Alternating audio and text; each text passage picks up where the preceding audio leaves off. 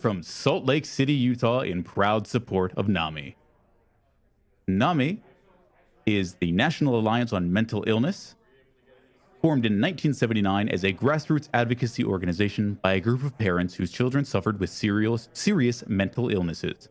NAMI has maintained their focus on that to this day, reminding you that mental health is important, that you matter, and that these things can be worked on and are important to talk about.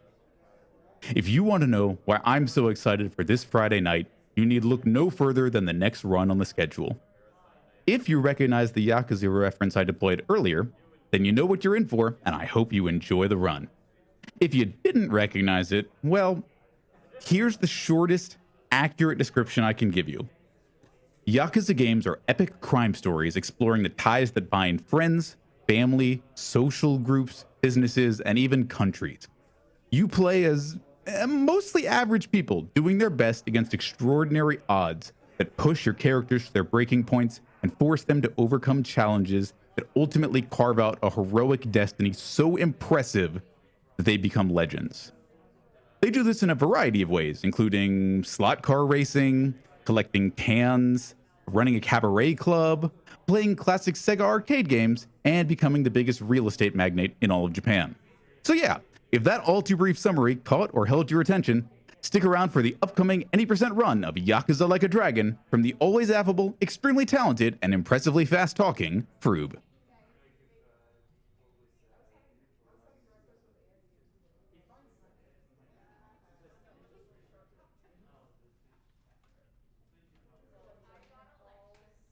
All right, hello. Hope everyone is doing well. I am Froob. Obviously, I am unfortunately not at the event. I wish I could be. Things in real life have gotten a little hectic, which is why it's also very important to support causes like NAMI, because unfortunately things can just happen, as I found out this past week. But I am also here, thankfully, with two absolutely wonderful people. If you'd like to introduce yourselves, please do. Hello, hello. I am Mech Analyst Tom, helping out on the commentary.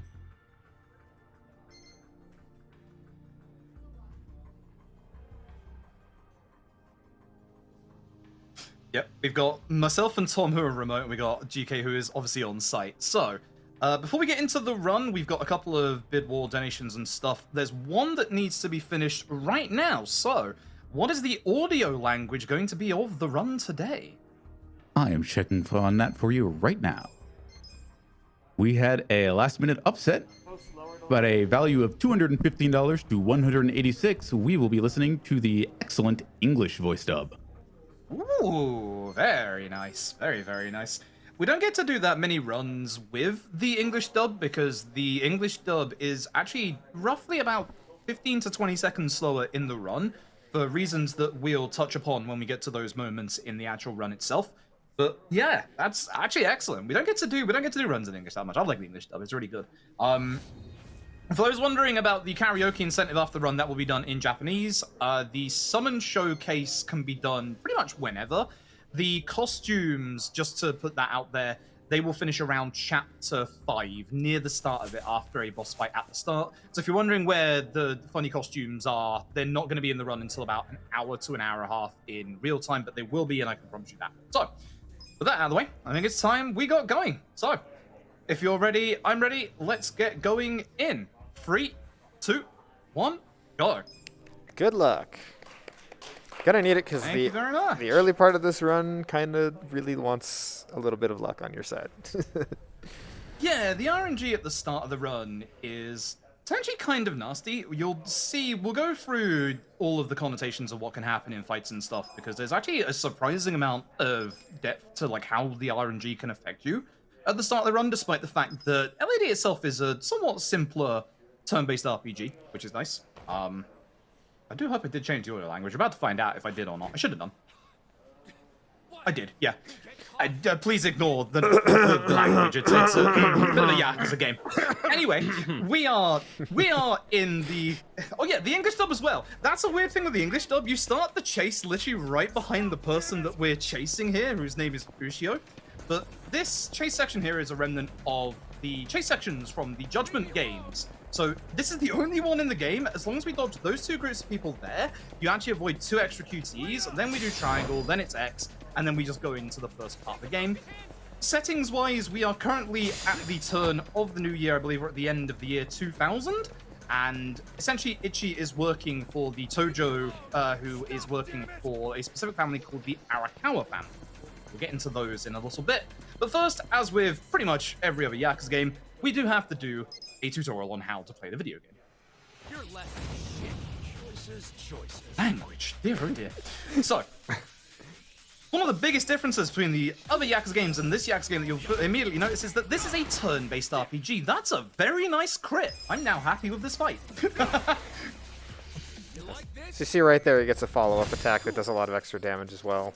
This is when you hit an enemy on the ground with a basic attack. Yeah, so a usual Ushio fight will end in the 3rd turn after this. If you're lucky and he's actually positioned next to that window there, you can do a little bit of extra damage, but it's very, very rare that happens. These extra crits are really nice. If we could keep this going through the entire run, I would very much appreciate that. And so he feels the Nice stats clean going start. up. So, more importantly from that first fight, we learn a skill called Tenacious Fist. Tenacious Fist is exceptionally strong, especially in the early chapters of the run. We're going to be using it a lot, but in the next fight that we get into, the tutorial actually forces us to use that skill. So by shortcutting it, we can save so much time over, obviously, menuing for the skill. Excuse me. The cup of tea I had is hitting me hard. And shortcutting those skills is going to save us so much time over the course of this run. I'm so glad they added shortcuts that you can bind to the D-pad. Yeah, so am I. I remember playing casually and thinking I wouldn't use the shortcuts much. Oh, how wrong I was. So, we're getting a nice little introduction to Ichi as a character and the residents of Kamurocho, even though the main map for Yakuza Like a Dragon isn't actually going to be Kamurocho, as you'll see in about 2 chapters' time, in about 30 minutes or so. This is Shangri-La. This is where Ichi was born, basically. He basically grew up here, and his foster father is basically at Shangri-La. If you've ever seen the events of the Yakuza games, you kind of know what happens to the events of Shangri-La in the events of Yakuza 1 and 2.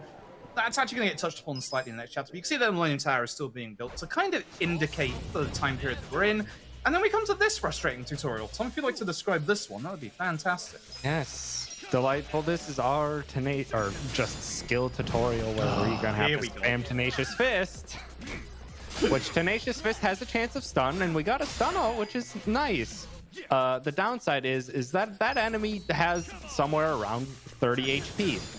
He took a damage of 36 because for whatever reason in this fight alone, the first enemy you hit can just have a glitched HP value and will survive any hit, even if it's a crit. So normally we would just take down the 2 melee attackers because they go down in 1 Tenacious Fist. And then we would aim for the knife guy who has exactly 36. So if we got a high roll, he would die in 1 hit. But that's low odds. Also, that's one of the more eventful glimpse tutorials I think I've ever had. We got another glimpse of another status effect in Bleed, which we don't have too many sharp attacks to cause bleed, but a lot of these guys at the beginning have knives, and they can cause us to bleed, and that costs us about a second every turn. Yeah, I don't think I've ever seen 2 misses in that fight, let alone it go on that long either. Hirotsuka here has 70 HP on the dot. Average damage is unironically 35. That stun's really nice. With that stun, even though I did lower damage, there's a chance that hopefully he stays stunned even if he survives. This is not the best start in terms of RNG, but at least the stun connects. Yeah, so we didn't get to see anything nasty from Hirotsuka, who can just use an ability that can stun Ichi. And yeah, we never want to see that. So yeah, as you can see, kind of one of the core things with the combat in this game, you have your basic attacks. You also have skills, which have like a timed button press or some other little interactive element similar to like the Mario RPG series. You can also perfect guard enemy attacks. The nice thing about perfect guarding enemy attacks, it lowers damage that you take, as well as in some cases it reduces chance of being knocked down. So very important that you get Yep, good at and that. It then- has a nice little skill kinetic element to it. Yep.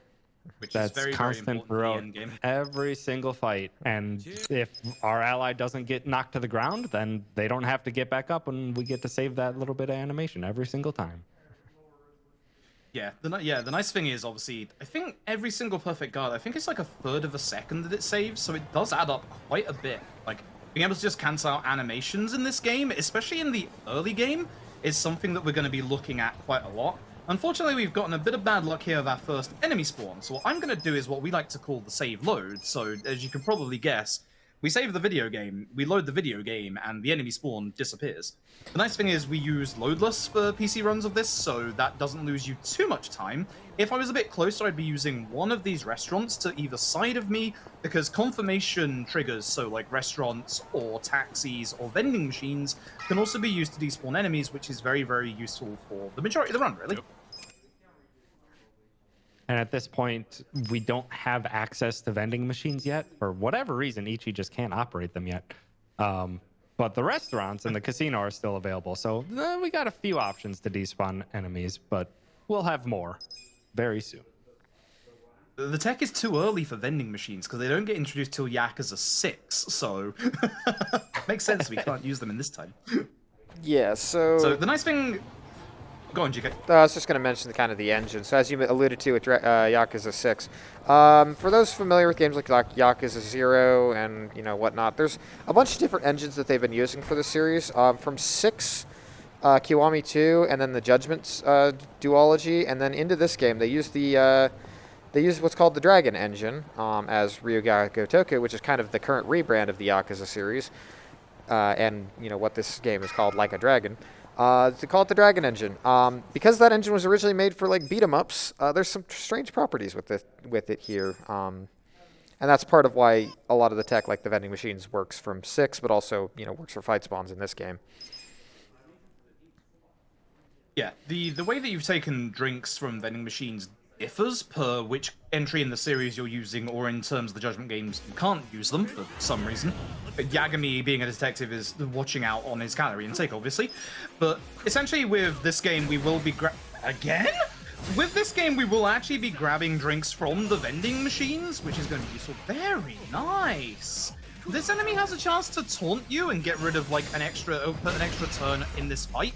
So having him stunned just completely stops him from being able to do that. So that's really nice, actually. I guess I'm just your good luck charm right now. I wish you good luck and you've been getting it. Huh. Sure. Yeah, it's been a GK meets it's been a weird for chapter all one. Froob runs. Yeah, please. A couple of the tutorials weren't that great earlier, but so far since then, it's actually been pretty nice. The downside with this last tutorial is they can cast our first iteration of Fear. And Fear is probably one of the worst status debuffs to get in this run. Yeah.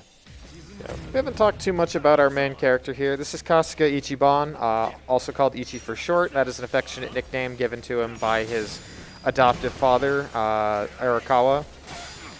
So he works in a very low-end side branch of the Tojo clan, one of the most powerful Yakuza clans across the history of the Yakuza series. Despite that, he is a very nice guy. When he goes out to collect people's money, he usually doesn't actually usually makes up some sort of excuse to not do it, unless they're a total jerk. But yeah, he's just a generally really nice guy despite being affiliated with crime. Another one. This keeps happening. This is a really good chapter 1 so far, actually. Love to see it. I'm happy with this. That was a really good fight. And one other little nuance with the perfect guards is they can actually prevent status effects from landing if they're an additional effect on the attack. So every time we're guarding a knife attack, it reduces our chances of getting that nasty bleed status effect on us. Yeah, there's also, and we'll go over this in a little bit as well, but with the different party members you have, some of them have an innate ability to have extra resistance to certain status debuffs. So depending on the character will depend on which status debuffs they're good against. But this run usually just likes to throw every status debuff on us, unfortunately. So storyline wise, this is going to be the end of chapter 1, and we're about to take an 18-year time jump.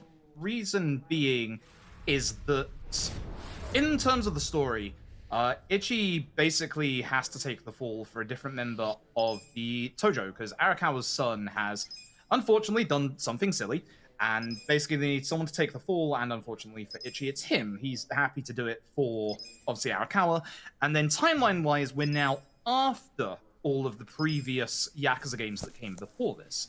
So outside of the jail, we're going to meet this guy on the left who's called Adachi. You'll see more of him soon. But we're now going to see the first merger of the Arakawa family into the new Tokyo Omi Alliance. Actually, the Omi Alliance, I should say at first.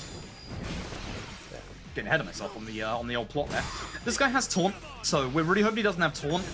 Otherwise, it's just really okay. What is this luck? I'm trying my best to not call out all this fantastic luck. Oh man, I don't want it to go away. I'm as stunned as that Yakuza. Yeah, you might notice the indicator of time has passed. Ichi has a bit of a new do. It is a dated hairstyle that his hairstylist didn't understand when he said it to her. It's my favorite reason yeah, they call it a punch perm, and they completely get it wrong because it hasn't been in style in 20 years, and that kind of just really tells you kind of just how anachronistic this character really is as a fish out of water 20 years out of prison. There's a lot of really great lines with that too.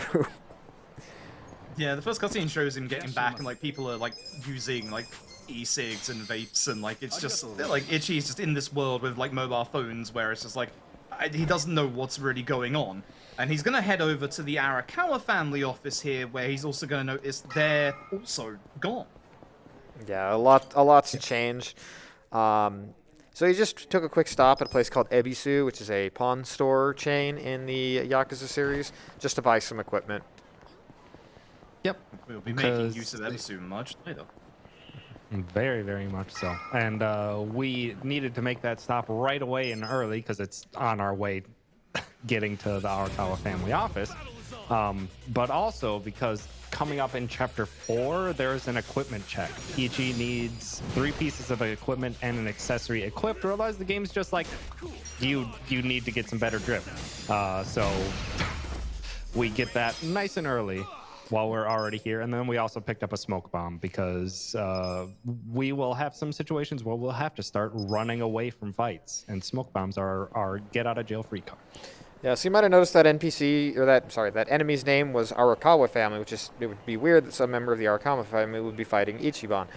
So the Arakawas in the past 20 years, they have changed alliances to the Omi Alliance, which is the largest Yakuza of the Kanto region, in West Japan. And the change of alliance, catches him off guard because he hasn't heard any of this, and Ichiban is just very confused about what the heck has happened with his family in the last 20 years, which is why it adds an additional element to him trying to find Arakawa, because he has no idea what's going on. His clan's changed alliances, and now pretty much the Arakawa clan wants to beat him up because he says that he's part of the Arakawa Tojo clan, with the Omi and the Tojo being very fierce rivals across the series.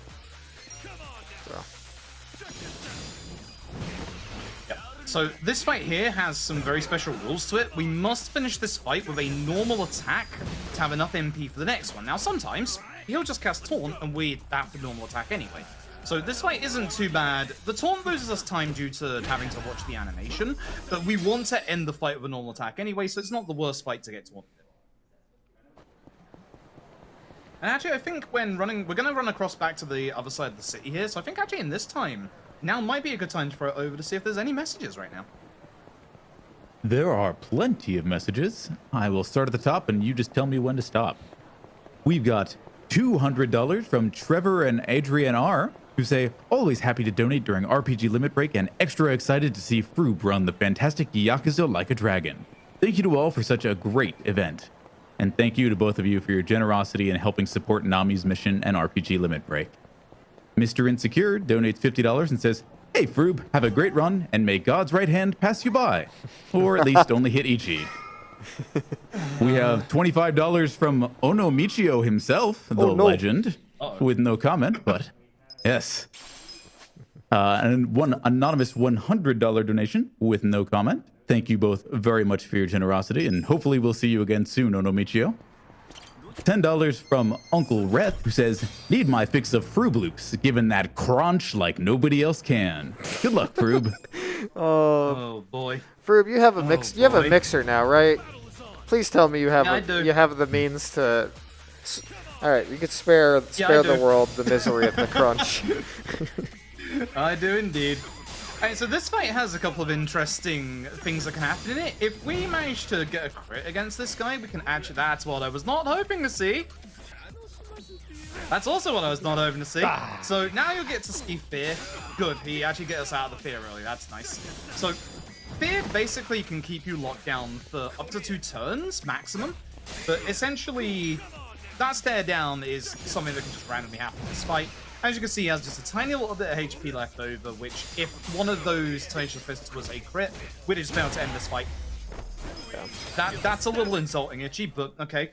I appreciate more crits, thank you. Yeah, you noticed that he was So like... with that done, we're going to jump into sewers. Okay. Yeah, you noticed he was at like half HP and 1 MP. Thankfully, level ups in this game fully heal you. So a lot of the game is actually routed around when you get those level up heals.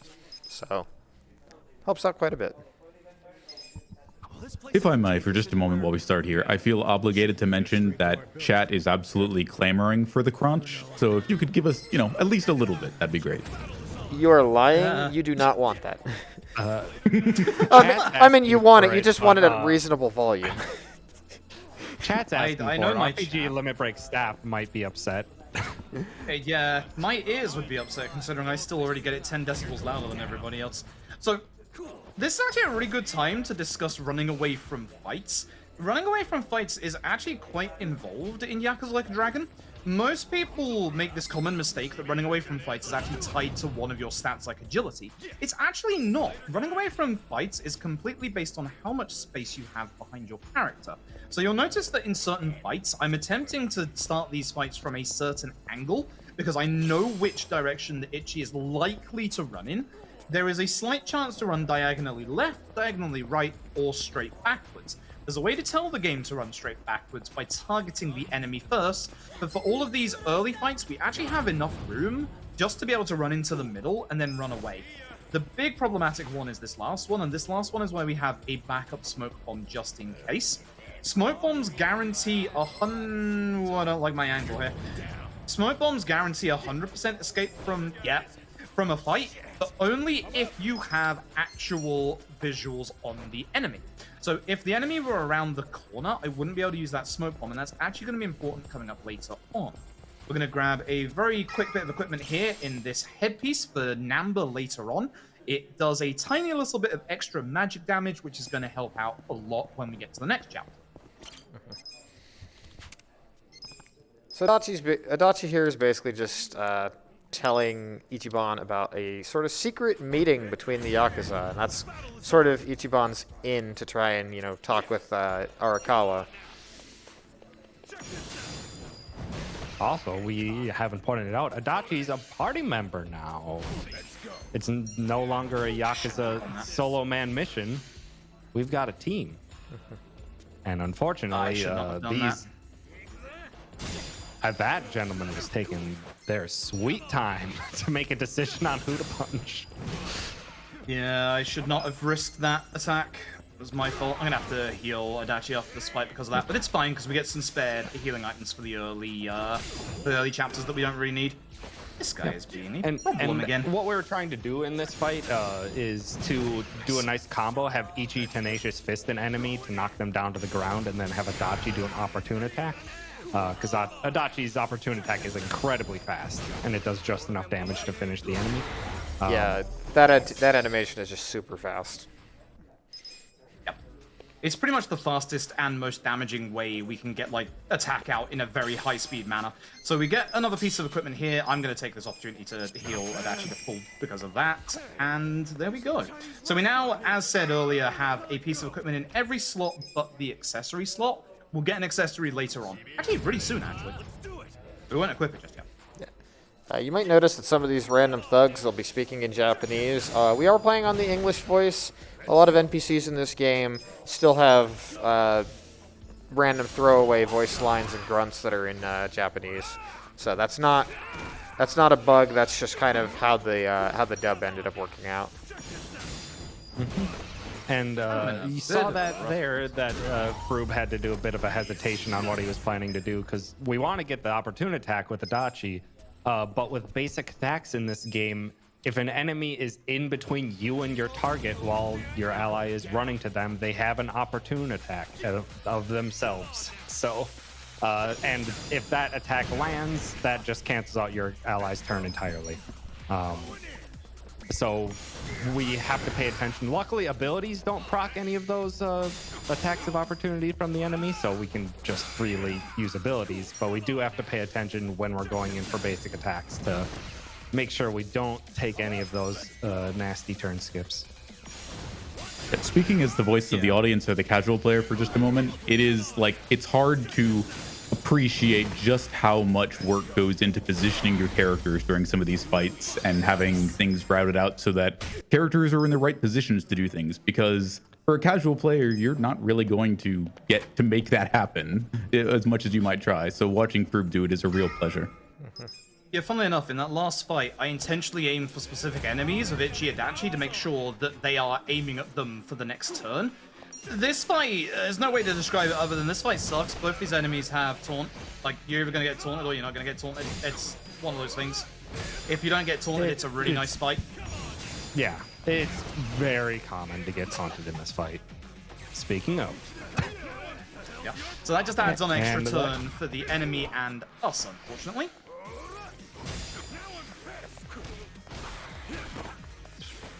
I do appreciate all these crits, though. I'm getting way more crits than I usually do. And in these early chapters, because we basically just have basic attacks and like one ability on each character, having a fight go very bog standard, like in that case with a taunt, is perfectly fine. That is acceptable because with all these status effects that can get tossed around, they can be so much worse. Unironically, some fights we just want nothing to happen. Yeah, so this is Sawashiro, one of the captains of the Arakawa family, now in the Tojo clan, and he wants to just beat us up. He's kind of always been a jerk to Ichiban, despite them being former coworkers, so he's really reveling this opportunity to unload. So this cutscene that you're seeing right here actually gets rid of any debuff you apply to Sawashiro. So if you get the stun on Sawashiro in the second attack, it's really unlucky because it gets removed. The crit, however, that we just got is very, very nice. If we get 2 crits against Sawashiro and the rest of our damage in this fight is high enough, we can actually skip an entire turn in this fight. So I'm hoping to see at least one more olive crit if possible. And ideally, I'm hoping to not see a move from Sawashiro, but the odds of skipping that are a lot harder. I haven't had it happen in a while now, actually. I should probably hardball here, but I'm going to try one more for the stun. Yeah. We picked up an item while we were running in the sewers. A lovely hardball. Just because it does about the damage of like 2.5 Tenacious Fists. And it's... I mean, Sawashiro's always been a jerk to us, so I mean, it feels pretty good to just throw a baseball at him. It's also a nice quick animation. I'm not gonna say it. I'm not gonna tempt fate. Don't do it. You're gonna do it. Cold Fury. Oh. Ooh. Is it happening? Could this be the one? Even if he does it here, he won't get out. No, he's done it. Nice. Yo. Wow. Okay, so that's really quick, and that's an actual giant bit of luck. Sawashiro has this one skill called Cold Fury, where Sawashiro is supposed to get to boost his own attack and then do a really powerful attack afterwards called Vile Blade of Stealth. The nice thing is, with all the gear we've got on, it doesn't actually do that much damage. It does like 28 even with the attack buff, but it takes ages for both animations to go through. So to get Cold Fury skip is very, very rare, and it's really nice. Yes, you might have noticed we got kind of spirited away to a completely new area. This is Isazaki Jinsho. It's going to be the primary setting of the rest of this game. In many of the skip scenes, Ichiban got shot and pretty much left for dead in the nearby city of Yokohama. And yeah, now we're kind of back at square one. Title of the chapter actually says, you know, town at rock bottom, which kind of is a recurring motif in this game, starting from rock bottom. Just gonna say, you using Spirited Away is the most gracious way to describe what happened. I was gonna say Yes, some you know. other thing, and it wasn't the. It whisked away. I don't know. I don't know. I'm mixing up my Japanese Whisked away references. via garbage truck and dumped into a cardboard box. Yes, Yes, Yeah. and you know, Yeah. elegant as you like. yeah, we're basically only alive because one of the homeless people in this town happened to be a former My advice? I forget, was he a medic or a surgeon or a doctor? Nurse, I believe. Nurse, yeah. All right, I'll give it a shot. Something of that sort. Medical professional, Here we go. and kind of disgraced. But that was Namba, so we'll be hearing more from Namba pretty soon. So this Absolutely. And now we get to play some Pac-Man. gobble gobble. Yep. Yeah, this is Can Quest. If you look at the minimap, it looks like Pac-Man. It essentially is Pac-Man, is the easy way to describe it. We can skip the minigame, but we have to do the tutorials, so I guess whilst we're running around the tutorial, T3, if you got any messages now, would again be a perfect time. What's up with Certainly. these guys? Yeah, first I want to give you an update on the status of our incentives. I know you can see them scrolling across the bottom of your screen during the run, but we've only got a couple of hours and they will go by as quick as Froob talks. So don't let those slip. We are currently at about 63% on our summons showcase, $965 out of $1,500, and right about 75% on our karaoke incentive.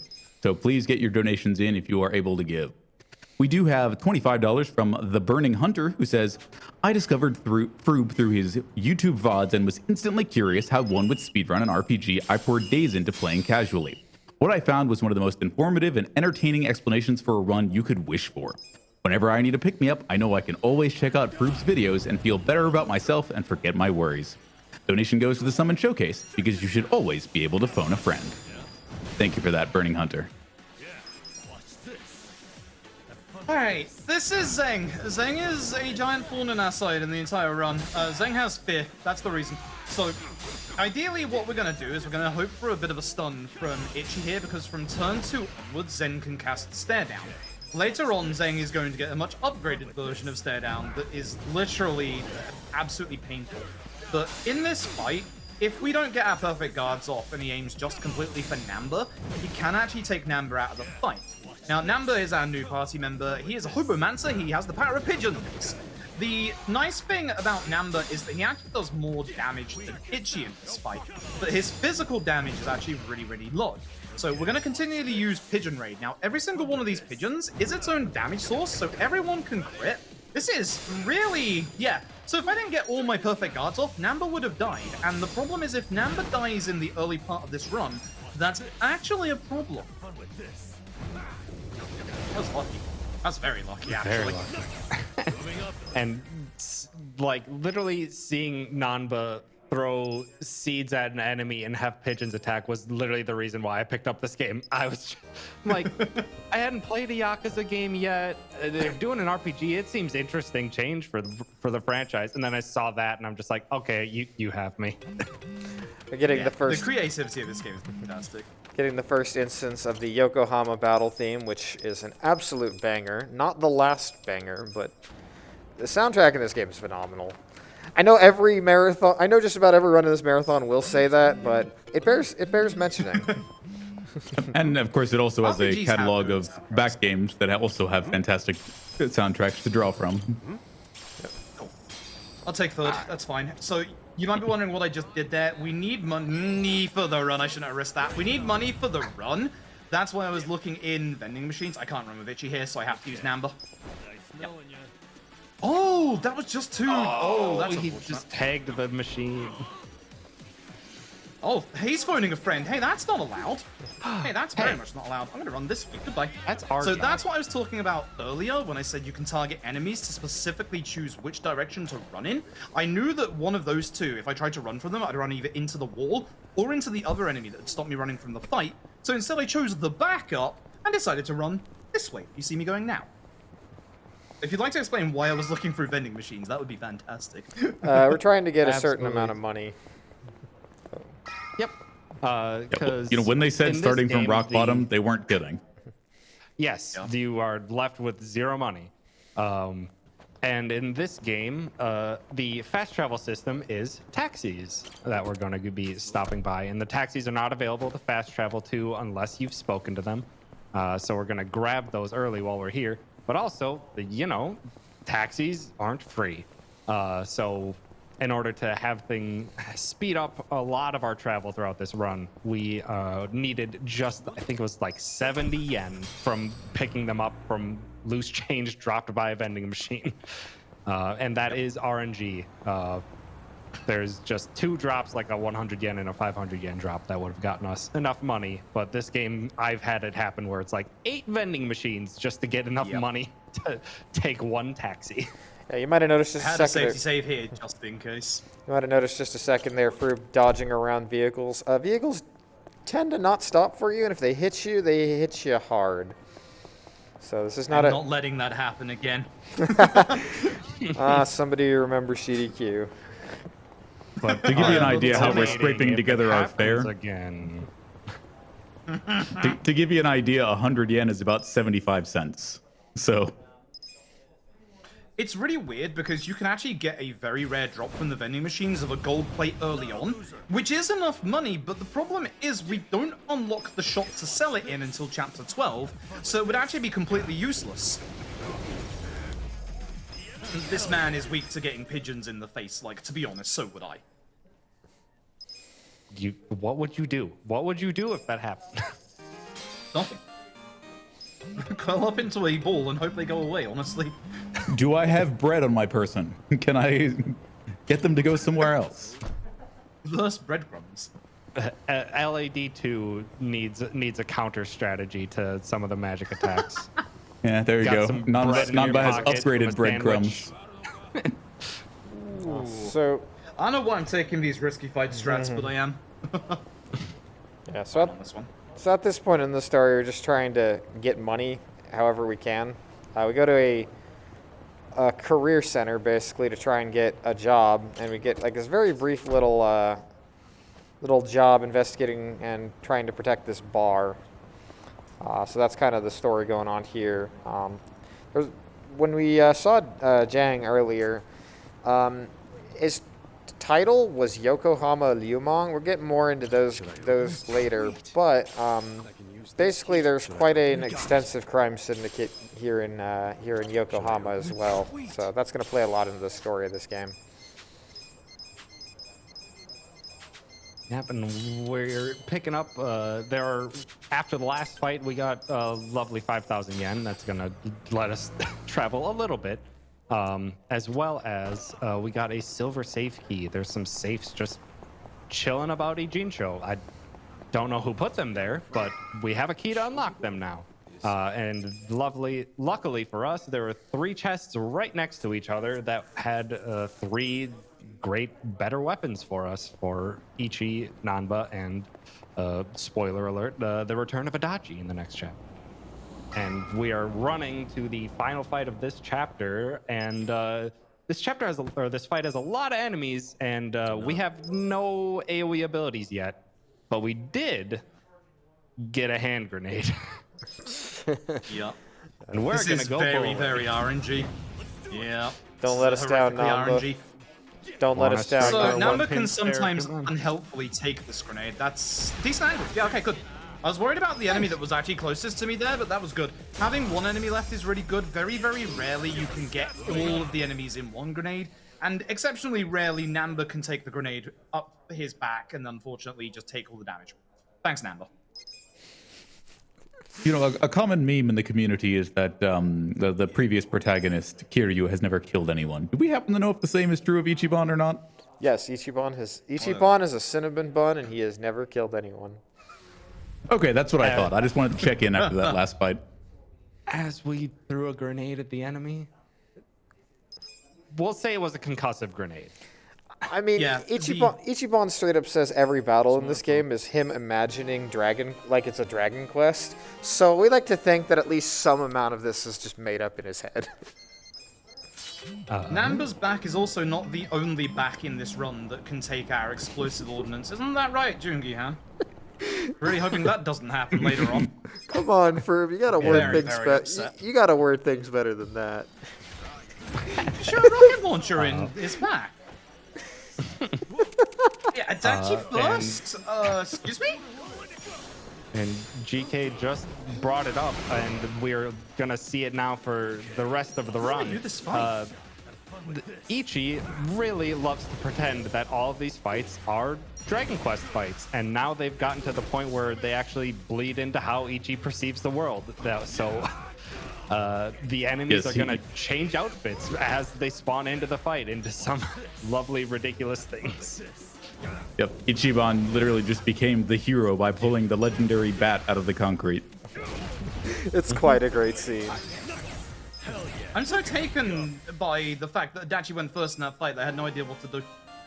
I was supposed to pigeon raid the large guy still, but oops, I'm lost. I actually got genuinely lost from that fight because that never happens. Yeah, and in this chapter and coming up in probably the next 4 or so chapters, turn order is going to matter a lot for how we go about certain fights. And we're this early on that there's a lot of leeway in who goes first.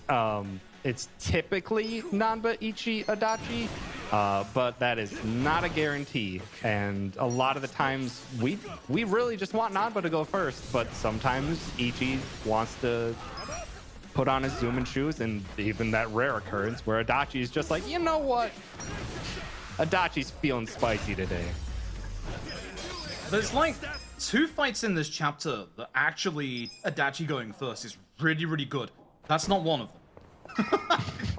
that's why I was really taken aback, because I genuinely had no idea what to do.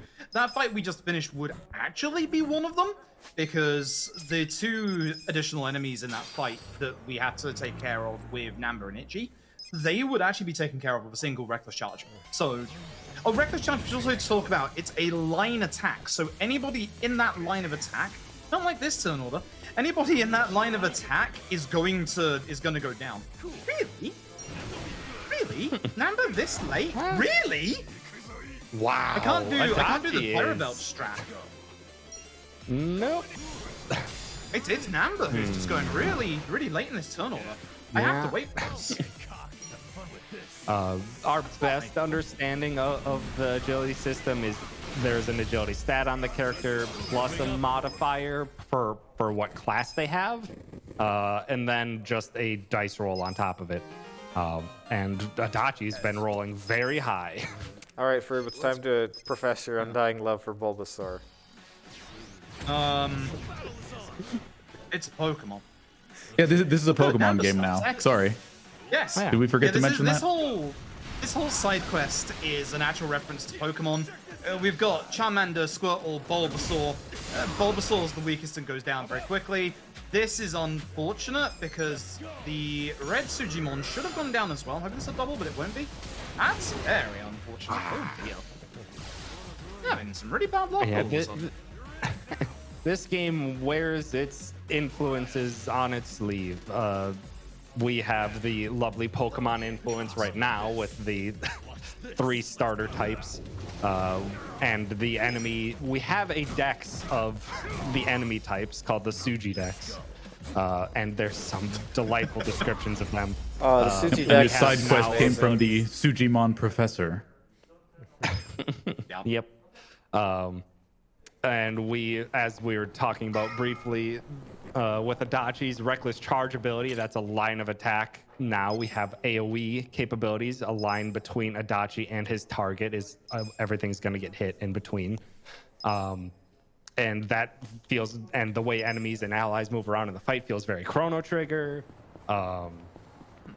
There's a ton of references and even karaoke songs of Persona in this game. And so many Dragon Quest references. Called out She loves Dragon directly, Quest. even. I'd even suggested to Froob at some point to submit this game to the Dragon Quest Marathon as Yakuza like a Dragon Quest. That would have genuinely been hilarious. Yeah, so It was alluded to a little bit before. Every character in this game has a job. You literally go to a job center to get a job, and it works like the job system of other RPGs. Plays a little bit into different parts of the run. I'll change up jobs a couple different times. Oh boy, Dragon Engine. Love you, Dragon This Engine. is what we like to call Dragon Engine shenanigans. That was especially bad. Hey, remember when I mentioned earlier how difficult positioning yourself, much less the enemies, is earlier? That's the kind of thing I meant. I wish we had more control over the enemy and ally placement, but we're gonna have to deal with what the game decides to throw our way sometimes. Oh, don't get him started on the targeting system. Don't. I'm not gonna go into it. It's fine. It's not reliable. No. If the next Like a Dragon, aka Like a Dragon 8, trust us on this one. If the next Like a Dragon 8 had like movable agility at the start of like your turn, like a little bit of movement, like say Valkyria Chronicles or Divinity, that'd be really nice. That'd be really, really nice. They have a lot of depth as well. Alright, so far what we are also looking out for in this chapter, which I've got one of already, so the run is 100% going to continue. We're looking for these certain material drops from 3 specific fights called Odd Stones. We need these to craft a specific weapon for Itchy. I've got the 1 drop from the 3 fights that I need. I'm going to grab that one just in case we don't get any more drops. But other than that, we're just going to be running around for a little bit.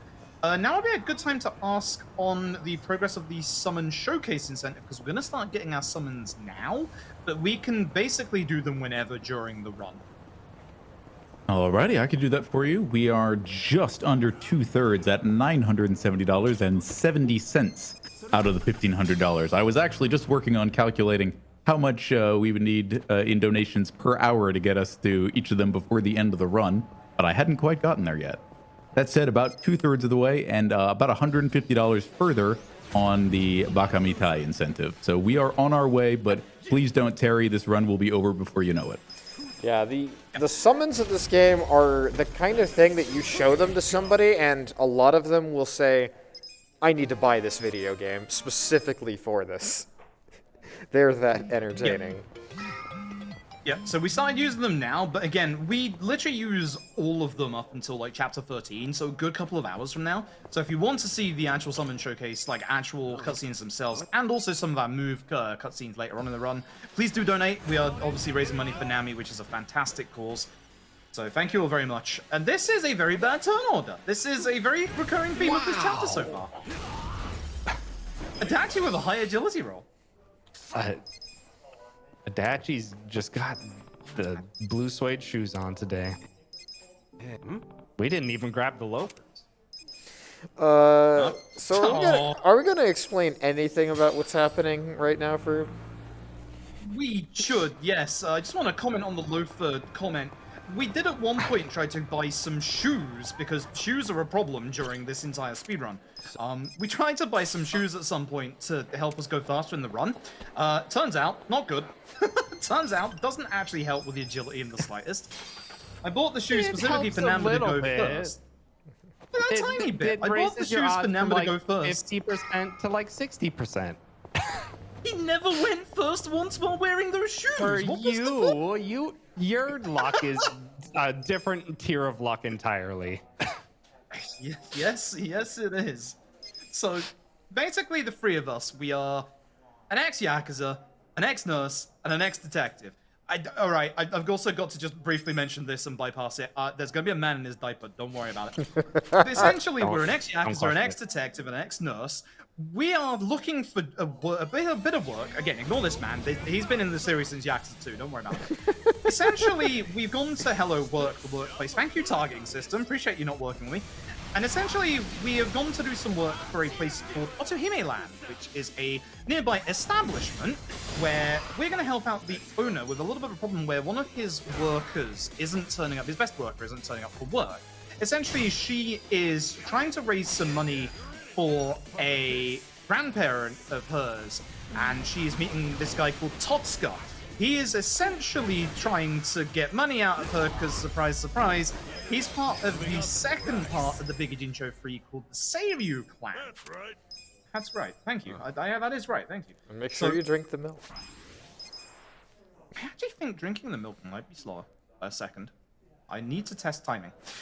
But essentially, when you do stuff like the sub stories here, you'll get a couple of like dialogue choices. Up until this very point, none of them have mattered, but from this point on, every single one of them starts to matter.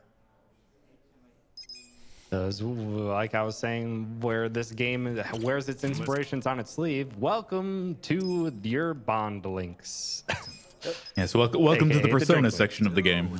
It is a Sega game. Yeah. Your bonds with others and Ichi's own stats. They're both very much reminiscent of modern Persona games. So that charisma is vitally important. We need it to unlock a job for Ichi in the next chapter. And with this, we're going to go and confront Totsuka and see what's going on in this nursing home where things are definitely not as they seem. Yeah, two Persona references, both at the same time. The personality traits that actually do calculate into the speedrun, and then the bond links for our allies, which we don't really need the bond links, but it does give us those little bit of personality trait boosts. So Now, wait till you look over take it. wait till you look over the voice cast of this game. The English dub has Persona like all over it. And some of it is like obvious references. Perfect. ooh, beautiful.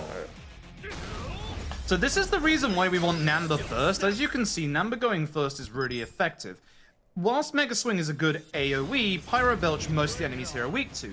Totsuka here, our next boss, is actually weak to both physical and fire, which, unironically enough, is the only bits of damage we can actually cast for now.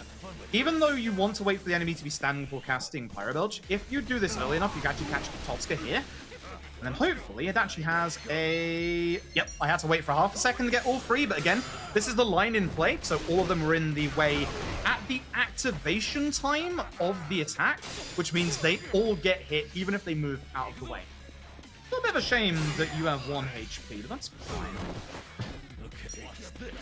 And yeah, It'll that be a Mega lovely Swing. little bit that if they're in the line of attack when the attack animation starts, they will get hit no matter where they go is so nice.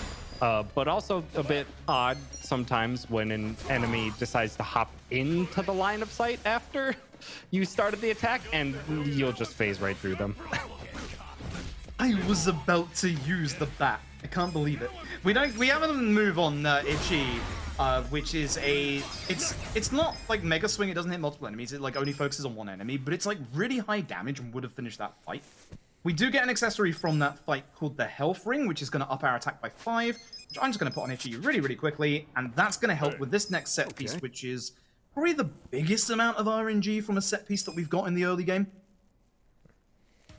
Yeah, this set piece kind of swings the entirety of a speedrun. This is a really big reset point if you're going for record, because oh boy, things can swing based on enemies deciding to use status effects, what turn order we're starting in. So much can swing this set piece. Yeah, Luckily, this That is a fight is beautiful cooperating. start. Nice. That is an absolutely Yeah, beautiful start. AG starts with summoning Gary Buster Holmes, which hits every single enemy and has a high chance of stunning every single enemy. That's a very, very useful summon we'll be using a lot.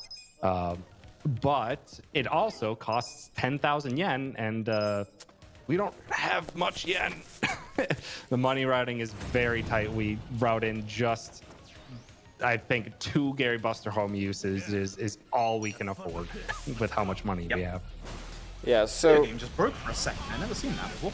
so the that fight with the this peculiar man that we stopped to do before we head here, that was a summon. We got an additional summon that will be useful for a debuff later on in the run, which is why we did it despite it being a sub story. Also for the money. It also for- that too. Also gets us 20,000 yen, which is exactly 2 uses of Gary Buster Holmes, which are very Risking good. this They for- speed up the set piece so much. Nice. I was risking this for the multi-pyro belch there. Nice. Okay, this is a little better. Oh, that's very nice. That's just in time for the line. They should take care of Nakamoto. Yep. Nice. Nice. Okay, this is a good fight. This is a very good start to the set piece. We didn't touch on it in time, but Ida there has the lovely ability to summon enemies, and we wanted him to summon one enemy specifically because of our leveling ups giving us full HP and MP refills. We actually wanted the level up not from this fight, but from the next fight, and that gets us on good MP standing for the next little mini boss that has a bunch of HP that we need all of our abilities for. So I want to come into this fight with Itchy having a little bit more MP in case Itchy goes first. Mega Swing is a little bit nicer, but if Itchy doesn't have, because you can see here, we're gonna do the special ending to this fight. So because he has the burn status on him, what I'm gonna do is guard instead of hit with a Adachi, and you'll see there that there's no animation to the enemy dying to a damage debuff. So if an enemy has a damage debuff like that, it's a very rare case that it can happen. If an enemy has a damage debuff like that, what we do is we wait until they basically take that damage, and you don't have to wait around to get into the next menu. I know there's an awful lot to explain here, but would you just let me know the next time there's a good opportunity for an update on bids and incentives and all that? Certainly. This is a very bad start to this fight. This is a very weird turn order. Again. Okay, that's normalized itself. Good. I'm gonna have to... Sometimes you can get away with not having to attack on Namba here, but with the bad turn order, a good turn order is this turn order. Namba, Itchy, Adachi, as we explained earlier. Because as you can see, free opportune attack from Adachi to just do more damage. There is a chance to quickly take out Kaseyama in one turn, but without the burn debuff, it's very, very rare. So what I'm going to do instead is I'm just going to skip Namba's turn, because usually Kaseyama will survive this. I don't like Itchy's HP for this, I'm going to be honest. He'll be fine. He has a stretched out t-shirt as armor. Yeah, the downside is you can die to that fight. I've had it happen a couple of times, and it is a little scary. We're going to get thrown over to the other side of the building where we get a free heal, thankfully. And we're going to go into the next fight. Now, if you'll notice that I skip the cutscene there for the heal. The reason for that is, for some reason, you can't use doors when that heal effect is happening. That occurs in a couple of places in this run, including once more in this set piece.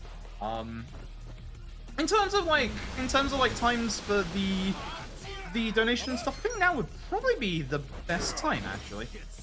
Okay, you've got it. So, first, that update on our incentives. Get ready to sing, get ready for summons, because both of them are met. Thanks to the generosity of several amazing donors. A $100 anonymous donation with just a smiley face. $5 from Callright, who says, love the Yakuza games and Froob never disappoints. $15 from Besh, who just says, crunch. And $2,000 from Miles Foxling. Wow. I had never played a Yakuza game before, despite being aware of it.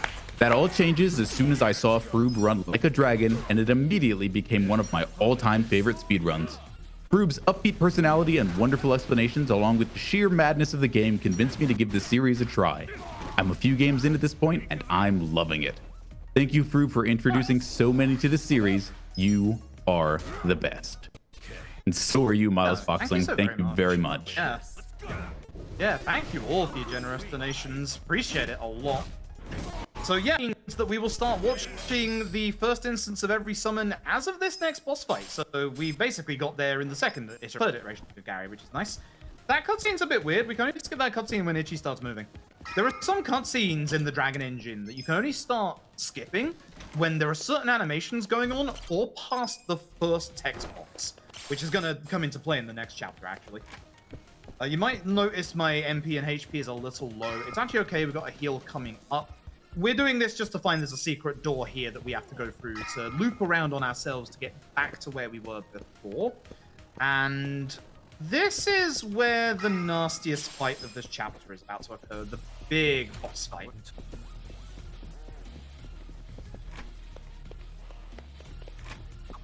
Skip through a good old bit of text dialogue there. Grab the heal. So you'll get to see the very first instance of Gary and our summons coming up here next. What I will say as well, Gondara as a palmate and one other that we'll be getting later on in the run. I won't be showing them off. I will be replacing them with 2 different pound mates during this run and 1 in New Game Plus, which is Omelette and Nancy. So folks, Gary Buster Holmes. I accidentally skipped the first part. We'll have to watch that again later.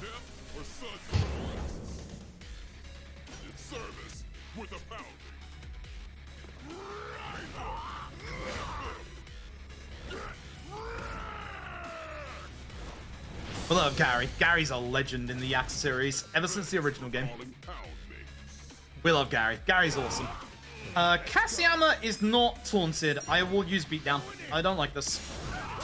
I don't like this. Okay, it's time for the old method of push and shove. Please connect. Oh no. If he taunts, that's going to be really bad. I have to now focus on getting rid of Ida. I don't like this. I do not like the way this is going whatsoever. This turn order is being real rough. Okay, he'll be fine for now. Was able to restun. Let's get this aggro. Oh no. Because he's probably going to cast taunt now. Just yes, okay, good. That's the correct person to cast it. Okay. Oh, that's even better. That's even better. Okay. Ida goes. So the big problem in this fight is actually Ida. Ida in this fight no longer like summons backup. Instead, he heals everybody in this fight. Kick-Out was always coming out of the stun here. My big worry is that Namba is in big danger here. Yep, that's bad. Oh, perfect god. Okay, we're fine. Ooh. I need him to really get hit with the aggro on Adachi. I really need that aggro to hit. Luckily for us, we do need Nanba to get enough social or bond with Ichi, which is how many fights do you actually take and does that character survive in. Luckily, Nanba can get taken down 1 time without it being a problem. So even if he gets taken down, it'll be slower for us, but we can still keep the run alive. This is one of those fights that has so many different things that can happen in it that right now it's not good.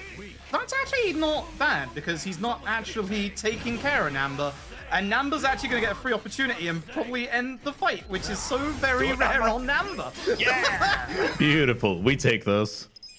Cool. All right. I'll show off the Tag Team Essence of Mayhem cutscene when we have our 4th party member, which, spoilers, is happening very, very soon. Okay, so this is the end of the chapter. Basically, we find out Totsuka was, surprise, up to no good, and everything with Madoka's grandparents gets sorted out. We're now going to go back to the owner of Otohime Land, who we were helping out, obviously, to do work for them, and we're going to find out that something really bad has actually happened. Wait, what? Bad things happening to good people in my Yakuza? I mean, calling him a morally great people. Fair. A little bit more apt. Also fitting, considering what this game is about. That was a very rough chapter 4. That's actually thrown me quite a bit. Like I'm used to like rough chapter 4s, but that was really bad in a lot of ways actually. So hopefully we get a nicer chapter 5. Chapter 5 is going to be actually quite a long chapter. Chapter 5 is where we're basically going to be setting up for the mid-game of this run, the early to mid-game. So this is usually a pretty short chapter, but we're actually going to extend it quite a bit due to things that we're going to do. So we're here and we meet Madoka's sister, Sayako. Sayako got a call from Otohime Land's manager, who we were helping out just before the events of the end of the last chapter happened, and she heard a name on the phone called Lao Ma, aka Mabuchi. So we're going to have to go find Mabuchi, and Sayako is going to join us. Sayako is actually one of the best party members for damage in both the early game and the late game. She's going to disappear a little bit into the mid game, but that's fine because there's somebody else who's going to come in who is really amazing.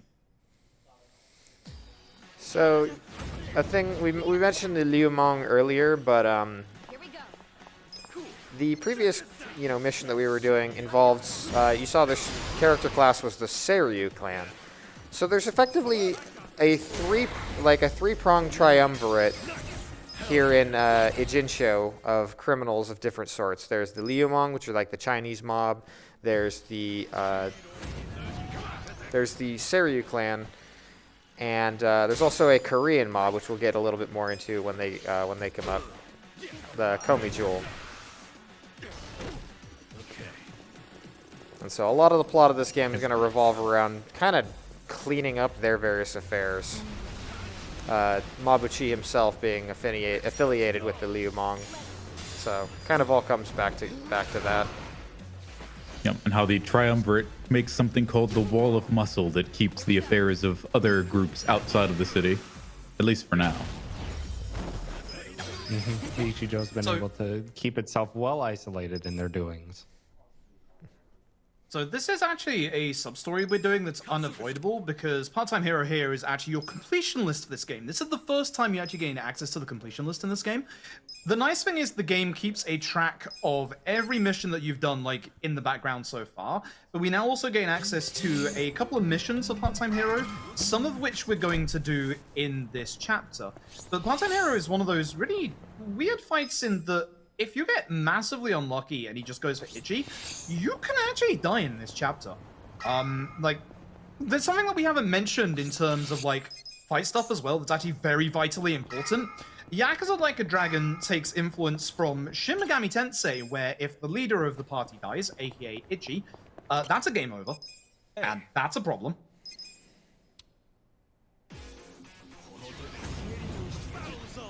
Hopefully this fight you can goes roughly best. you can roughly explain away the god, Adachi's so speedy today. There's the minor story reason why party leader death equals game over, in that Ichi is the one generating this. This is not actually how the fights are going. This is how Ichi imagines this turn-based fight going in his head. So if Ichi goes down, the illusion fades away. But it's still going to be a problem for us later when Ichi has a high chance of getting taken down and having us to redo fights. Somehow that fight worked itself out. I'm not actually quite sure how. I think I hit the correct enemy with Reckless during that. So even though we're trying to follow Zeng, obviously the Liumang, so despite the fact that Psycho just joined us, Psycho's now left. So what we're going to do is the game's going to introduce a giant component of gameplay for Yakuza Like a Dragon, which is in previous Yakuza games, but is a bit more in-depth with this one. It is the blacksmith and the weapon crafting system. So on the way in, there's going to be a bond link conversation that we're going to take to, if you died with Namba in the previous chapter, you have to do this one to get enough bond points. But for safety for the run, we can just do this one here. But this is Samir. She is amazing. She is going to be crafting us a whole bunch of weapons, because the vast majority of your damage in this game comes from your weapons. Levels affect it a little bit, weapons affect it massively. Yeah, just a heads up, anytime you hear upgrading weapons or romance workshop, you might, if you have a sensitivity to bright lights or anything like that, you might want to look away for just a moment. Yes. Also, the costume incentive will be closed after this fight, by the way. You'll be sorry. Bring it on. Okay, so this is Zeng. Zeng has... I've got to put the shoes on again. Zeng has a couple of new little goodies in his repertoire. So he has a counter, which is the thing we're hoping to see, but he also has the potential to use Group Fear. Now, thankfully, because he hasn't countered, it's not going to be too much of a problem to use Mega Swing here. I want to hit as many people as possible. I should have gone for Zeng instead, which is fine. By hitting most of the ads, Sayaka can deal with the rest of them. Whenever I see Zeng not cast counter, it makes me afraid... Thanks, Adachi. It makes me afraid that Zeng is going to cast Fear. He has two versions, Solo and Group. Group is Liumang's Glare. That's the one move that we do not want to see. I mean, we don't want to see Stare Down either, but Liumang's Glare is easily the worst.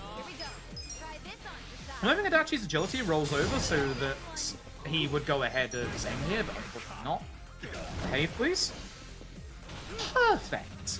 This is his defensive stance. If you do certain attacks against Zeng, he's going to counter with an attack.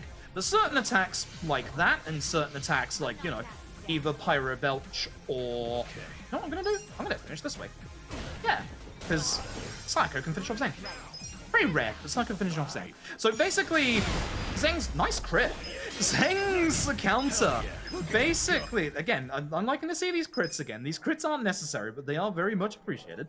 The thing with Zeng's counter, because it shouldn't be a problem later on, but it can be a problem. Zeng's counter basically repels, and if you're running past him as well, it can also attack on your allies, which is really, really frustrating. Because there's not much you can do about it, and it basically just, like, stops your attack.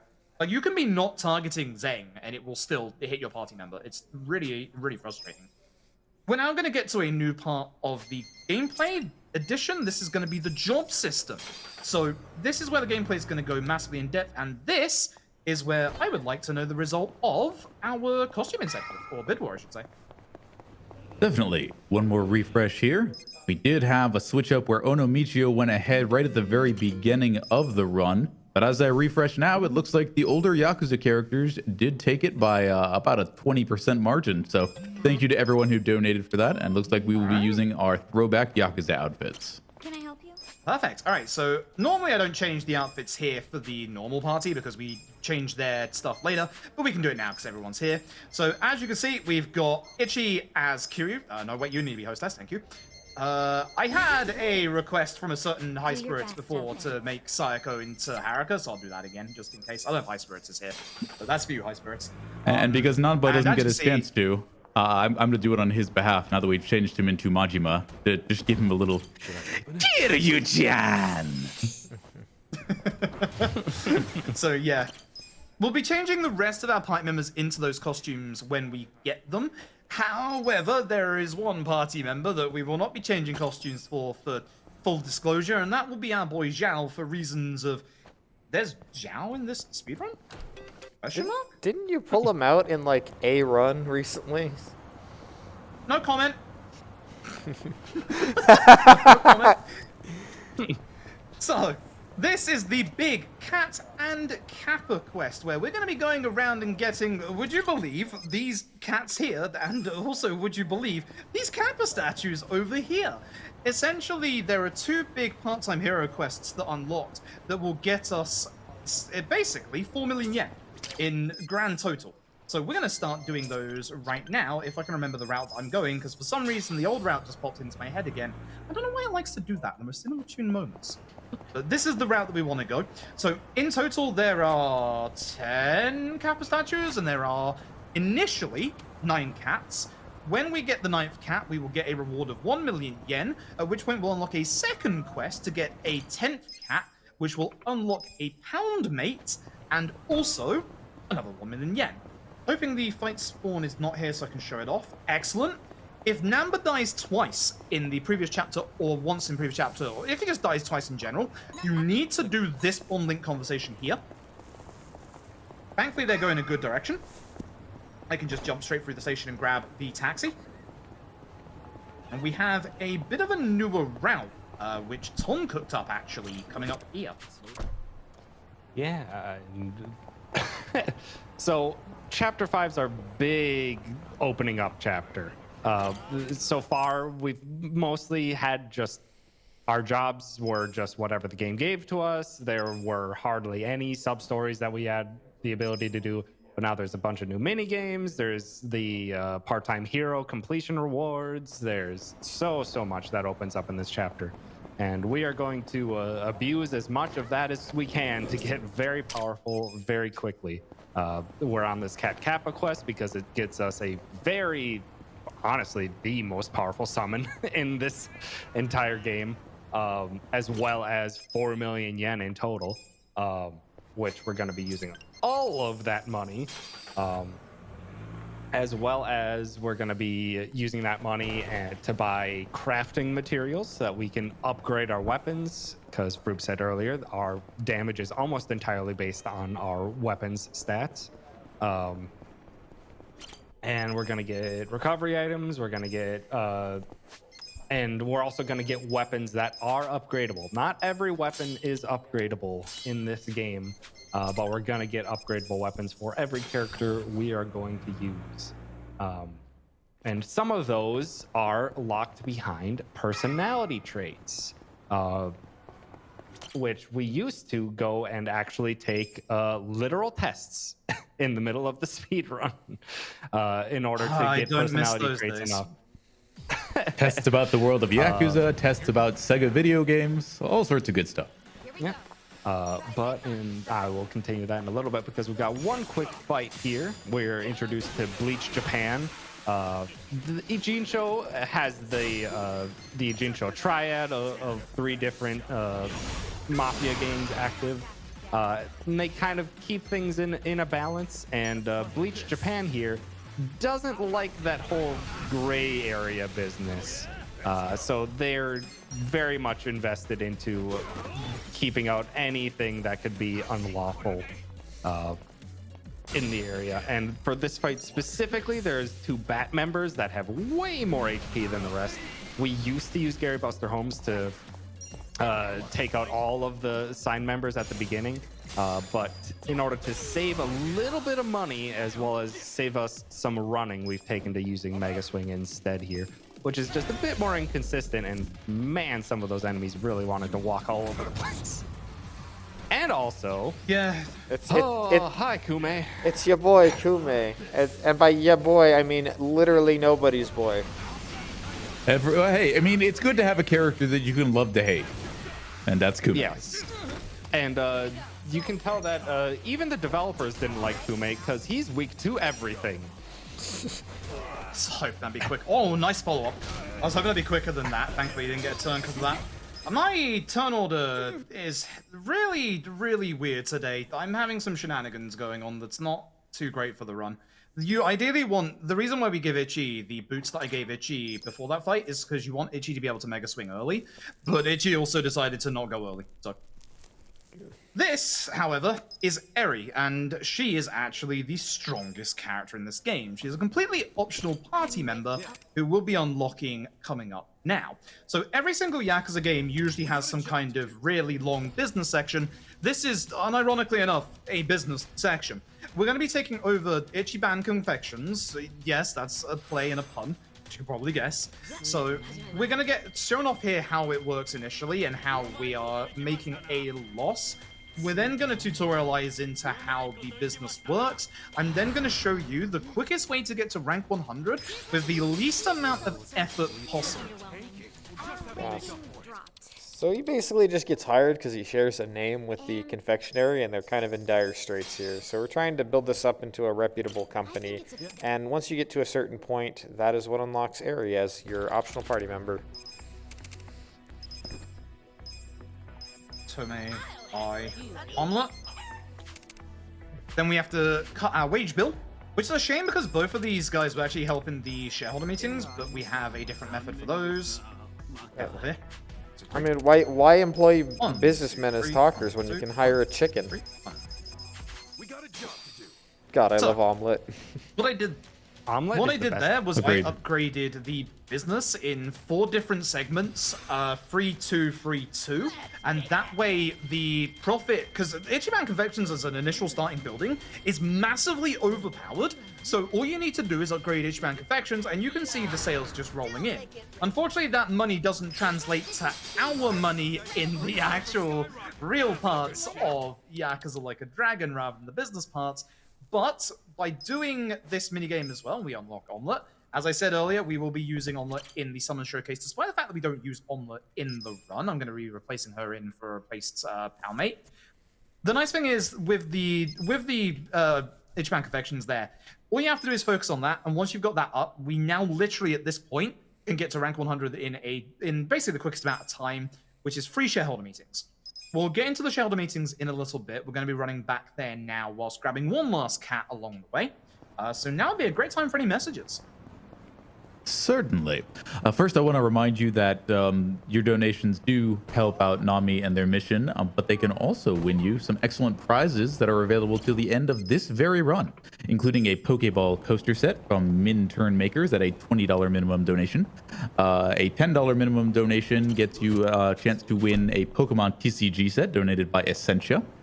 A $15 minimum donation is a copy of Pokemon White 2 donated by Miria.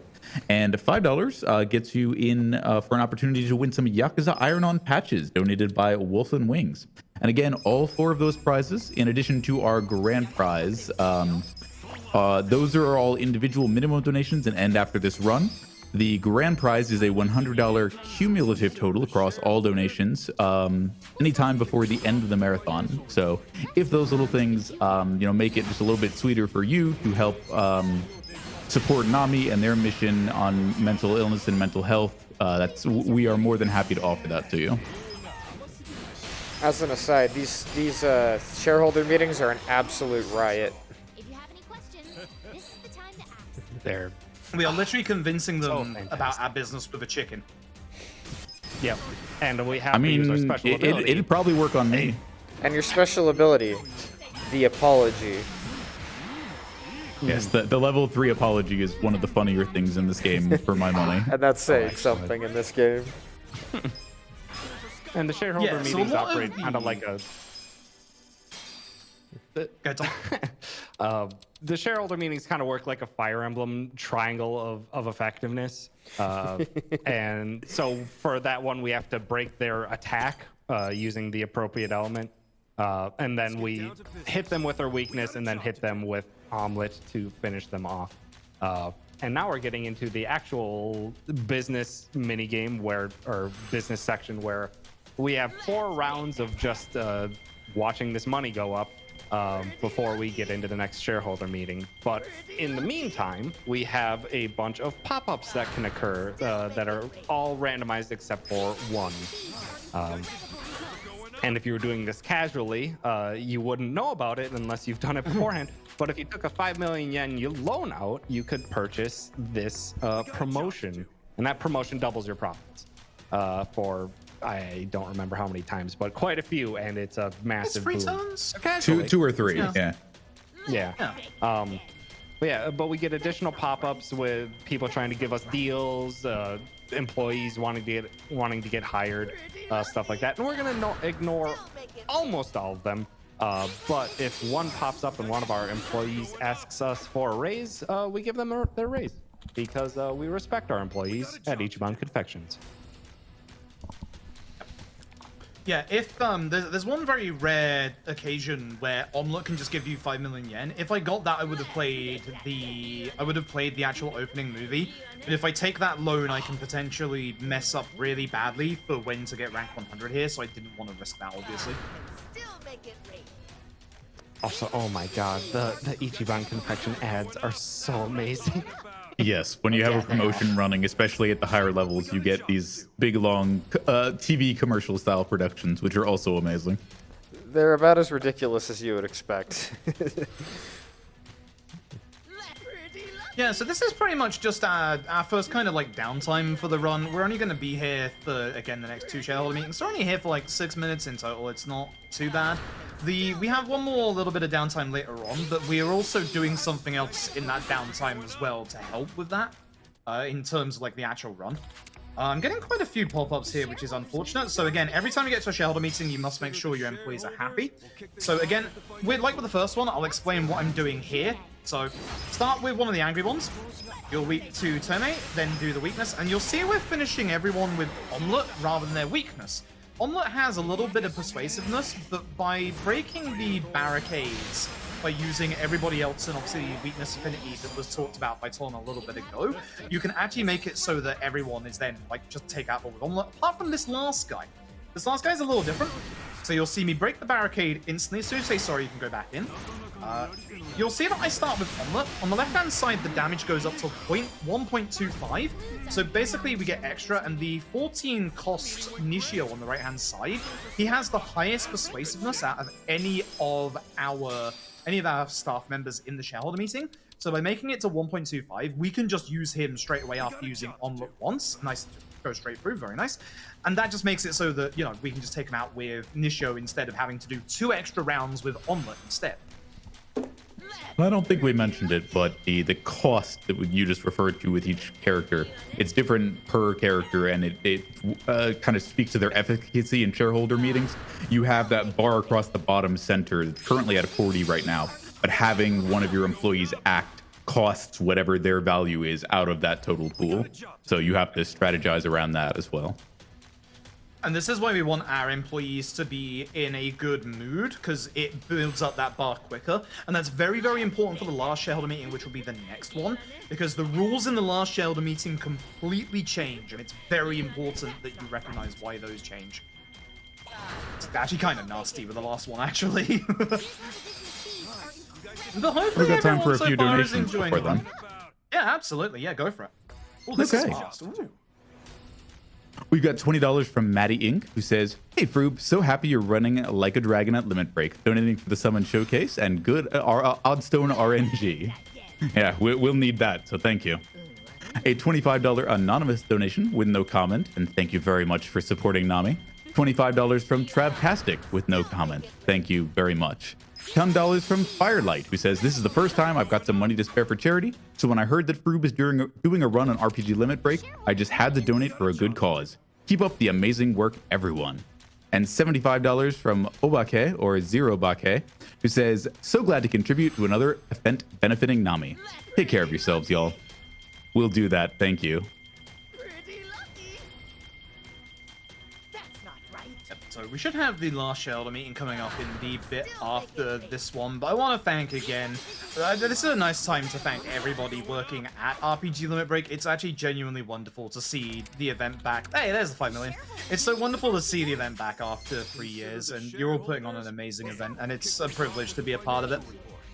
So, for this one, start with Jesse.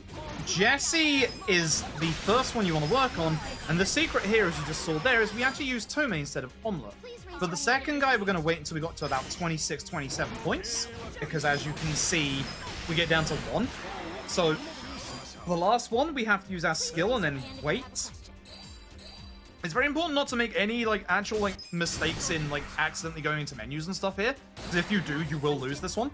That should be way more than enough at this point. By 1 point. So, as you can see there, by 1 point, that's how tight it gets. And with this, we should have made it to rank 100, and we can carry on with the run. You can also sometimes make it to rank 99. It doesn't matter if it's 99 or 100, as long as it's one of the two. You are always guaranteed to make it to rank 100 if you do the same thing that we did in those previous 4 shareholder meetings. So, with this, area is technically unlocked, but not quite just yet. We're also going to gain access to a skill. Okay. The skill right here. Stack Slap. We hopefully will only see Stack Slap once. If you see it more than once, we've had some pretty nasty RNG.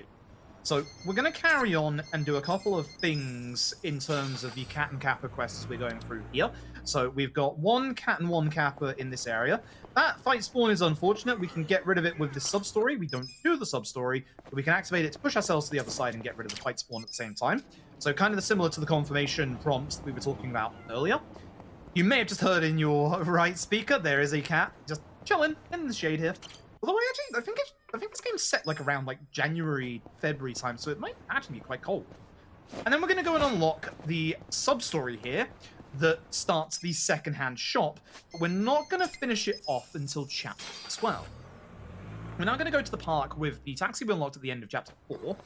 In this park is 2 cats, 1 Kappa statue, but right now one of those cats is not here. So what we're going to do is going to get the first cat here. We're going to do a little bit of shopping coming up here. This isn't the big shop, but it is a shop that is vitally important. That's a bad fight spawn as long as it doesn't come this way. We're good. Just going to give it a little bit wider here.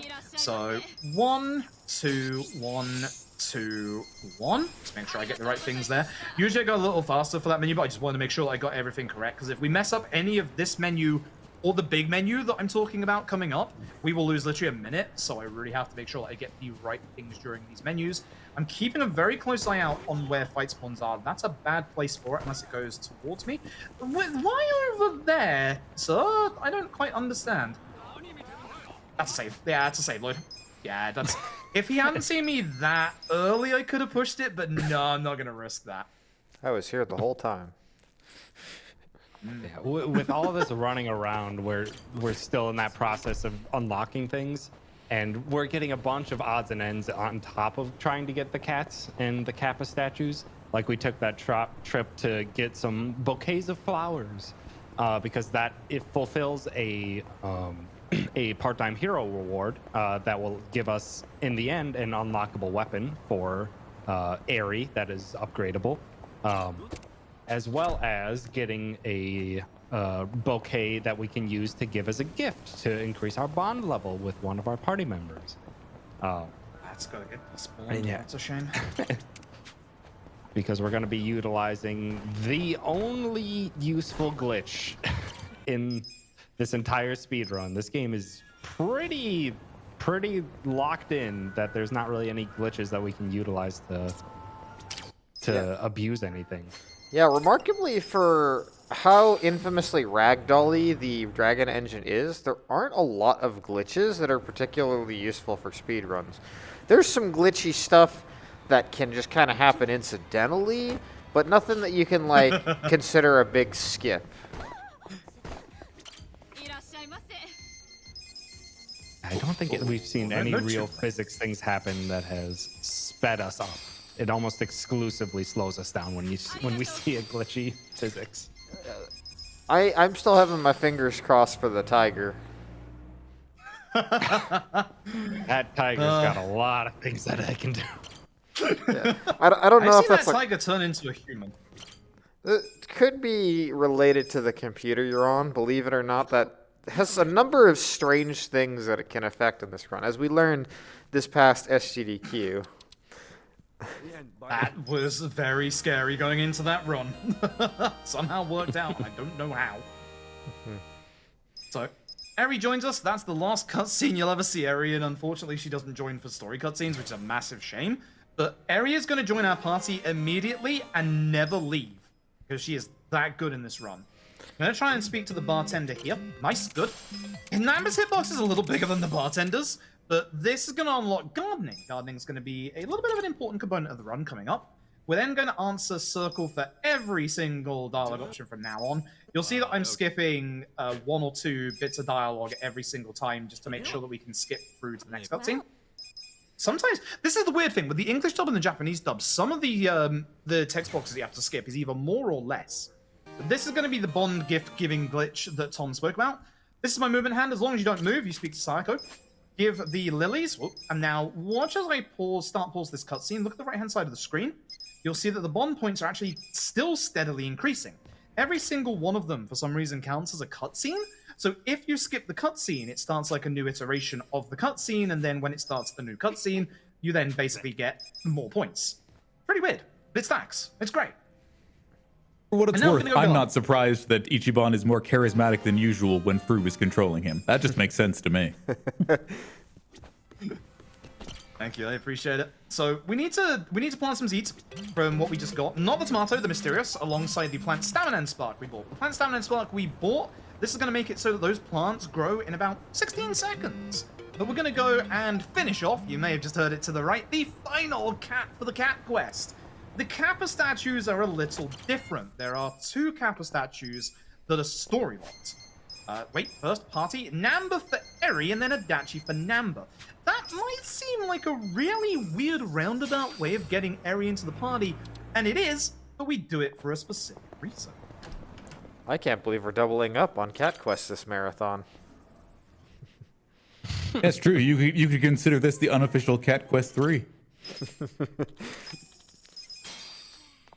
So, then our first million yen, you can see we were down to like 29k. We're about to go spend the vast majority of it. This is the big, long shopping section where I have to concentrate. So I will leave it in the hands of my wonderful commentators and host whilst I go and do some shopping. So yeah, like a brief thing on the rerouting that I'd done. We knew that there were some weapons that were upgradable that we got using much more personality traits, but we found out that they were available in Part-Time Hero, and like there was just one missing puzzle piece where one item there just wasn't purchasable, and you couldn't find enough on the ground. And then I remembered the game had gardening, and so gardening saved us 5 minutes in this speedrun. But while we're here, we've got that million yen, and we are using all of it, quite literally all of it, to get all of the crafting materials that we're going to use later this chapter, as well as in the future. for our blacksmithing needs that we need all this material to upgrade all of our weapons and craft. Call it a shopping spree. Call it vital and generally rather difficult to speed through menuing. It is definitely both of those things. Mm-hmm. And then a minor time thing that was suggested by I can't exactly remember who, but someone was just asked if we used to do fast math to exact amounts of materials, and the material drops are random from the enemies, so you'd have to do a bunch of fast math while menuing, and someone had the idea of, is there enough leeway of money to just purchase a set amount of each? And did the math on like 20 runs, and it's real close. Yes, he's also buying I actually think that may have been me that asked that. Maybe. He's buying lots of fruits and vegetables here to be to craft them together and to make meals, which are very, very useful healing items that he's going to be using for pretty much the rest of the run. Yeah. I couldn't remember if I got that Kappa statue. I had to make sure. The material is for crafting all of our weapons and upgrades and stuff, and then there's also lunchbox and bento box crafting. That's what we got all those cooking ingredients for. So much garlic, just so much garlic. But not want to be in the room with them during a fight. Lunchboxes are a full party heal, and they are the most powerful healing items in the entire game. And we're gonna max out on the most powerful ones immediately. I just want to say hi, Robson. That will be our stock. Yeah, we'll see Robson soon. So we just got another 1,000,000 yen, so let's go spend another 1,000,000 yen. We're gonna go and make some of those lunch boxes that Tom said. 1, 2, 10, 2, 10, 1. I gotta remember that real quick. Nice. Welcome. Shoutouts to the bartender here, who is voiced by David Hayter. Surprises most people when they learn that. It's a little atypical of his roles, given what people know him for, but you can kind of hear it, especially if you've ever heard him speak his regular speaking voice. Thanks. Ichiban's weapon. Sometimes I do this accidentally out of order, so my muscle memory for this bit is a little weird, and I have to just have to tell myself, hey, this is what you need to do next. So on the way through, we're going to finally access these vending machines that we mentioned earlier for specific drinks. So from the red one, we're going to get stat drinks. We're going to get ourselves 5 Kiwami drinks for 30% extra EXP, 5 muscle soda for 30% extra attack, and a Suntory mineral water for a specific sub-story in Chapter 7. 6? 7? 7. One of the two. Should I open it? Got it. And this is Ichi's upgradable weapon. I'm going to throw out that warning right now, by the way. If you are sensitive to bright flashing lights, we're going to go into Old Romance Workshop here, so there are going to be slight bright flashing lights just quickly whilst I make a couple of weapons. I don't know how I never noticed this, but I just noticed that the kappa on the door is the same as the one from the karaoke. Looking good. Almost there. I never get my menu right here. Nice. I got 1 spare old stone. Good to know. Okay. You. We And were needing those odd stone drops so that we could craft Ichi's voltaic yellow wine.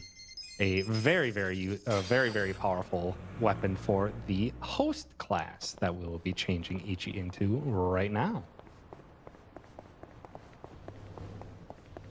Yeah, remember how I mentioned in previously between- before the run about hosting a cabaret club?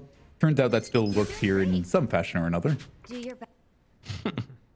And before we swap over to Ichi's host class, which that will be Ichi's class for the entire rest of the run, we swapped him over to the foreman class.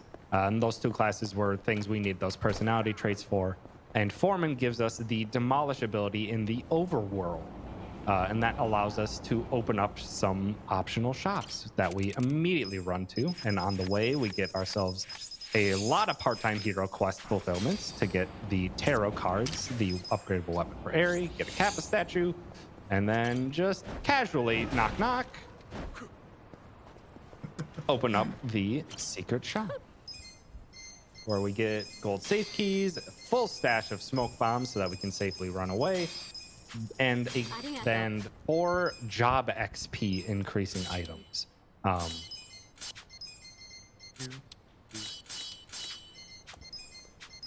Do that menu better. I never do that menu well because it's so different to the. Well, it's not that different to the menu we used to do, but I always mess that menu up. And Ooh, those nice. job No XP fighting items, we're not going to use them too much now because the XP gain this early is not that worth it. But later on in the run, we want as much extra job XP as possible. But now we're into the final fight of this chapter. Finally, chapter 5 is coming to a close. And we start with Eri using a Kiwami drink on herself. Ichi's going to bring out Gary Buster Holmes. And then we're actually going to do a weird guard here.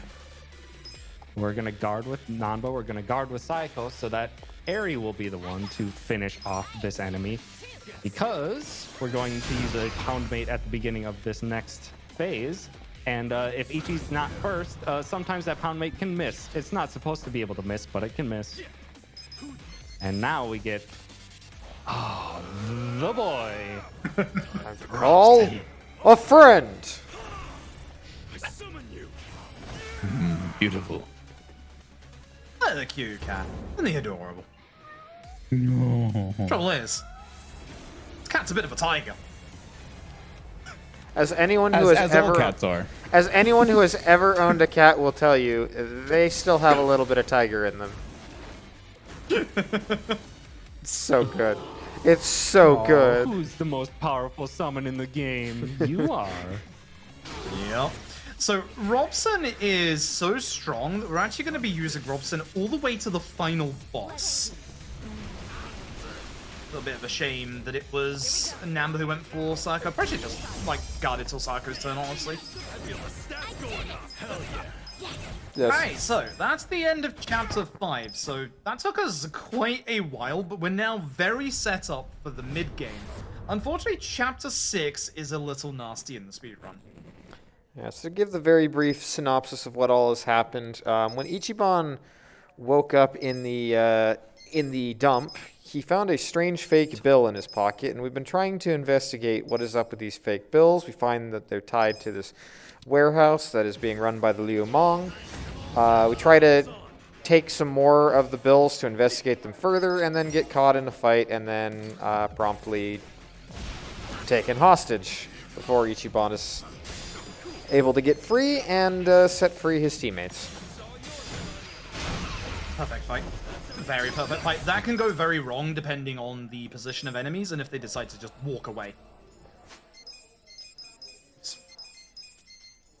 Yeah, Thumbtack. What am I doing? Of course it's Thumbtack. Thumbtack is overpowered.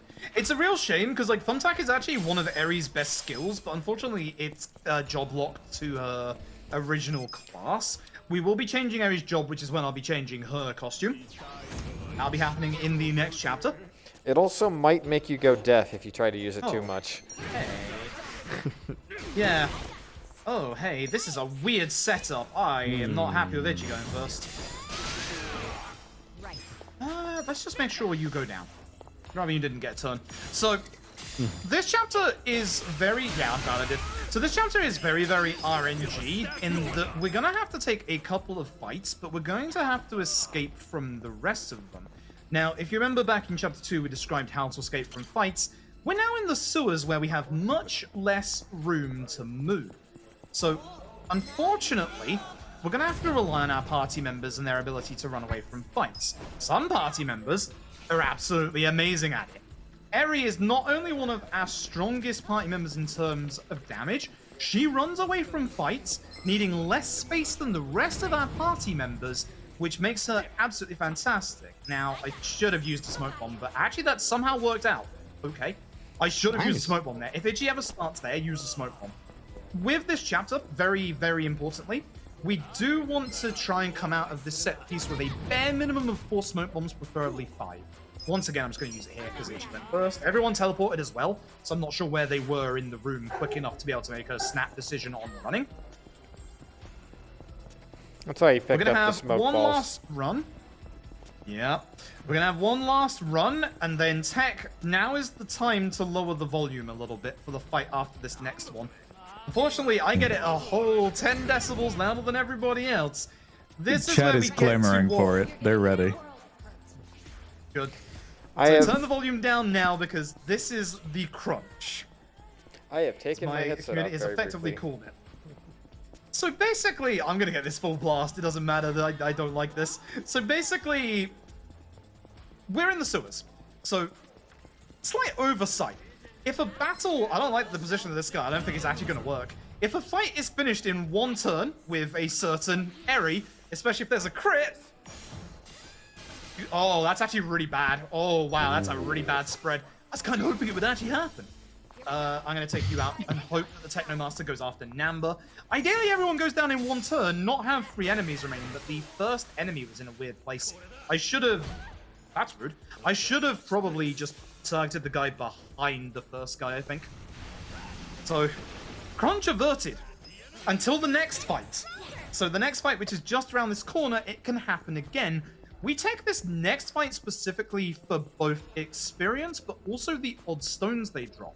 We need, with the odd stones that we've got 1 spare odd stone, we now need another 4, because we want 5 in total to upgrade Itchy's weapon again when we're out of the sewers.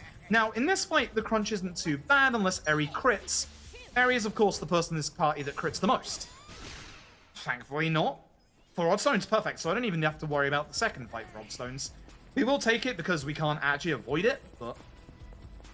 This one I like to take a little more inwards because, like, sometimes Eri at the back of the fight, the Dragon Engine doesn't let you run from fights sometimes. That's a weird direction, Itchy. Cool.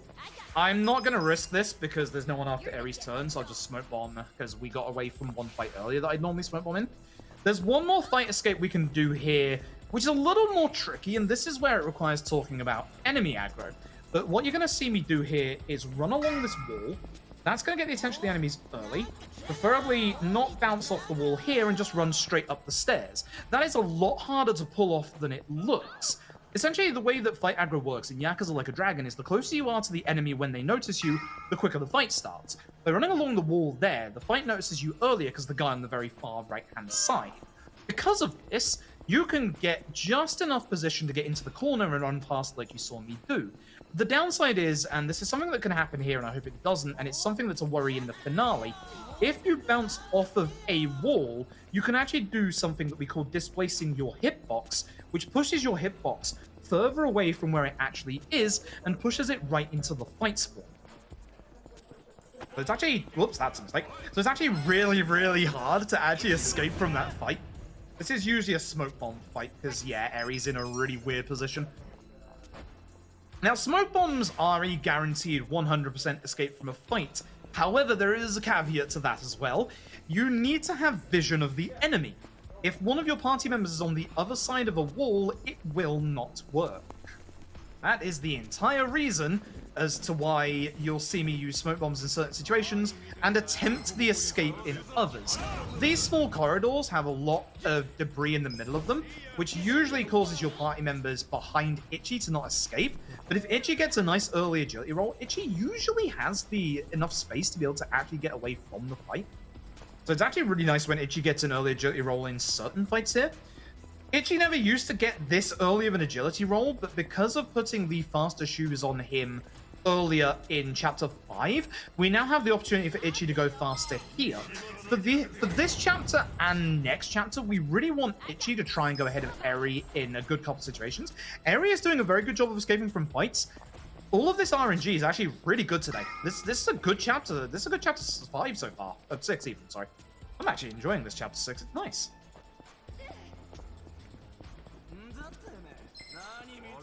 So, importantly for after this fight is that safe in the corner. That safe contains a hat. Hats are good. We have 2 problems in this speedrun. It's hats and shoes. But this hat right here, this guarantees that we can actually get out of this chapter with not taking an extra turn on the boss.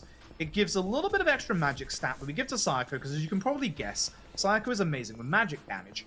Eri is amazing with physical, and you'll see why in the next chapter. Yeah, and this was a little one minor concession that I had to make when doing my little route change. We used to use Adachi in this chapter, and Adachi gets access to the Enforcer class, which is very, very strong. But because we're not getting as Sorry much to personality trees interrupt. Just anymore, lower we the get- volume again, quick. Yep. What was this bit? But because we don't get Adachi's upgradable weapon until a little bit later, crunch. Again. Um, Oh, that's but because we terrible. don't get Adachi's weapon until later, we had to pull an audible and let Nanba have a little bit more time in the spotlight. But that damage it becomes a range in a couple of the upcoming fights with Nanba's reduced damage over Adachi's Enforcer class. So we had to figure out a change of weapons for Nanba and pick up that felt hat for Sayako, and that just barely clinches the range. So that I have yet to see it fail, so I'll call it 100%. Yep, I've yet to see it fail as well, but I have seen without the felt hat fail, so yeah, that's definitely why we just take the extra time there just to pick it up. It's like 3 seconds at most with equipping. It's not the end. It's basically by saving a turn, you can save a lot of time. Like if the boss gets a turn, you would lose more than that 3 seconds. I've had very bad thumbtack scatter luck. This has been very unfortunate. Yeah, that's usually the one that doesn't work, unfortunately. I'd have to get Also, very another lucky with my weird- targeting of enemies there as well. Another weird caveat of running away in this game is we think it should be consistent when an ally runs into a big open space, but sometimes the game's just like, nah, this failed, and I can't tell you if it's random chance or my best guess is maybe the game's putting up an invisible wall to keep your allies and enemies from like running off to a random corner and not really doing a whole lot. Just Dragon Engine there'll just things. be times where they just can't run away. Yeah, Dragon Engine shenanigans. Yeah. Ironically enough, that fight that we just went through is a perfect example of what Tom was talking about. Sometimes that fight, even though you've got all that space, just randomly Eri just won't escape. And then again here, if we just stay to the side, so long as they see us a bit later, then we can just run straight past them. There's quite a few fights in here that you can thankfully run past, but this is a very, very long set piece. It's to try and get you ready for the boss at the end. But whilst we're running around, if you've got any messages, now is an absolutely perfect time. Certainly, thank you. Yeah, I mean, as much as you've been enjoying most of this chapter 6, I hate to tell you that Chad is ready to declare the run invalid due to lack of crunch. But that aside, we do have some donations from some very generous individuals. We have $25 from Seriously Surly, who says, looking forward to the rest of this run. Jetboy the Mage coming through on a promise from a previous run. $10, and they say, the $10 I said I'd pay for a Kizaran Jinx Cry. And $25 from Nathan Collins with no comment. Thank you to all three of you. What is it with you ending up right next to Pokemon, Froob? You know, that's actually a good point. I always seem to follow Pokemon. I always seem to follow something that happens, like either the Bulbasaur thing or something else. You're the only appropriate way to keep the energy that Pokemon runs generate up, you know? I mean, this is the Because all Sujimon Pokemon game. runners are fantastic. It's mean- true. I mean, this is the game with the Sujimon. So we go to Pokemon and then Pokemon After Dark. Although that was probably Nocturne Yeah. this morning. Yeah. And Hey, this don't is ask one how of my this friend's digger got favorite into the boss sewers. fights. Yeah, don't worry about how this excavator's just chilling in the sewers and how the excavator roared. Don't worry about it. Or how they got it down here. My guess is one piece at a time, but it doesn't matter. Is the fight they're going for like a T-Rex? Something probably. like that, and we're gonna, rust it over. We're gonna punch it. We're gonna kick it, and then we're gonna throw pigeons at it. Again, don't think about Yeah, it too Pigeon's much. Fun more game. effective than Fire for the first phase.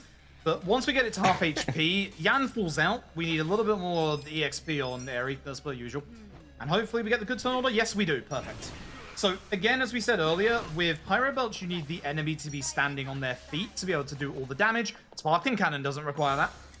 And Sparkling Cannon gets the enemy on their feet for a nice, lovely Namba Pyro Belch, which Yan is weak to. Good fight. And we've been doing those little bits of XP increase for We've been doing those little bits of XP increase for Eri because we need her to hit level 15 at the end of this chapter. And she just needs just a little bit more XP in order to clinch that. So that's why we had to pick up those XP drinks in the last chapter. I play it this time.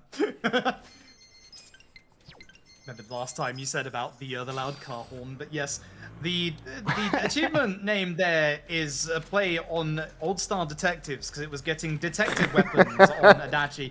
Flashing light warning, folks. I wasn't sure if you were going to actually mention that. It's detective stuff. It is. It's detective weapons. Promise. So, It came up on my with this, screen. we now have a lot of... yup. We now have a lot of really strong weapons for pretty much every character bar one that we're going to use. This fight's weird. Sometimes Eri doesn't like to escape from this fight. Dragon Engine shenanigans. I hope that we do. Also, it Good. totally looked like a required fight. It's not. Yeah, funnily enough, Just run. if there's an amulet in this game that despawns all fight spawns, we used to get it in the run, but we don't anymore because we actually don't really need it after the point where we get it. But if you're playing New Game Plus with that amulet on to obviously despawn fight spawns, that fight spawn just doesn't turn up. It's nice. Hoping that Eri starts in this fight because unfortunately sometimes she doesn't. Good. With Eri thanks targeting system. With Eri going first, hopefully this hits all of them, which it still did. Itchy takes care of the guy in the middle. And now depending on if Namba can get let's say a good line through to the other guy. Like that's good enough. I can just attack. A little quicker than using the long Pyro Belch or Pigeon Raid. And you may have seen in the middle of that fight a certain little thing on the balcony. Eyes left, camera out, Kappa statue. That is one of our two story lock Kappa statues. And now we get the long shot where I'm going to have to concentrate so that I don't buy 7 superpower rings. We're taking safe strats today. We're not going to get a 7th superpower ring, but we're getting these superpower rings are 15 attack increase accessories, and we can put 2 of them on each party member. Just a 30-point attack increase at this point in the game is massive. So very useful. And we got some silver bracelets for increased magic for Psycho, and later a little bit on Ichi as well. And then we got military insoles on Ichi, which is an agility increase. So we're gonna hopefully have Ichi be going first for the next few chapters. Because Ichi's going to be using lots of summons to kind of whittle down the chaff before Eri's turn. So to kind of branch off on to what I just very briefly mentioned, there is a current strat only used by silly runners, hi that's me, where we use 2 superpowers on Ichi later on. The downside is it makes the run very unsafe. But it's fast. We're in a marathon, therefore we play it very, very safe. Playing it safe, we give Eri a Kiwami drink to get her a little bit of extra EXP. This is going to get her to level 15 at the start of the next chapter, and we finish the fight off with Sai. And that is the end of what I feel like was actually a pretty decent chapter 6, honestly. Those fight escapes are pretty good. I'm happy with that. And this is the bit that we've been building up to. We've got 2 job changes to do, and now that we also have the faster shoes on Itchy, I don't have to do an extra menu here. Thanks to Tom's suggestion of doing it earlier in chapter 4. Chapter 4, 5? That's the one. So what we're going to do is we're going to head over to Hello Work. We're going to change 2 party members into 2 new jobs, and we're going to say goodbye to Namba for a fair bit. And this is one of the big reasons as to why we unlock Eri in the run, is Eri's actually going to save us about somewhere between like 20 to 45 minutes. So Eri is going to come to dealer class. You can be Karu, or the Yaks characters.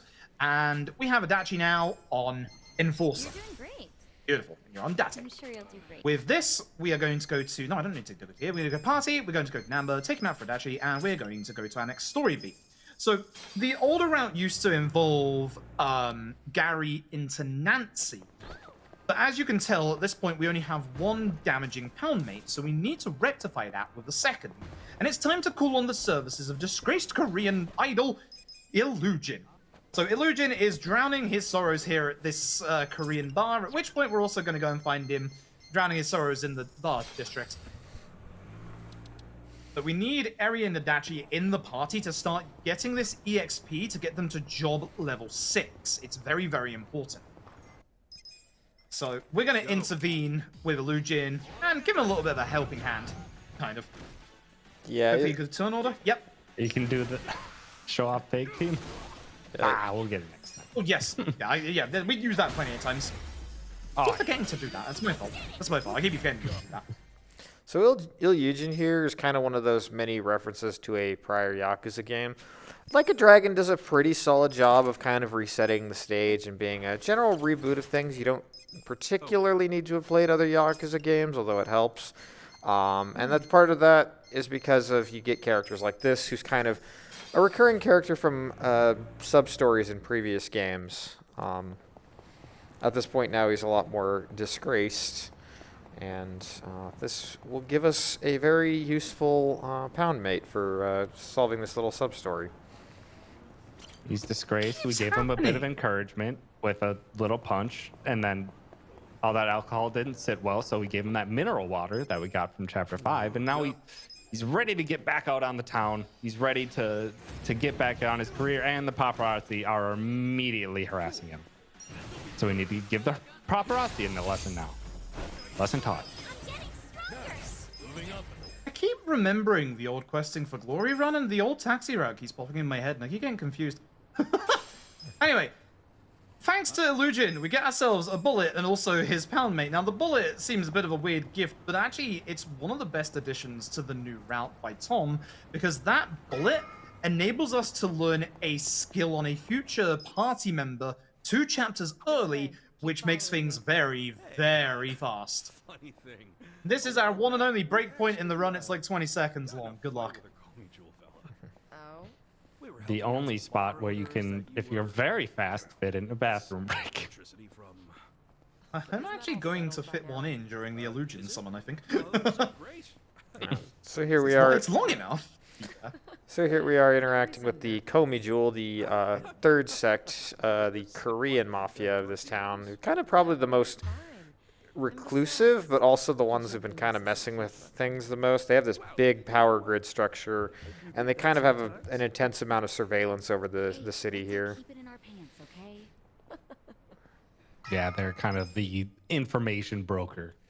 Yeah, which of course they set up by basically just hijacking electricity from all over town. It's part of what initiated an earlier chapter sequence. So, Gary for the first fight.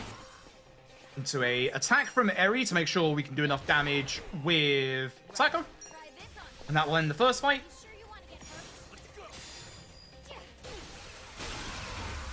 And with that, we get to use our brand new summon immediately.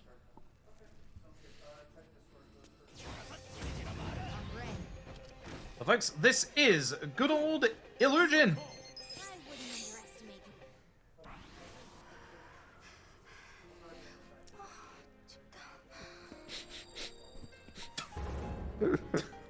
Korean sensation himself.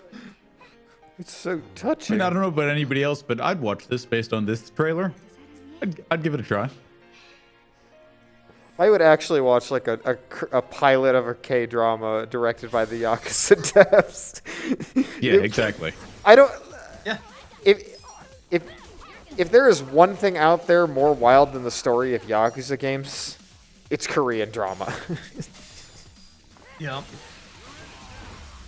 But yeah, their love creates a big old Sub-Zero sonata. So, with this fight, we thankfully get to job level 6 on Eri and Adachi and unlock literally 2 of the most broken skills in the game.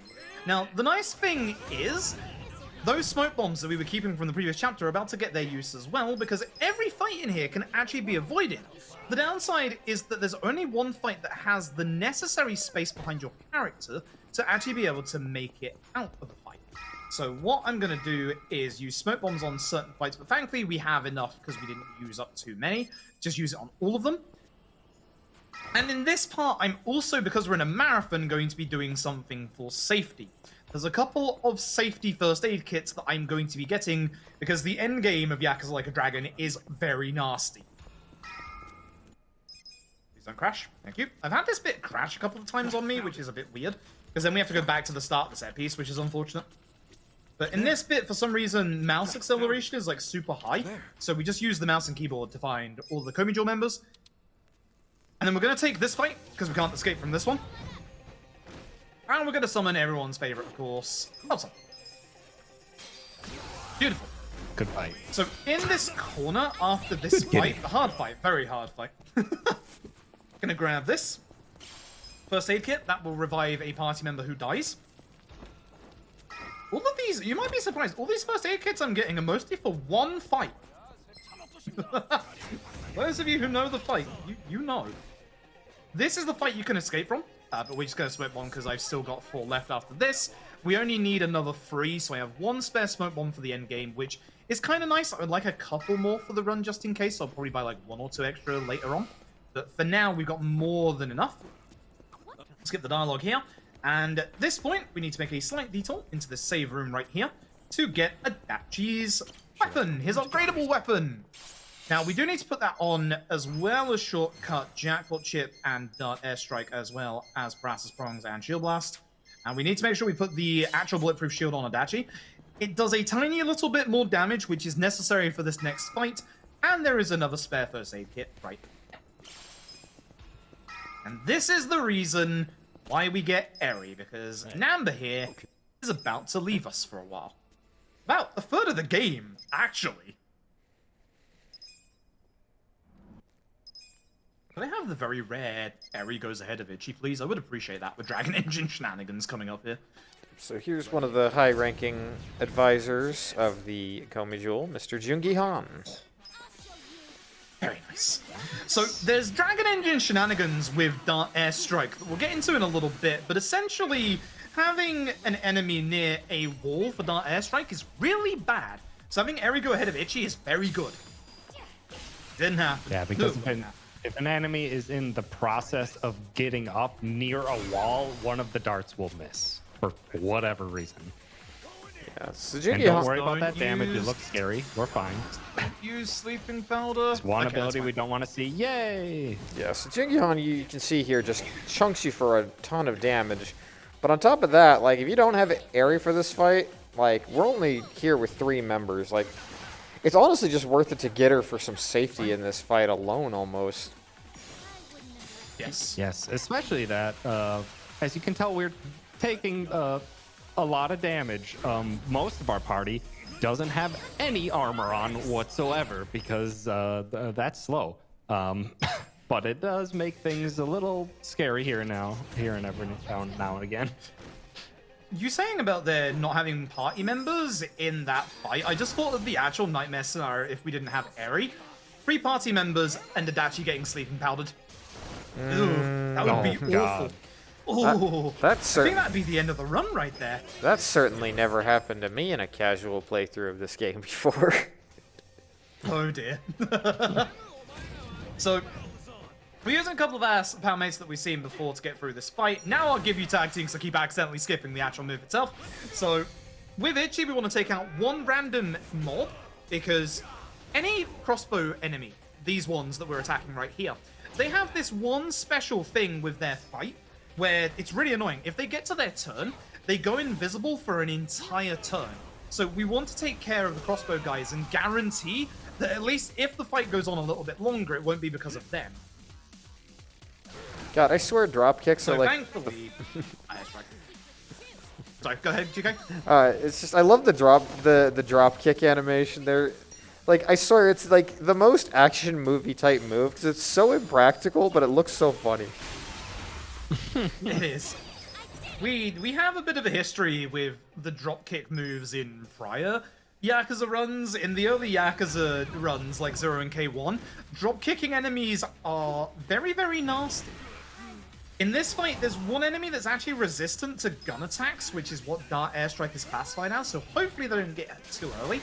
They actually got hit with the critical, so I'm okay with this. Eri, thank you very much. Eri is going to become a crit machine during this run, and hopefully she saves some for the end game. But as we leave the Komi Duel, very, very important, turn right, up the stairs, camera out, cap a statue.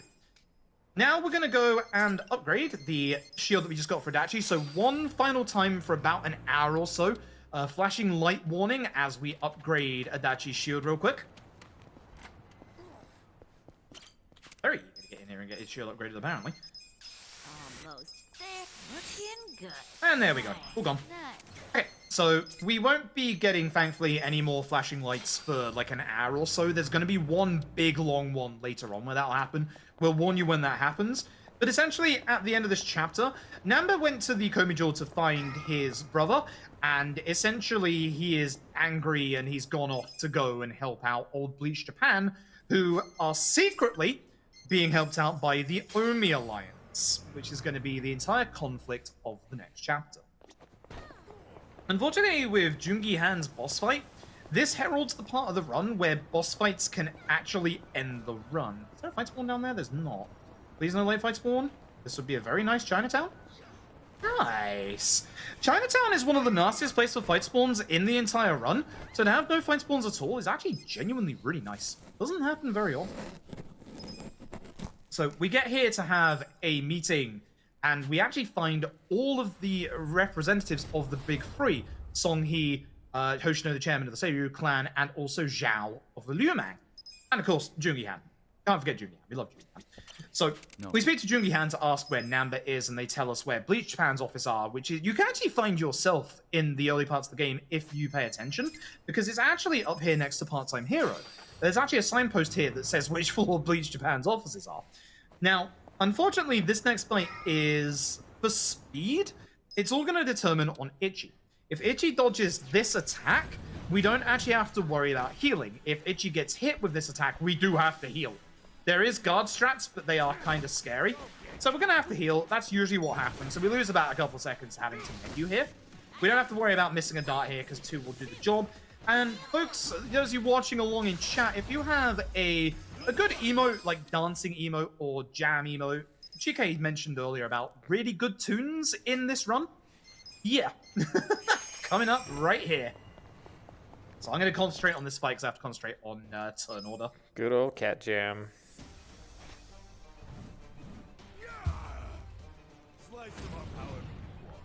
All right, this fight. We get to clear out the rabble.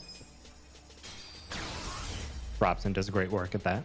Now, Mabuchi's going to come into the fray, and we have we've updated Adachi's weapon because, you know, we want as much damage as possible, and Enforcer does a lot of single target damage. So we're going to have Eridu darts. We're going to buff up Adachi with a muscle soda so that he can increase his damage even further. Dart Air Strike did like a good 800 or so damage. That does about 1400 damage. Very, very powerful.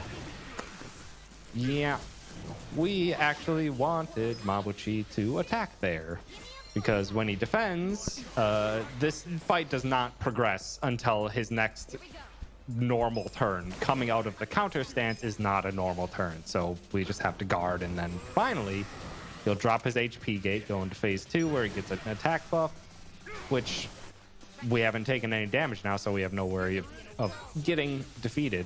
But if Adachi or someone had taken damage earlier, there's a chance that they would die from this attack. Ooh, very rude with that chair. Why am I attacking with Sparkling? Stop that. Yeah. And actually, Psycho's damage isn't even needed in this fight because everyone else's is so high. Just showcasing the difference between like Adachi's damage and Psycho's damage. Definitely, yes, that's what I was aiming for. Yep. And that's the end of the chapter. It's the shortest chapter in the speedrun. One of the shortest chapters in any Yakuza run. There's actually a couple that are that short, but that's definitely one of the shorter ones, which is nice. Oh dear, that was whoops. What it lacks So, what it lacks chapter in 9. Games OST is amazing. Yeah, go ahead. Yeah. I was just gonna say what it lacks No, in go ahead, length. GK. What it lacks in length, it makes up for in jam. Yeah. So basically, at the end of the previous chapter, we find a newspaper article with a politician, this man on the screen right here, who is helping out Bleach Japan. That's actually Arakawa's son, who was previously reported to have passed away due to health complications. but Itchy very much recognizes him and sees that he's alive. So we want to find out why he's working with a group that's trying to get rid of the Yakuza. Also, why Now he's standing. He was wheelchair bound when Ichi knew him.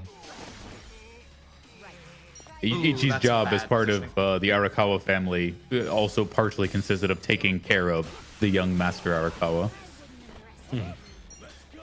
If you get really lucky in this fight, you can have all the enemies stunned like close together and then just shield blast them, but unfortunately that happened. It all depends on where they get pushed from the summon, and then there's a really weird bit of RNG coming up. We want there to be no fight spawns. If there's no fight spawn, we can save 10 seconds. If there's a fight spawn, we lose like 10 seconds. That's a good start, but it can still appear, so I keep my camera like watching where they can spawn in. But no, we're good. Nice. I just get to save 10 seconds just because there's no fight spawns. Bit weird, but it's nice. That's gonna hit me. Luckily, our allies don't get hit by cars. I don't know if we actually mentioned it earlier. When you get hit by a car, the damage you take is 100, so it's actually quite a lot. It's actually a surprising amount. It's really bad in the early game. I mean, it's bad Yeah, in at the the late beginning game when as you well. had 140, something like that. Yeah. The bigger problem is when you get knocked down by a car, to recover from the animation and get back up to full speed again, it takes about 10 seconds. It takes a very, very long time. This is a good set of turn orders. By Itchy going first, you can get rid of all the ads, which allows Dart Airstrike to just hit Kume. Hopefully Kume gets drunk from Sparkling Cannon and doesn't do anything. Otherwise, hopefully he doesn't silence Adachi. That's a good sign. He can still There do stuff. we go. That's fine. Nice. Good fight. Kume does not look like a man Yeah, who could hold his liquor. True. But yeah, this is why turn order is important and why we have those military insults onto Ichi, because Ichi can use a summon to hit all enemies. Ares Dart Airstrike is 3 separate darts that go onto random targets, but if there's less than 3 targets, then it can hit onto a singular target. So if we take care of all the other targets for darts, it's all going to land on whoever has the highest HP, which in that case was Kume, so he gets the full brunt of the airstrike damage. That's unfortunate. So again, this is one of those fights that can go quicker if all the enemies are together. It depends on like who gets hit by Dart Airstrike, basically. I should have taken care of the other two, but we just need to wait for Ares' turn again now to take care of the last few enemies. Nice. So from this fight, both Itchy and Adachi will full heal, which is nice because... Oh, okay. From this next fight, this is where bosses get very, very nasty. There's a little bit of a rule for LED speedruns in that any Reiji fight can end the run. And this is Reiji 1 in this lovely Wrecking Ball. We do have a way of dealing with this boss, and hopefully it goes well. So, much like the Digger earlier, the Excavator, if we can get it to half HP, that'll get Reiji out of the crane. This is the easiest of all the Reiji fights. I'm kind of hoping for 1 crit, please. Like, the high damage would be nice.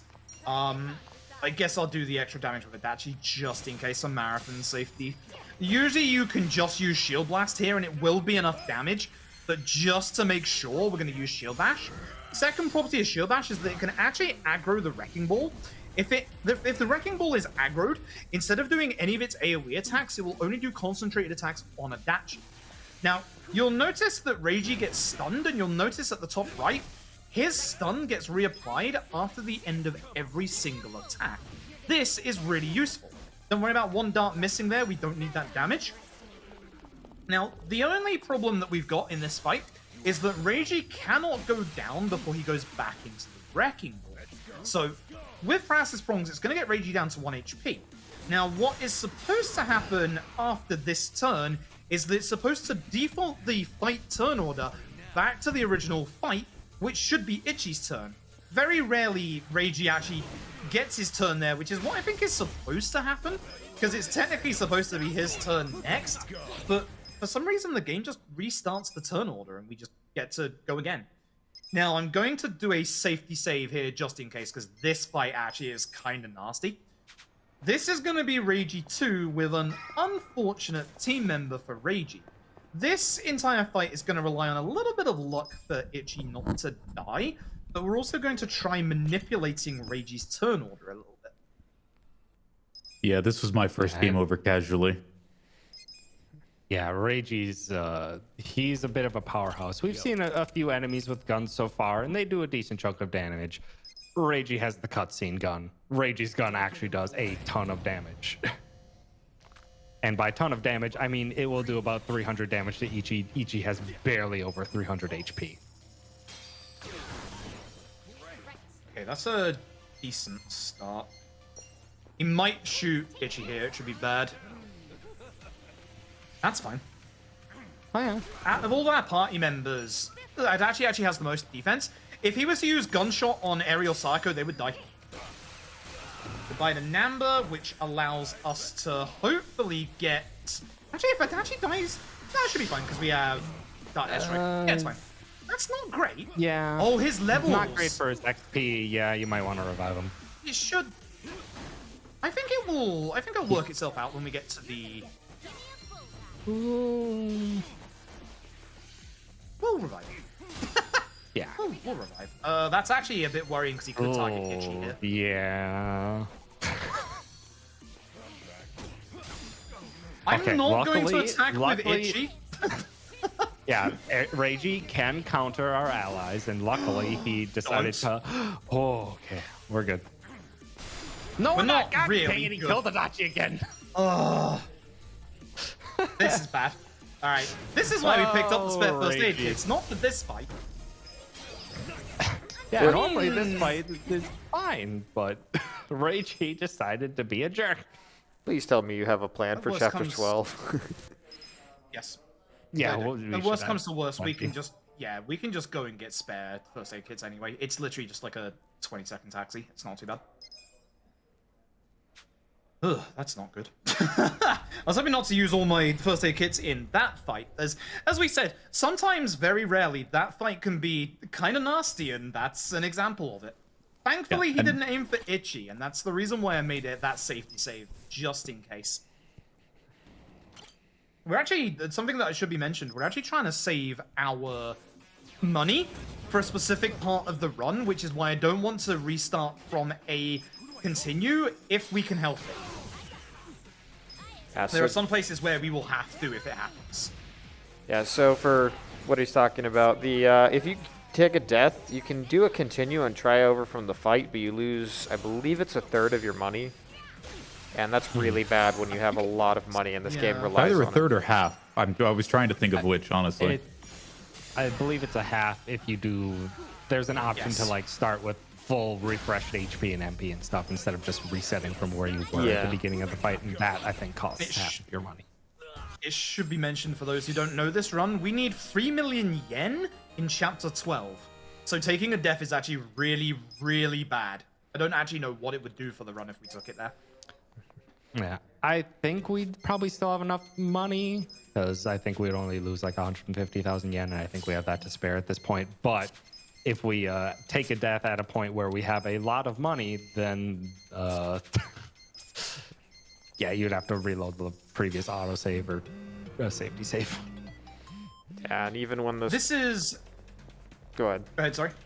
Sorry, I forgot to party. I'm doing things wrong. I was just gonna say quickly, this is the bit. This taxi we don't normally do in the run, but because y'all donated very generously, we changed Jungi-han into Akiyama. There you go. Hell yeah. So we do finally have Junichi-han in our party.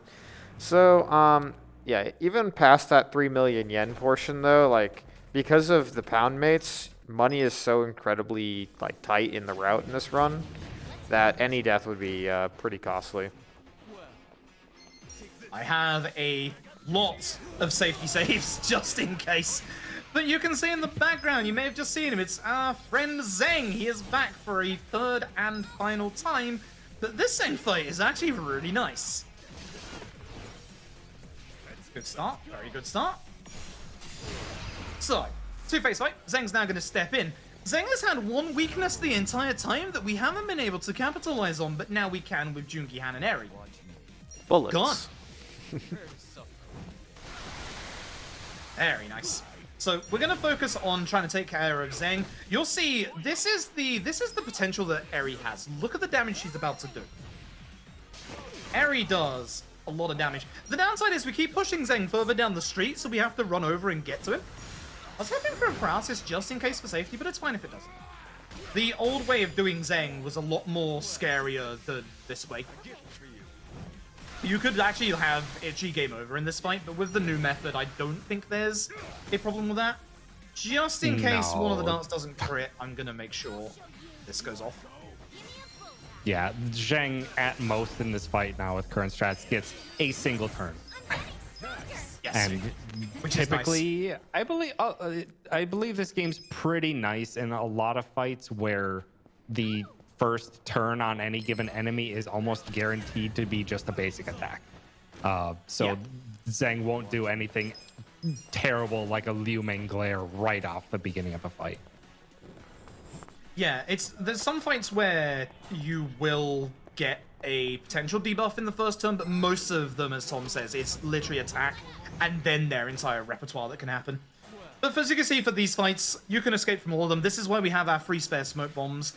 This way we can just get through. I'm definitely going to grab the premium first aid kit in this courtyard after what's just happened.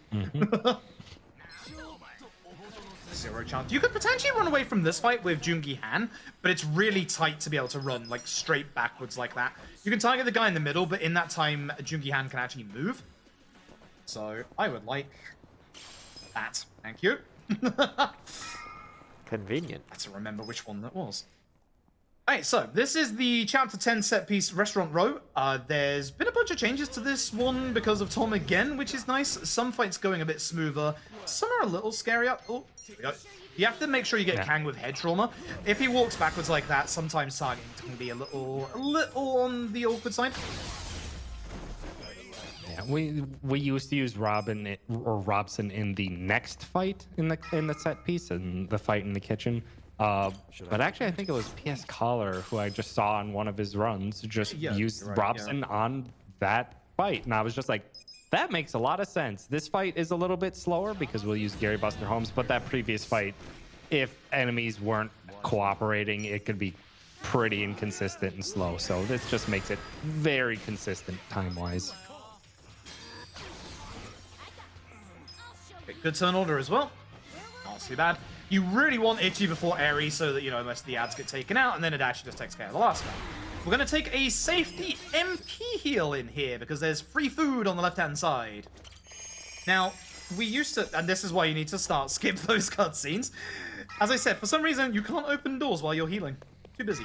So, we used to re-equip a, EXP item for Itchy here, but we wait until after this fight now so that we get the agility to be able to have Itchy go ahead of Eri in this fight. This is a two-phase fight where hopefully in the first phase, only Itchy and Adachi get hit. Which is a bit of a weird set of characters that you want to take damage, but we really want Joongi Han and especially Eri to not take damage. This might actually miss a dart. I should have waited a second. That's fine, darts. He's very resistant to darts. Should be fine. So he should aim for Adachi. We're really hoping he doesn't use a skill called Paralysis Core. We're the only ones allowed to use Paralysis. Oh, very rude. Okay, that's fine. Whew, very lucky. Very, very lucky. Phase 2. So basically we need Adachi to do one skill in this fight, and if he's paralyzed, he can't do that. Now, we do have the good turn order, because I noticed that Itchy is going next. It carries on your turn order from the previous attack. Now, the Tiger here has a very, very big gimmick to it. This old Tiger here is weak to one attack in particular, which you could probably guess is Gun, but the Tiger will always attack the last person who attacks it, hence why we're going to have both, nice crit, we're going to have both Eri and Joongi Han take a couple of hits. Now, we might need to heal Joongi Han once in this fight because of what happened in the previous part. The other thing about this fight, very, very important, the Tiger can cast two different debuffs. One of which is Bleed, which is okay. The other is Fear, which if the Tiger fears... I'm going to have to heal Joongi Han. If the Tiger fears Eri, we have to make sure that we get that fear off Eri immediately, because as you can see, she's out massive damage to you. I'm going to have to take a safety heal here. Absolutely going to have to take a safety heal. We'll do the MP heal. And to do a little bit of extra damage to try and end this fight faster, we'll just use wherever we can an attack from Itchy and an attack from Adachi. Yeah. That's fine. That's fine. Okay. Didn't really want to heal here, unfortunately, but... Are you really, Mr. Tiger? Really? Okay. I haven't seen it last this long in quite a while. It is unfortunate. So, at this point, every single boss fight is giving us an absolute tremendous amount of EXP. So we're getting multiple level ups on each of our characters, which is why it's important for them to survive so that they can get all of that EXP, especially Adachi and especially Jungi Han. Again, as we said earlier, the problem in this speedrun is we don't have enough shoes. So we're getting some shoes. We're going to go and get one more piece of equipment, and then I need to remember to do Itchy's EXP item. Aha. Sometimes I forget. That gives me problems later on in the run. So I'm going to start with Itchy, give you your other... Where are you? Your business card. Eri gets that. And if you've done everything correctly in the run so far, you should have Adachi in the 3rd slot. And once again, we get some really cool fight tunes.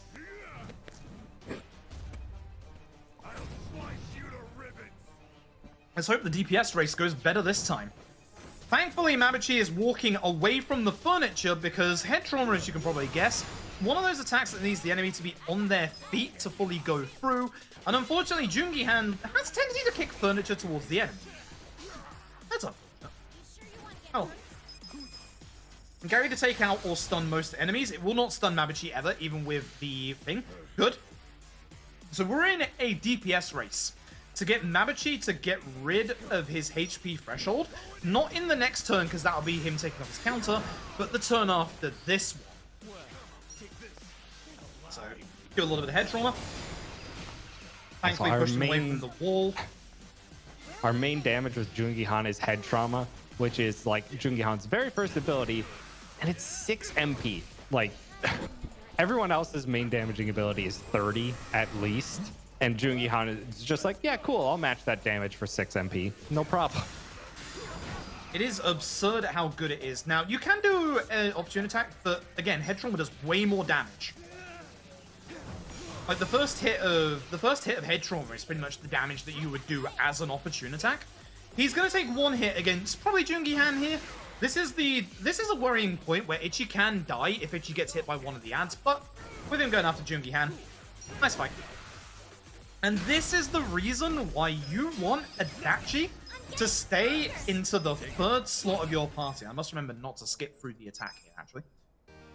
Namba rejoins us for one final swan song.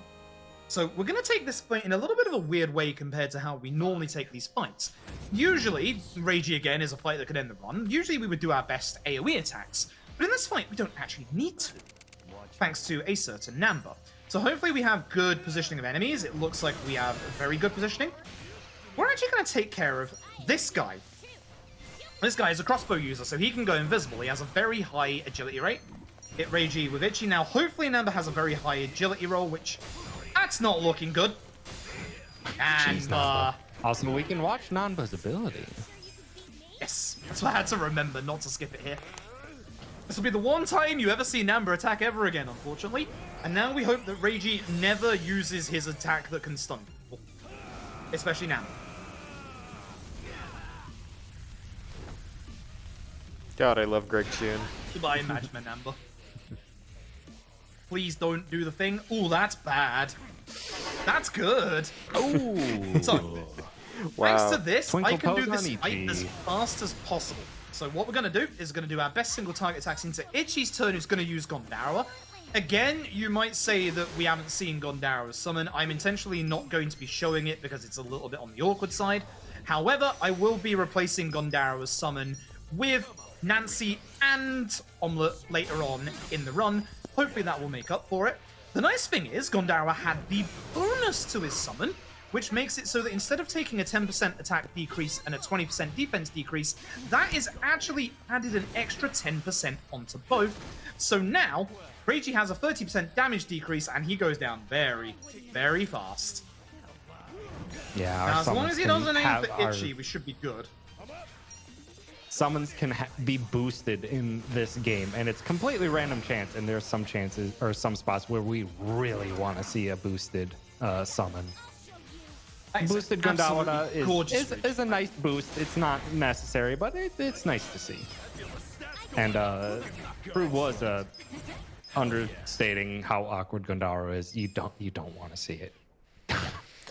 You would rather see Nancy and you would rather see Om. Or maybe you're weird, but we're not doing it here.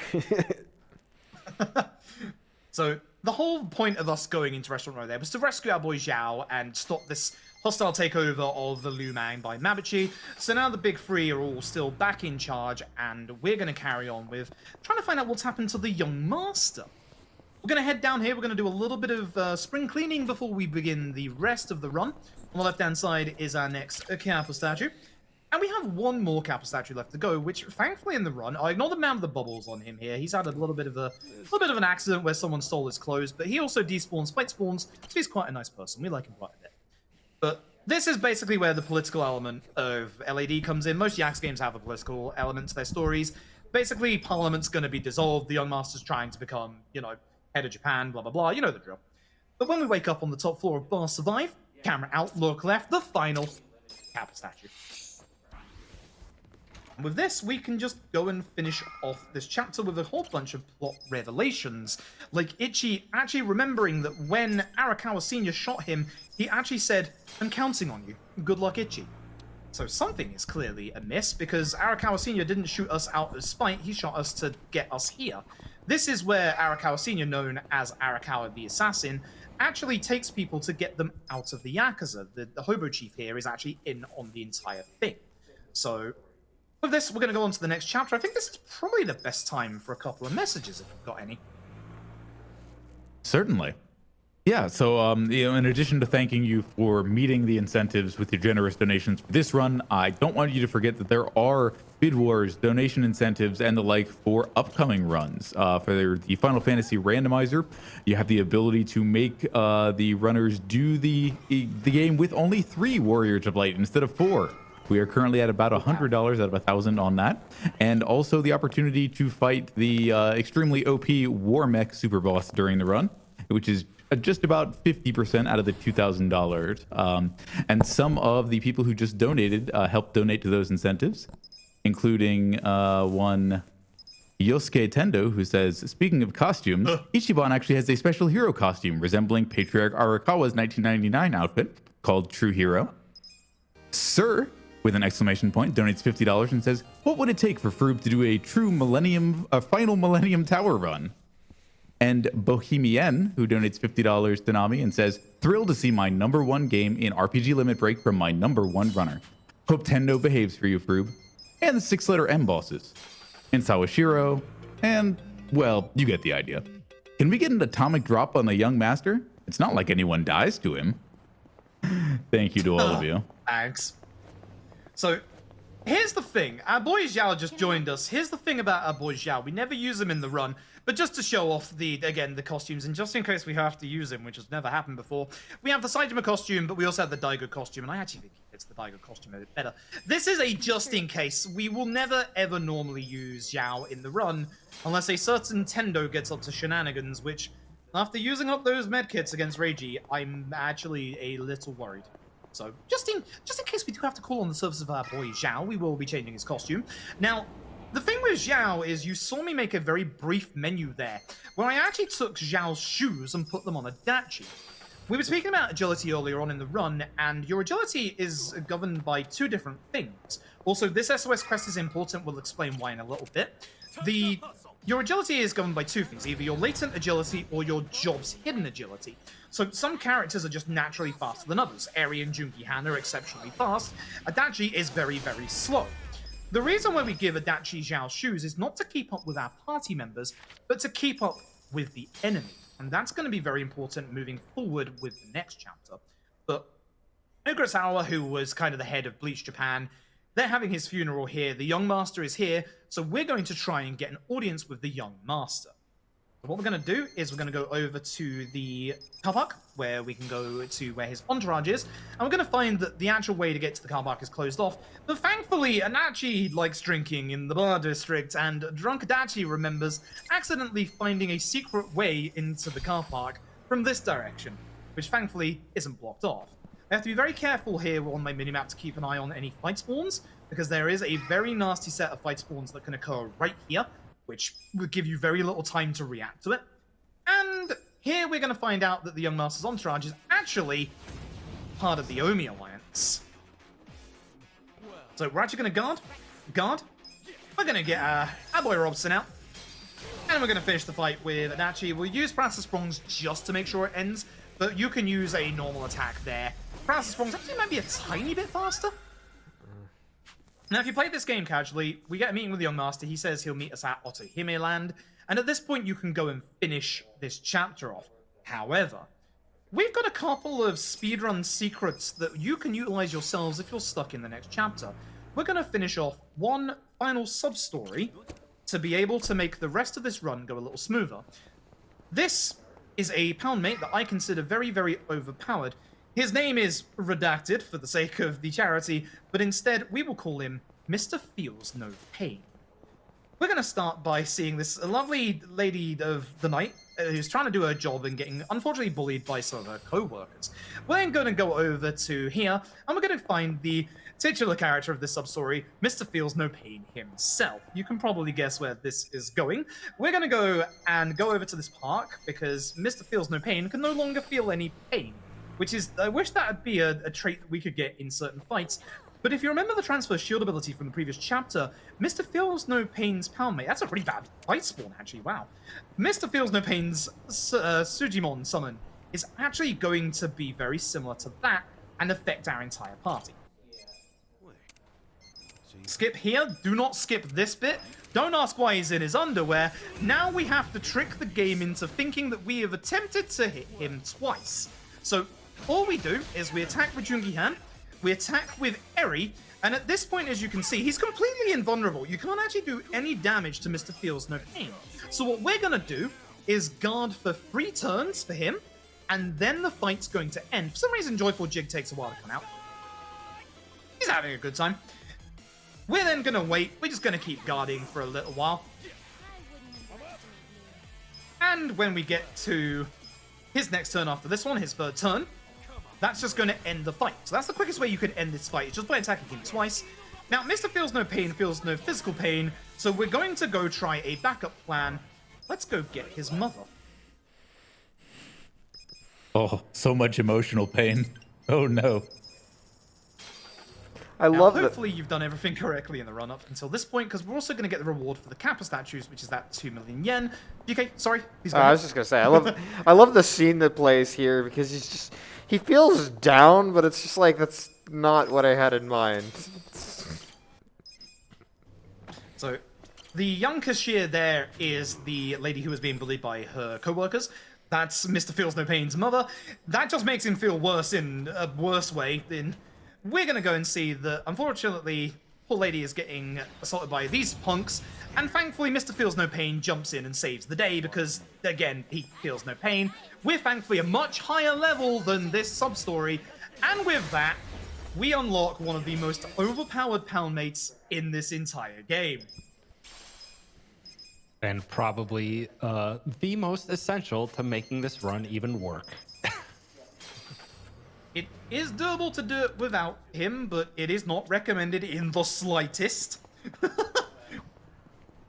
So that's basically speedrun secret number 1 of how to get through the next chapter, because most players, when they play this, casually struggle with the next chapter because it's really hard. But we have 3 ways of dealing with it, and Mr. Feels No Pain there is number 1.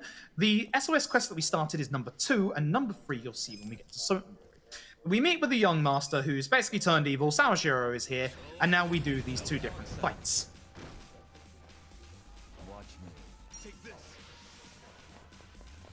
Eri went ahead of Itchy again. That's unfortunate. This is actually such a long chain of fights that we have to do here that we actually are going to have to heal our MP in the middle of it. Otherwise, Adachi's just not going to be able to do anything. Which Adachi's damage, as you've seen already, is very crucial and very needed. So we're going to keep cycling through our damage here with head trauma, paralysis, strong darts, and tag team. And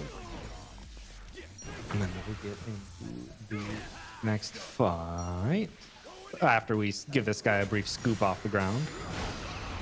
Yeah, the Dart Airstrike happening a turn before Itchy is unfortunate because it makes the fight just delay its end a little bit longer because we have to do another Adachi hit. And it also guarantees that we have to heal with Itchy in this phase of the fight instead of the next one. I need to remember to use Robson here because sometimes I forget, which is weird because it's always been Robson.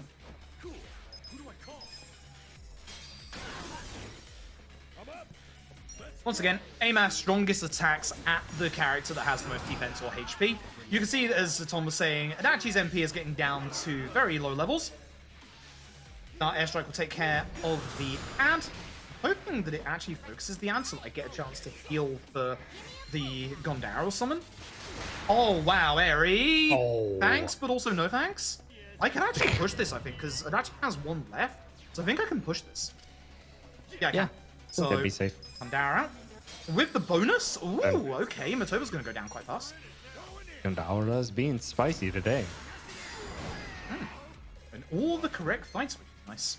So, Matoba again, with Headstrong, we have to wait for him to stand up. Now, Matoba is going to begin a little bit of a trend. If you are a boss, your name is 6 characters long, begins with M and ends with A, you're resistant to gun attacks. So, unfortunately, that's going to be a recurring theme in this run for reasons you'll see real soon. This is a good turn order because we don't have to wait for, obviously, after Paralysis Prongs for him to get up. So you might be wondering on Eri, if we don't use Dart Airstrike, what do? We go back to good old Chat Logic. So hopefully Eri crits. Beautiful. Now, very weirdly, Tag Team Essence of Mayhem has a couple of opportunities to miss. Also, these cars are the worst thing in the world, and they can cause you to get stuck. I think both me and Also, Tom they have had just that can- happen multiple times. They can also cause your head traumas to randomly miss. And your I paralysis think we both problems to had that randomly happen miss. multiple times. These cars are the worst. Is it going to happen? Are you going to actually finish the fight, Itchy, or... Oh, well, in this case, we're just going to run over and attack. So, weirdly enough, Itchy's essence missing here isn't actually the worst thing to happen. The reason being is that usually the fight agility works out that Itchy goes ahead of Jungi Han, and with the essence missing, Matoba then stands up for a free head trawler in Jungi Han's turn. It's really weird how it actually works well like that. But at this point, it's time for EXP. Again, this is time for our second little speedrun secret. We're going to put on the EXP items onto Eri, and we're going to go and finish off this chain of SOS quests we've started. If you're struggling with the fight in this chapter, you can see we're at 2.5 million yen, by the way. We need 3 million to get certain boys, so we're almost there. So we need to go and finish off the secondhand shop sub-story that we started all the way about 2 hours ago in chapter 5. But this is SOS quest number 2 in the chain of 3. Time to clean up. Now, unfortunately for us, the enemy in the front of this fight, it needs a little bit of persuasion before they go down to Dart Airstrike, so thankfully we have a Jungi Han in hand. With a lot of crits today, apparently, which, again, we do appreciate when that happens. Hoping that some of these crits do get kept until the end game. Leon took him out. Before the Oh. darts even hit. He is critting at the right times. So, again, this is going to be the other point of the run where, weirdly, the English dub is a little slower. You want to make sure you don't skip this bit, because much like the one we said about earlier, this is a long load into the fight that doesn't actually count. It's longer than just going through the actual dialogue. Now, unfortunately for poor Mr. Gomi, aka Trash, who has a trash pile behind him, he's only level 9. We're slightly higher than his level at this point, because you're supposed to do this in chapter 3. But this bit right here, I think my manager is going this dialogue box is missing in the English dub. Here, this is a token of my appreciation. So you have to sit through that, whereas in the Japanese dub, it's there. It's pretty weird. That's one of the weirdest reasons I've ever seen for, like, an English dub to be a little bit slower. We sell 2 of the items that we have gotten from previous fights in the boss fights in previous chapter. Something very, very exceptionally rare can happen here, so I'm going to take a safety save just in case, but it shouldn't happen. If you've, much like Itchy, ever played yourself at... Ooh, Sweeto Trash. You ever played yourself one of the Dragon Quest games, you'll know about Metal Slimes. This enemy in the front is an invested vagabond, which is Yakuza like a dragon. Okay, Eri first, sure. Which is Yakuza Like a Dragon's version of these metal slimes. So instead of doing damage, we need to do hit-based attacks. So, rapid shot into good old Ice Spreader. Very rarely Ice Spreader can glitch out and not actually hit him. That's why I take the safety save for marathons. It's exceptionally rare though. And there we go. At the end of this fight, pay attention to the right-hand side of the screen to see just how much EXP we actually earn from this fight. Ooh, nice shield costume. Yeah, very nice. That is a base 500,000 EXP on every character. For the characters that have their 2 job cards, almost 1 million. And for the characters that have a single, up to 600k, and a dashi 600k for the drink, the Kwami drink. You can see we've gone from levels 32, 33 to 38, 39. That is our little secret way of leveling up fast, which I believe was originally found by Notaku in the community. I might be wrong about that. But essentially, if you're playing this casually, you'll have the time to give a Kwami drink to everyone. In the speedrun, the only person that we need to get that EXP right now is Adachi. So, with our almost 4 million yen, we're going to spend 3 million of it and go to Sotenbori. At which point we need, unironically, 3 million yen. There is a very, very nice place where we can earn that money very, very fast, while also getting a couple of other things that we need for the run. And if you remember back in Chapter 5, as well as the secondhand shop, we bought some gold safe keys. It's about time that we finally found some gold safes to open. Yeah, so this area, for any of you familiar with Yakuza 0, Yakuza Kiwami 2, it's back. It's not an especially key area in this game, but it is the set piece for quite possibly the most dangerous chapter of this game, at least at the start.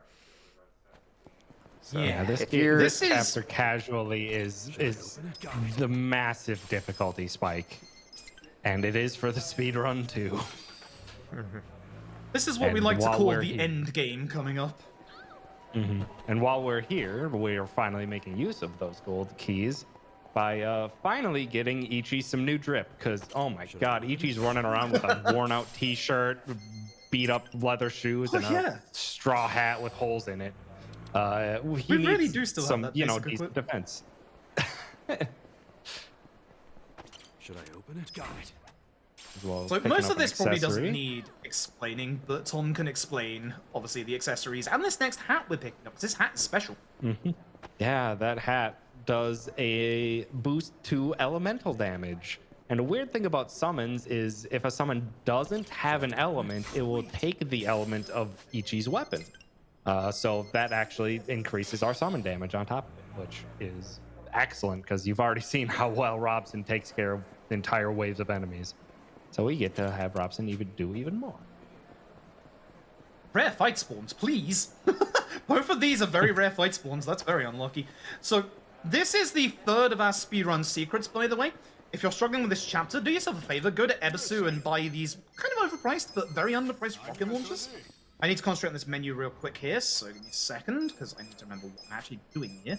Sometimes I accidentally do the wrong menus, which is really bad. I need to remember you are that into magic. So fluorite and silver, and then superpowers on Eri, as well as the shoes. Again, shoes are very important in this speedrun. You'll notice that we're actually putting a much slower set of shoes onto Eri. This is because Eri's too good. Eri needs her agility nerfed for the battle tower. I think that menu was correct. Again, if ever you see me do a bad menu, just please yell out, because for some reason, the muscle memory for these menus, for me, is really terrible. Yeah, this was something that we changed pretty recently to put on this extra damage here this early. We usually kept the job XP items on for longer for this arena section coming up here, because it gets us lots of XP. But it just turns out we really don't need the XP, so we increase our damage to clinch some damage ranges, so it speeds up the arena a bit. Yep, and if you're wondering why we bought those rocket launchers, this is why I'm going to try the trick shot.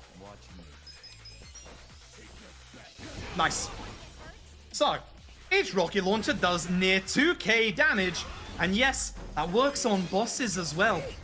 This is the reason why rocket launchers are very, very good. rocket launchers are going to get utilized in pretty much every single boss fight until the end of the run. Bar one of them, which is unironically the hardest boss fight in the run. This fight is very frustrating. Both the guy at the back and the guy at the very far back, they are the ones you need to hit with a rocket, but they both move away, and you usually miss one of them, which is unfortunate. Usually it's the other guy that gets hit, so this is actually a good turn. I like this, actually. This should finish, which is pretty fast. Yeah, that was good. Nice. Oh, nice. That's also the other reason why we have Zhao shoes on Adachi, is so that Adachi goes faster than the enemy, as we were saying earlier. If Adachi still had his Gore shoes on instead of Zhao's shoes at this point, he wouldn't be going this fast. Now, this is the new way to do the rest of the battle or tower arena, so I need to head trauma into Robson. That's right. No rapid shot anymore. No rapid shot anymore. Or divine shot, even. So...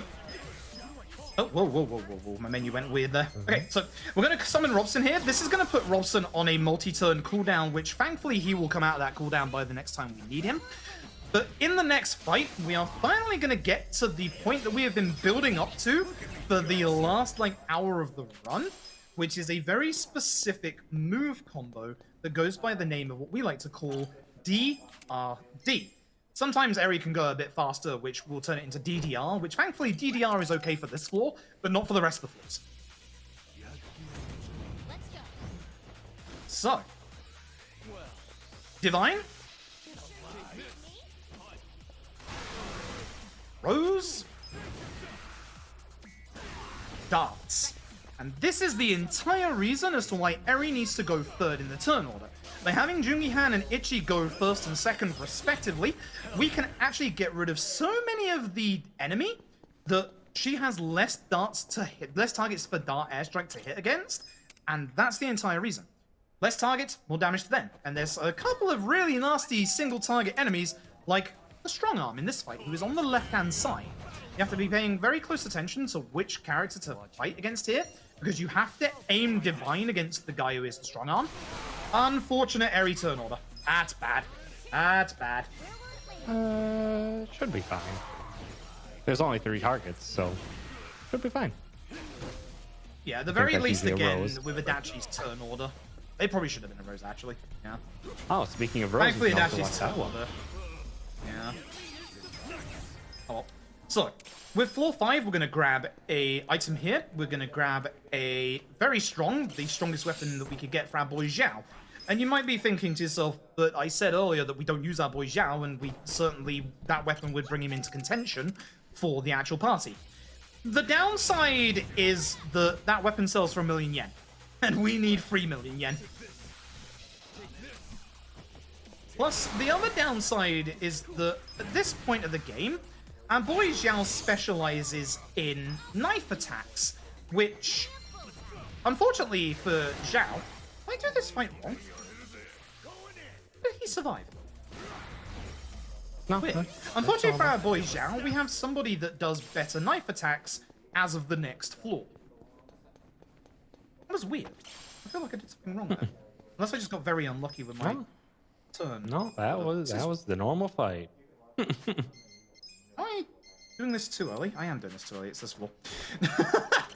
that entire fight has thrown me off after not having the enemies die there. Alright, so for this fight, we need to take this fight in a very specific order. This is the Robson fight. So we head trauma King Joe back here because he needs to take a little more damage. Good crit. Summon Robson to get rid of the ants. And now with the accessories that we put onto Ichi and Eri, it does more than enough damage to hopefully take out King Joe, despite the fact that he's resistant to darts. Nice crit. That gets Jungi-Han up to job level 22, which thanks to, again, his job EXP item, we now get this attack way early, which is Essence of Phantom Drive, which is his final essence and is very, very fast. Or is his final essence for the run? It's not his final essence. It's his final essence for the run. We'll understand. And we can watch Jungi-Han's essence as well as Ichi's Rose essence if you want. Yeah, we do that right here. Watch Jungi-Han go full anime for a hot second. Yeah.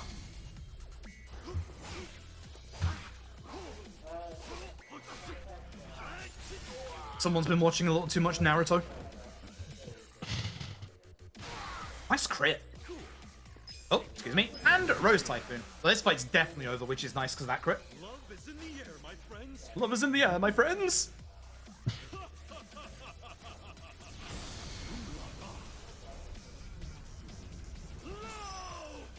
Love. God, I love Kaiji Tang in this Love game. is such a fiery passion.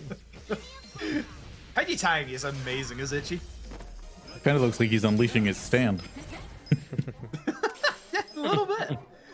Alright, so thankfully we don't have to get any of the other rewards, bar on the final floor, which is the 10th floor.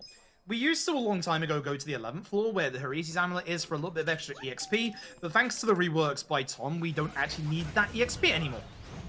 I remember to use Essence of Phantom Drive against the Wheelman instead of Head Trauma Ring like I usually do.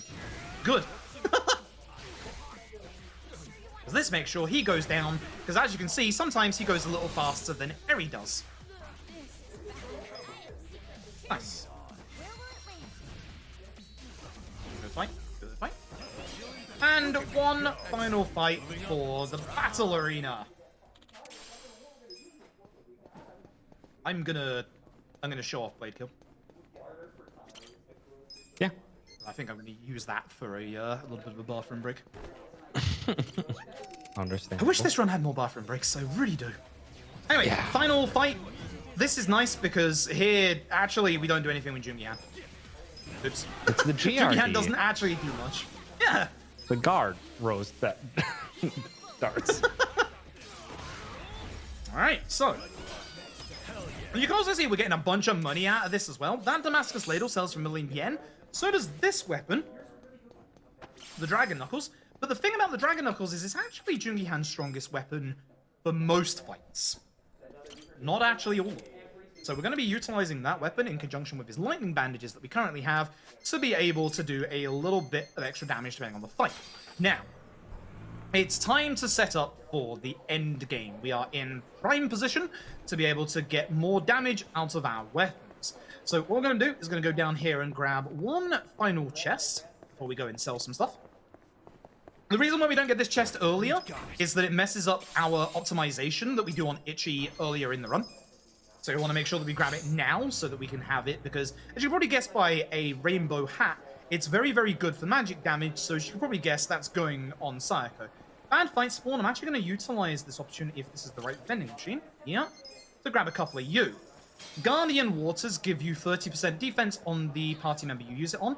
I should have taken the opportunity here, shouldn't I? Yeah, I will do. 2 rocket launchers. Then we sell the weapons that we got. And because we are in a marathon and doing a couple of marathon safe strats, I'm actually going to go into the Smart Burger here and order their entire menu, as you do. Everyone's quite hungry after that trip into the battle arena. Hey, bad menu. Oops. Where's my touchpad not working? Give us our burgers, Froob. I'm sorry, I'm trying. You're ordering too We're in the fast for them to drive-thru. understand you. They keep asking again. So the important thing about doing that is it gives us a 10% attack boost for free fights. It's just a tiny little attack boost that's necessary for the run. And now we are hoping for the weirdest bit of RNG in the run. We're hoping that a specific rare NPC doesn't spawn, because if so, I get very upset. Good.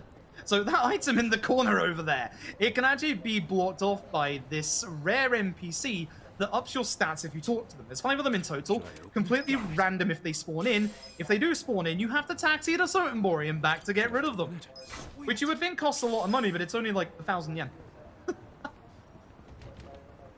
So this item that is blocked off is the gold ingot, which is actually used to upgrade Jungihan's weapon. This is the final warning, and this is quite a long one, for flashing lights. So again, if you don't do too good with flashing lights, look away now. I'll tell you when it's over, because this one is a long one. And there's where our money goes to, because we upgrade the blacksmith one final time for a lot of extra damage. Nice. That just So if you want to read off some messages, now would be a perfect time, by the way. good. Just I would be happy to. nice. We have $80 from Travtastic making another donation with no comment, but thank you very much for your generosity in giving to NAMI, the National Alliance for Mental Illness. Looking good.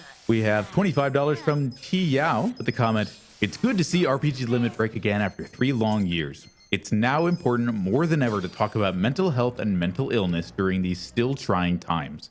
Current JRPGs, like a Dragon, have become a big part of helping me deal with my own mental illness, so I'm glad this game has gotten a showcase again after the great SGDQ run. Also, Froob is an amazing guy and one of the very best in running games and explaining mechanics and lore. I really enjoy watching him talk. Here's to a successful event." Thank you, T Yao. Nicole Yeah, thank donates you very much. And $25. just- Oops, sorry, go ahead. No, you go ahead. You go ahead. All right. Nicole donates $25 and says, "Go Froob, go. This is such a fun run to watch, and the commentary from everyone is fantastic and informative. Less than 3. Good luck with the rest of the run." Thank you very much. I would also like in this time to actually also ask everyone to please give some love to Mechanialist Tom as well as GK, who are also on commentary. Mechanialist Tom is also a massively amazing runner at this game, and again is pretty much the catalyst behind a lot of the actual route changes. And like without both GK and Tom, both this run and the GDQ run would not have gone as well as they have done so far. So I'd also like to personally thank you both. Right as we get into the nasty part of the speedrun. No, thank you. Yeah. How dare no you be so great runner exists without a community behind them, finding tech, supporting each other, bouncing ideas off each other. Absolutely. I would still have Sayako as an idol if it wasn't for the reroutes. So, this is what we like to call the end game. Go ahead, Tom. Speaking of, well, I was just gonna give another massive shout out to Metza. Metza is like the pioneer of the vast majority of this route. But I joined like a year after the game came out, and I think I like cut off like 15 minutes off the estimate, but none of that would have happened without the massive groundwork that Metza laid out. Yeah, we were looking at like 6-7 hours at some point, like early on in this run. There was a lot of fat trimmed from this run over time. Yachi. Itchy. Not 7 superpowers. Good. Good for me. Oh, you're... Oh, right, because we healed at Smartburg. I really want to get rid of this Mysterious Fruit because it's really annoying. It just sits in my inventory. Yeah, messes up your menuing to your bento boxes. Okay, so with that, we have got all of our best equipment onto everybody, and this is where the end game begins. And oh boy, this next fight, this is where things get nasty. Yeah, so you'll see that Froob's party's like in their low 40s, and the enemies are like almost 10 levels higher. Take that and apply that to the hardest boss of the game. Yeah, boy. The lad and the difficulty spike. Goro Majima himself. It turns out the Majima Everywhere system also applies to other games in the series. Who knew? But yeah, Majima's our massive difficulty spike. We're going to start off with some head trauma from Jungi Hana, Mr. Feels No Pain, to give us a massive defense boost, because we are going to need it. And we don't actually want to overdamage Majima here. We timed out that Mr. Feels No Pain summon usage so that we don't do enough damage, so that after this upcoming head trauma, we will go right into the next phase of the fight, where Majima gets to bring a few friends. Multiple of him. And this is also why we got the attack boost from Smileburger, because conveniently it's right onto Ichi's turn, and we have a cat that's very powerful. And without this attack boost, ooh, normally that attack boost clinches the damage range, but there's still a low chance that the damage is going to be low. So we unfortunately didn't get quite the damage we were looking for, but oh boy, that's early. That's early. Yeah, that's not desired. Because now Seijima also joins the fight, and Seijima is very strong. So we want to start doing work onto Seijima to get them into their next phase right away, dumping our rocket launchers immediately. This is why we didn't want Seijima early, because we didn't want that extra attack in. But yeah, now we're going to keep putting our focus into Seijima, and we're gonna have to pay attention to Ichi's HP coming up, because there is an unavoidable attack that these two like to do, and we need to make sure that Ichi is at full HP. beforehand. Okay, good. Luckily, Ichi has taken 0 hits so far. Seijima does his buff, and now we can do a bit more damage. But after that buff That's the wrong character. is where we're going to see the unavoidable damage. Okay, luckily it targeted Jungihan and not Ichi there. If that targeted Ichi, that might have been game over. But this is why we needed Ichi at full HP. Because these boys, it hits the other allies. It doesn't do damage to them, but it sure does a lot to Ichi. Because, ow. It's hard to overstate how having a wildly out of turn order here is very scary. I need to that did sacrifice 350 doing damage here. That did 350 damage to Ichi, and basically any attack from Jungi or from Saijima or Majima would do enough damage to kill Ichi there. There's just some times where this game is just like, whoa, nice teleportation, Saijima. Excuse you? That saved Ichi from getting hit, actually. He might die here. Ooh, hopefully it's targeting on Adachi. Good. Adachi, the Enforcer class, is very slow but very high defense. Should be fine.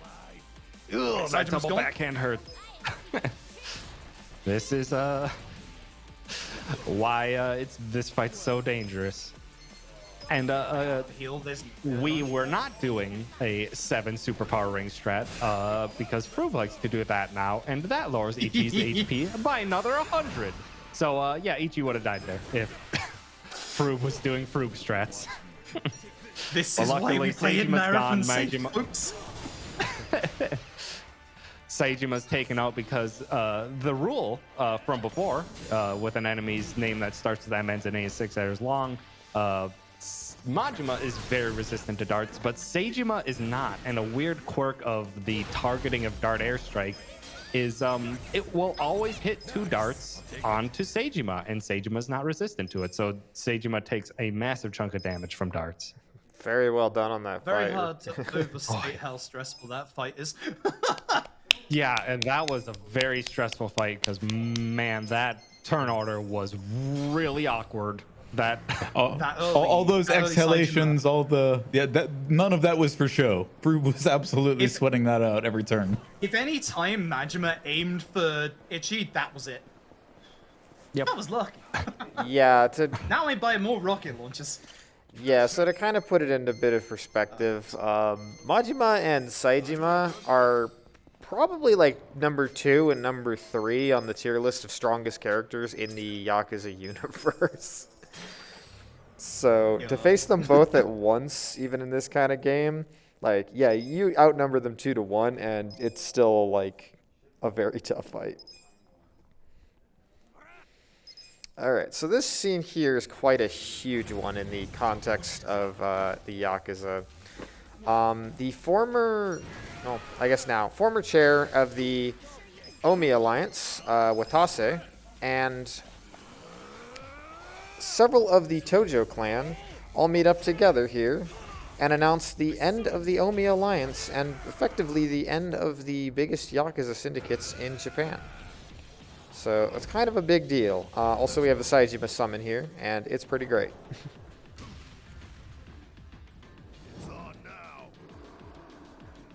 I love that tattoo flare. And Saijima's strong enough, he can do this IRL. He probably could. This is a man who literally beat up a bear. Yeah, that's what it means to be a legend, is that basically at that point everyone knows you like by your tattoo as much as anything else. Just in time. Yeah, Seijima's summon is incredibly powerful. Massive amount of damage, and it applies a defense down to all the enemies. It's so powerful, but because it's so powerful, every pound mate is free on first time use, and we just used our first free use of Seijima. Every use of Seijima beyond here is 1 million yen. Very powerful, incredibly expensive. This is why we need all our money, and hopefully not to die and, like, continue in fights, because obviously by continuing we'd lose our money. It wouldn't be the end of the run, and obviously in a marathon setting we can carry on, because we have other strats for the end game if we can't use it, but it will mean that a quicker strat against one of the final few bosses will not apply. Bit of a shame, but it is what it is. Yeah, so we're doing this fight here effectively. The announcement of the intent to sort of disband the largest Yakuza organizations does not go over well with a number of its staff, which, to be fair, a lot of them, that's basically all they've known for their entire careers and their adult life, so it's not going to go over super well. A lot is going to go down in these cutscenes here, by the way, and I mean a lot. It's kind of nice that we can skip them for the speed run, but yeah. Turns up. Taxi driver by the name of Taichi Suzuki just turns up and, like, asks Daigo if he wants to go back to, Nagoya. It's not Nagoya, is it? No, that's Tsunade. Oh! Fukuoka? No, Yakuza 5! Fukuoka? Yeah, that's the one, thanks. Nice save. As long as it's not Sukamino, I'm okay with that. Please, no. Never take me back. No, I don't want to see those fight spawns ever again. Okay, so we have one last run through Chinatown, so again we have to be a little careful of fight spawns coming up here. Unfortunately, although this is looking kind of nice. Actually, looking very nice. Nice, yo. We had a really pleasant Chinatown experience today. Yeah. Okay, so for this one, once again, something bad has happened to Arakawa Sr., and Ichi's obviously feeling very down about it. So what we're going to do to get closer to the young master is we're going to enter the political world. Ichi's going to become a politician and run against the local candidate, who just so happens to be Kume. Yeah, there's a lot of wrangling that's going on here. So that's what you need the 3 million yen for.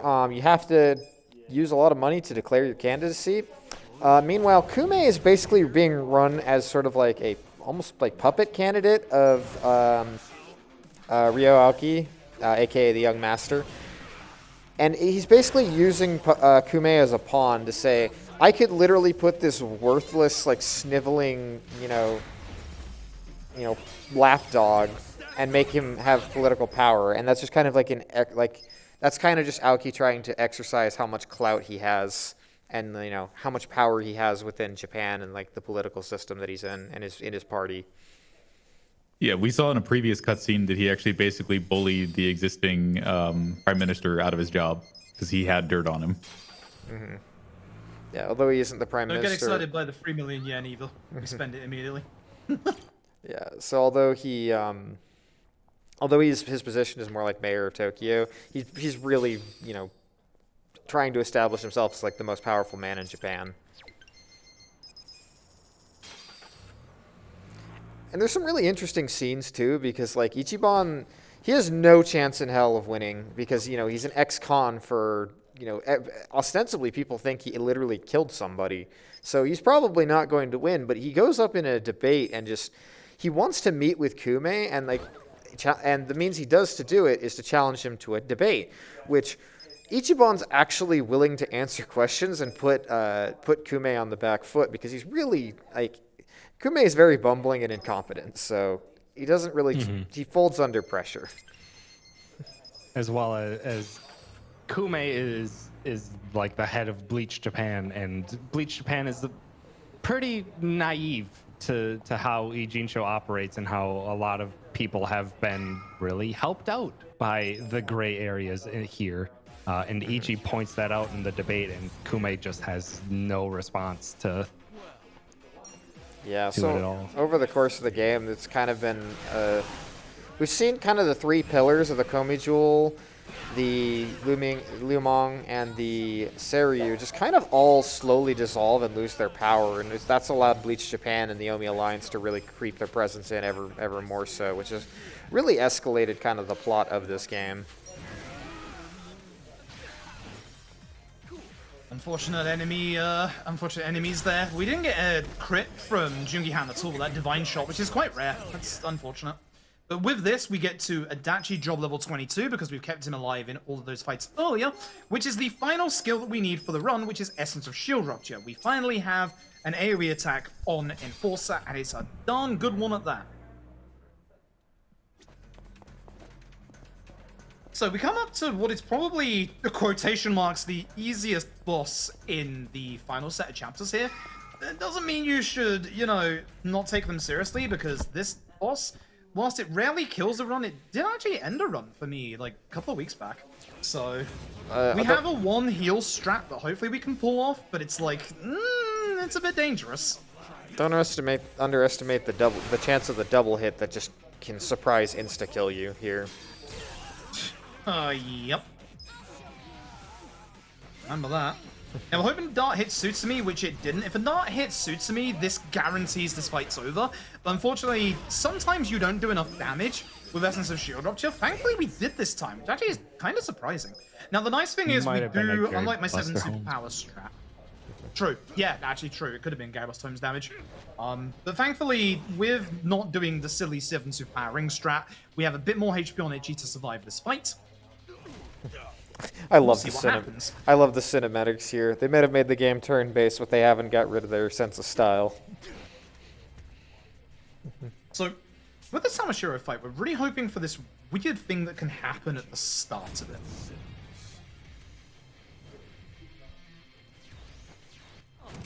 Yeah, for this one, we're going to use Essence of Phantom Drive, because Saoshiro is weak to both lightning and knives, and Jungihan has both. And we're going to be using Essence of Mayhem to push Saoshiro away from us. For whatever reason, our ally AI likes to stay back on this side of the arena. And Saoshiro launches that attack from wherever he's standing, so he just completely whiffed. Nice kick.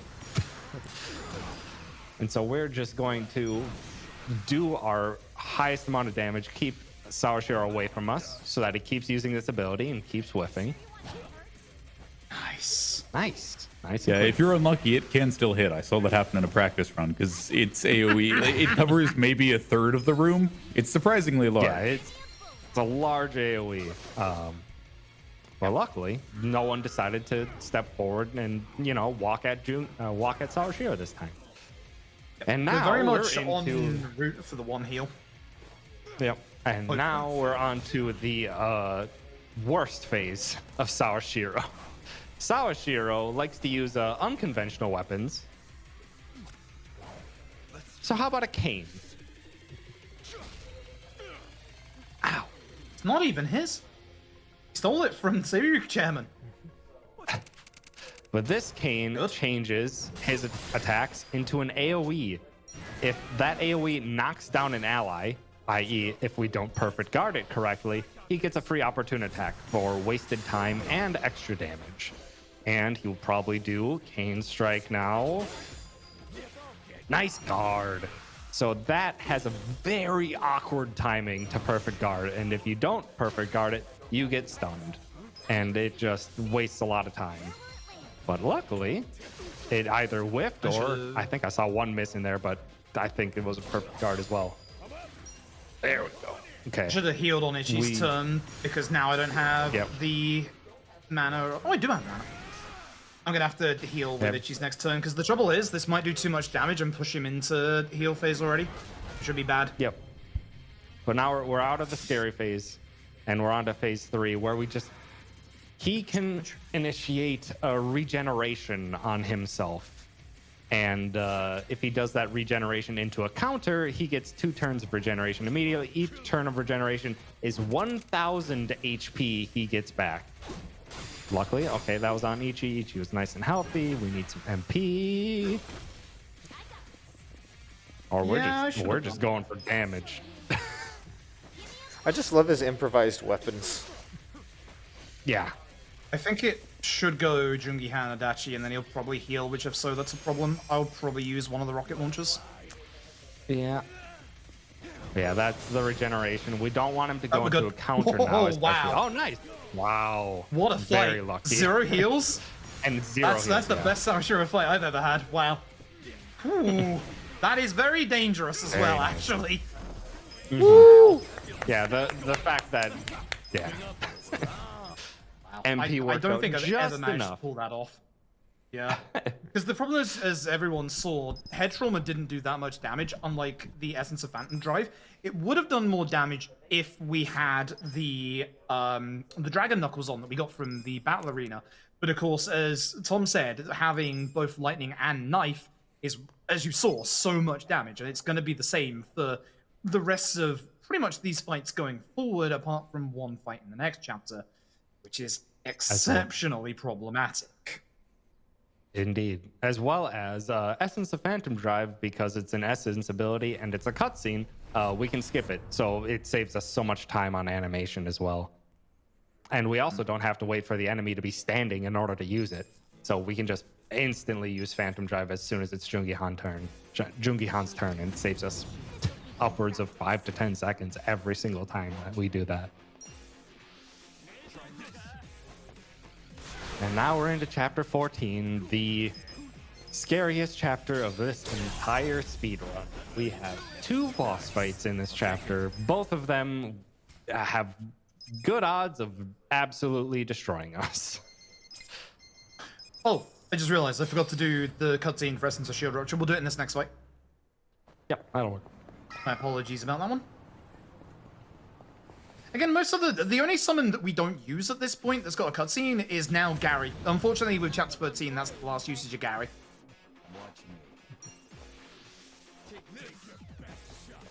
Now, this fight is a little awkward because of the cars. Yeah, they do a little extra damage, which is kind of nice, but it slows the turn down until they actually get hit by the car, which is unfortunate. Luckily, that didn't slow us down too much, but there's times where it's just like the entire fight just hangs up for a bit and just waits for a car to hit an enemy. On very rare occasion, you can get lucky and it'll end the fight. That's really funny when it happens.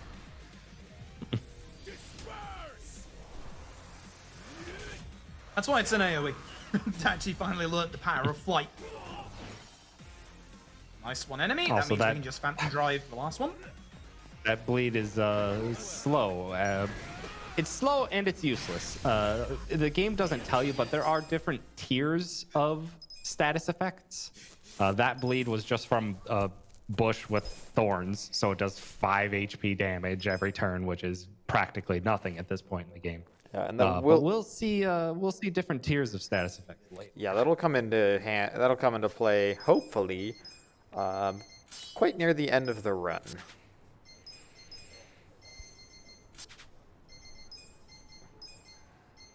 HP crit magic. That is this menu because that is what we need. We're about to enter one of the nastiest fights in the run. Ooh, dear, oh dear. I should probably heal a little bit at least. MP should be fine because we'll probably have to heal. Well, I will have to heal mid-fight.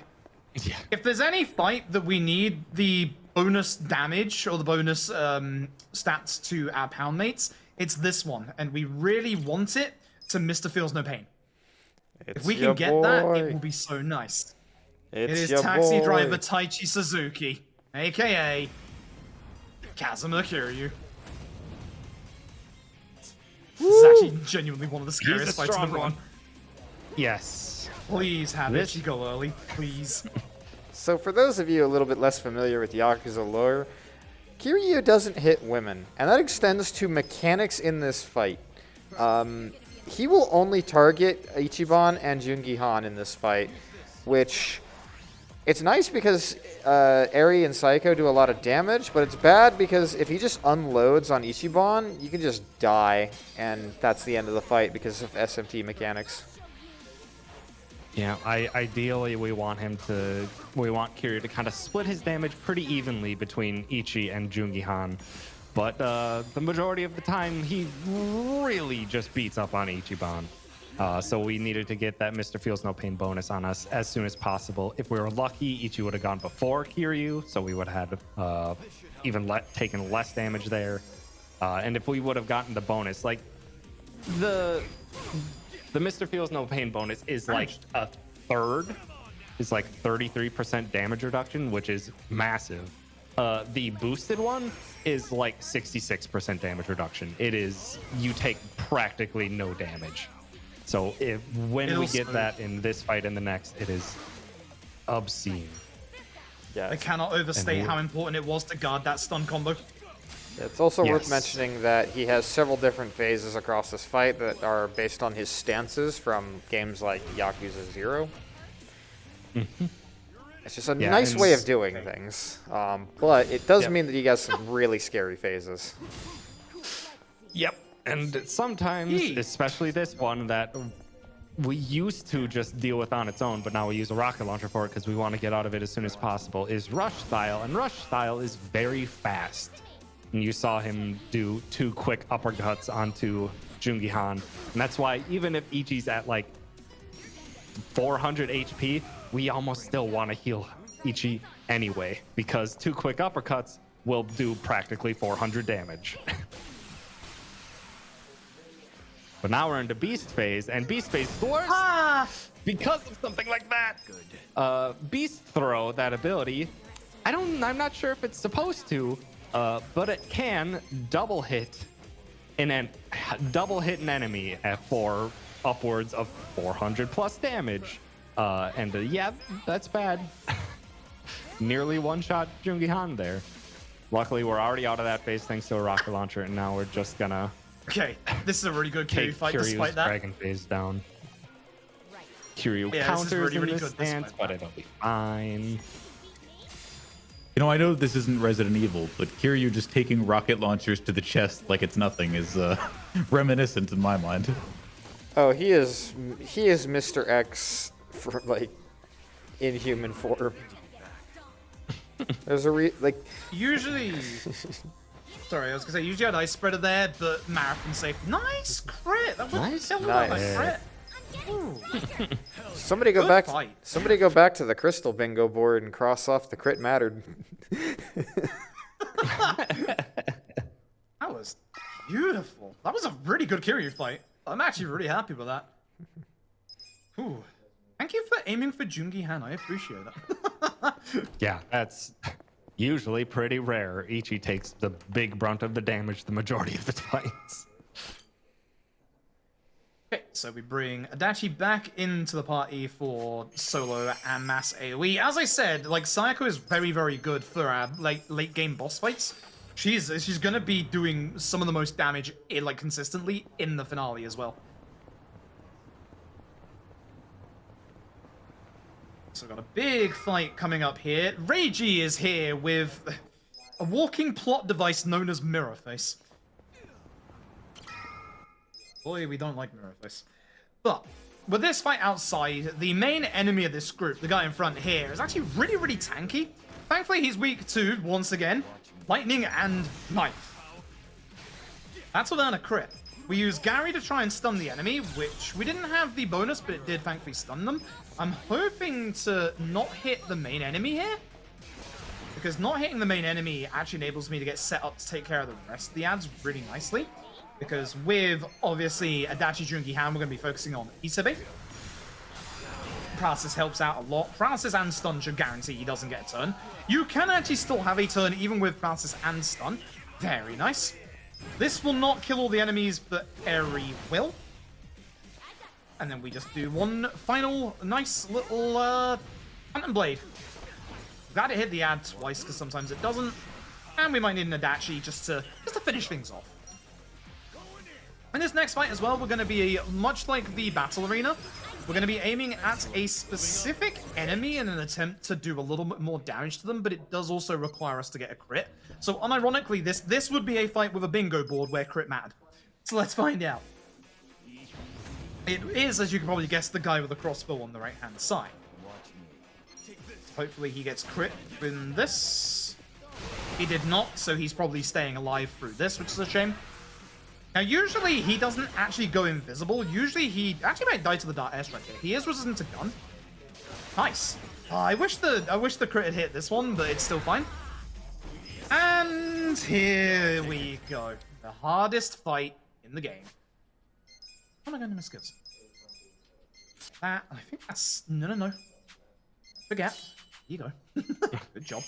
I'm going to give you that. So I don't actually need to get... I don't need to get MP on Ichi, actually. Weirdly enough. He's probably going to spend the majority of this fight feared. Here we go. Ragey. All right, give us that one from earlier Always today. I liked how that run looked. Or that fight. Give me that Always with the masochist gun, bonus. Ragey. We're really me the hoping for that masochist Mr. Feels No Pain Yeah, we bonus. want to feel as little pain as possible, please. Absolutely. Come And on, Ichi feels no went, pain. Ichi went fast. That's excellent. No Dang. Gondara either. That's a massive shame, actually. All right, please double dart on Reiji. Yeah. Please double dart Reiji. So Nice. Mirror Good Face stuff. Good stuff. Mirror Face isn't too bad. Good stuff from Mirror Face's surveillance. It literally does nothing. He just stares. That's rude. What? We What just don't like. happened? Well, that was weird. But we do not like seeing gunshots onto Ichi. Yeah, I've got to. I got to take the because spray heal Reiji- because he's 100% going to counter. Reiji likes to counter, and especially loves to counter tag teams and summons. So luckily, it's not so much in this What? phase, but in the next phase, it's more of a guarantee that he counters. Fight's weird. You Fight's got weird. Don't like lucky this. there. Mirror Face isn't is that a too space on the much of a bingo board? problem.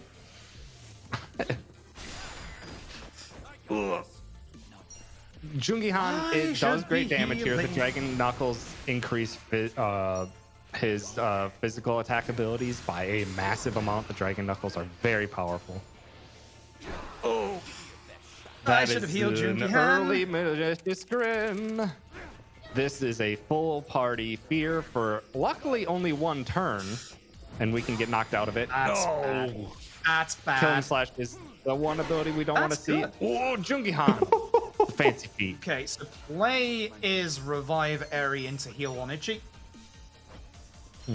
And cool. luckily, this Unfortunately- malicious grin is specifically a one-turn fear for the whole party, so we can get knocked out of it early by the enemies, or it just wears off Come at one on. turn. Oh, we're fine. We're fine. Ay, ay, ay. Oh my goodness. Wow. Alrighty, this is going well. I really need to get Gondara out to get rid of Reiji's attack buff. Because not only does it get rid of his attack buff, but it will also serve as lowering his attack. The downside Absolutely. to dying as well, as you can see that Eri no longer has Mr. Feels No Pain's defense bonus. Which we don't want to give transfer shield from Adachi because he'll lose 30% defense. Good, thank you, thank you, appreciate it. A minor thing that we did early was use Robson before the second phase. In this second phase, Reiji likes to have, really loves to counter summons that do damage. Gundara doesn't do damage, so it doesn't apply. And loves to counter essences. The new counter is a fearsome counter shot from Reiji, and that does even more damage than a regular gunshot. It's very bad when that happens, so we've been kind of avoiding using essences on Reiji. Excuse me, explain Which- why you have 2 turns in a row? Not happy about that. Oh, that was a bad idea. Phew, okay. Should be that could have gone fine. wrong. I did And not weird want to thing use is that because the Reiji- counter. Reiji is weak to lightning, and we could use the lightning bandages on Jungi-Han for extra damage, but it doesn't have the physical attack boost that Dragon Knuckles does, because even with the elemental advantage, Dragon Knuckles, just that physical attack boost to abilities is just so much more. But luckily, You Reiji's can see, gone, no more Yeah, once things. The only Reiji's I won't gone, even. it's just simple. Ugh, Yep. that was not a nice Now that- fight. Nope. And luckily, we only saw one Killing Slash, and it was onto Eri. But Killing Slash is the ability we do not want to see on Mirror Face. That is a guaranteed crit that does 350 plus damage, and it poisons for a pretty powerful poison. Killing Slash and a gunshot into Ichi will probably kill him. Yeah. So hopefully But we're out now of there. you can all understand the importance of Mr. Feels No Pain combined with, in a marathon setting, picking up those extra med kits, because we've had 2 really, really nasty fights where we've had to use those so far, actually. Of course, it would be Reiji. If there's one fight that I'm expecting to be a little nasty, it is Reiji. But there is one more very big, very nasty fight still to come, and it is the most RNG fight in this entire run. conveniently placed right at the end. So we're gonna replenish our muscle soda from the machine right here. We're gonna go to good old episode because again we need 2 rocket launchers. We did just use them. You also might wonder why we don't save a rocket launcher for Reiji Mirrorface. We used to, but Kiryu is actually a lot more dangerous in terms of sheer killing power. The rocket launchers aren't bad against Reiji, but it would take a little too long because you can't get rocket launchers in Isazaki Jincho. You have to go and get them from Sotenbori at the time. So you'd have to taxi to Bunzemon Outdoor Mall, go to Ebisu, and then get the actual rocket launchers, which just takes way too much time. Now, this is possibly the most important chest in the run. This is an item called the Curse Substitute. The Curse Substitute has a weird description, but the whole purpose of the Curse Substitute is that the Curse Substitute stops all one-hit kill attacks. There are only, I believe, 3 bosses in the game that have one-hit kill attacks. 2 of them are super bosses, as you could probably expect. The other one is coming up at the end of this run. Ugh. That's why we've got all those medkits, so using them early is a little upsetting. I've been kind of thinking about, in my head, getting some bentos and some first aids. With first aids, we'll get 1 more in the finale, so I think we'll be fine on that regards. And I think we've got enough healing between the solo healing items that we've still got and the lunchboxes that we should have enough, as well as Ichi's solo heal to himself. So we should be okay for healing items. Should be. It might be tight if we get a bad tempo. Host is great for speed and does pretty good magical AoE, and then just conveniently for us has practically a full self-heal. Very, very useful on Ichi in rare circumstances. And this is the final set piece of the game, so I think now would be a great time if you've got any messages. Certainly. We've got some donations who are all looking forward to incentives in future runs, like BD Jeffy P, who donates $110 to Nami and says, Warmech just wants to give us hugs. Let's make that happen. $250 from Agox, which looks like it's going towards the blindfolded Warrior of Light DLC fight in Stranger of Paradise Final Fantasy Origin. Thank you very much for your generosity, and $100 from an anonymous donor with no comment. Yeah, just to reiterate, there are incentives for the upcoming runs, including having less characters in the party, naming the Warriors of Light, and fighting the super boss, as well as the aforementioned blindfolded DLC Warrior of Light fight during Stranger of Paradise. A lot still to look forward to this evening, today, whenever it might happen to be for you. Yeah, there's still an entire day of absolutely amazing runs and runners coming up. I'm very much looking forward to it. Did it actually really low agility roll against this guy? Huh. That's exceptionally rare. Because usually you just get Essence Zero and finish him off. The one-time Adachi is slow this run. Chapter 5 was definitely a premonition of turn order in this run, wasn't it? We had some very weird turn orders in this run, like over the entirety of it. But mostly, as you'll see, our go-to for most of these fights is obviously DRD. Wow, Eri going really slow after this guy as well. This is interesting, actually. This doesn't happen. Usually it's like one of these enemies goes before Adachi. That's the usual thing that happens. Never before Eri. Thankfully, he's still charmed, so that's not a problem, and then we just use Essence to get through this fight faster. Essences are quicker to get through fights, obviously, because they're cutscenes. You can just skip them straight out. Now, we might be getting some EXP on our other party members. We don't, hopefully, fingers crossed, need to use them. I swear if we see our boy Zhao, I'm going to be very upset. Also, now, weirdly, these two enemies... Yeah, go ahead. These two are so fast. Like, I believe even in the New Game Plus speedrun where we have maxed out agility, those two enemies go first, no matter what. And they always attack Eri. I don't know why they're so mean to Eri.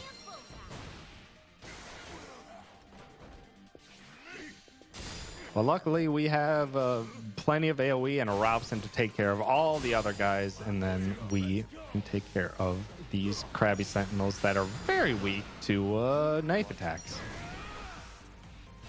Jungi Han has good knife damage. Harry's Little scary. staying alive too. A little scary.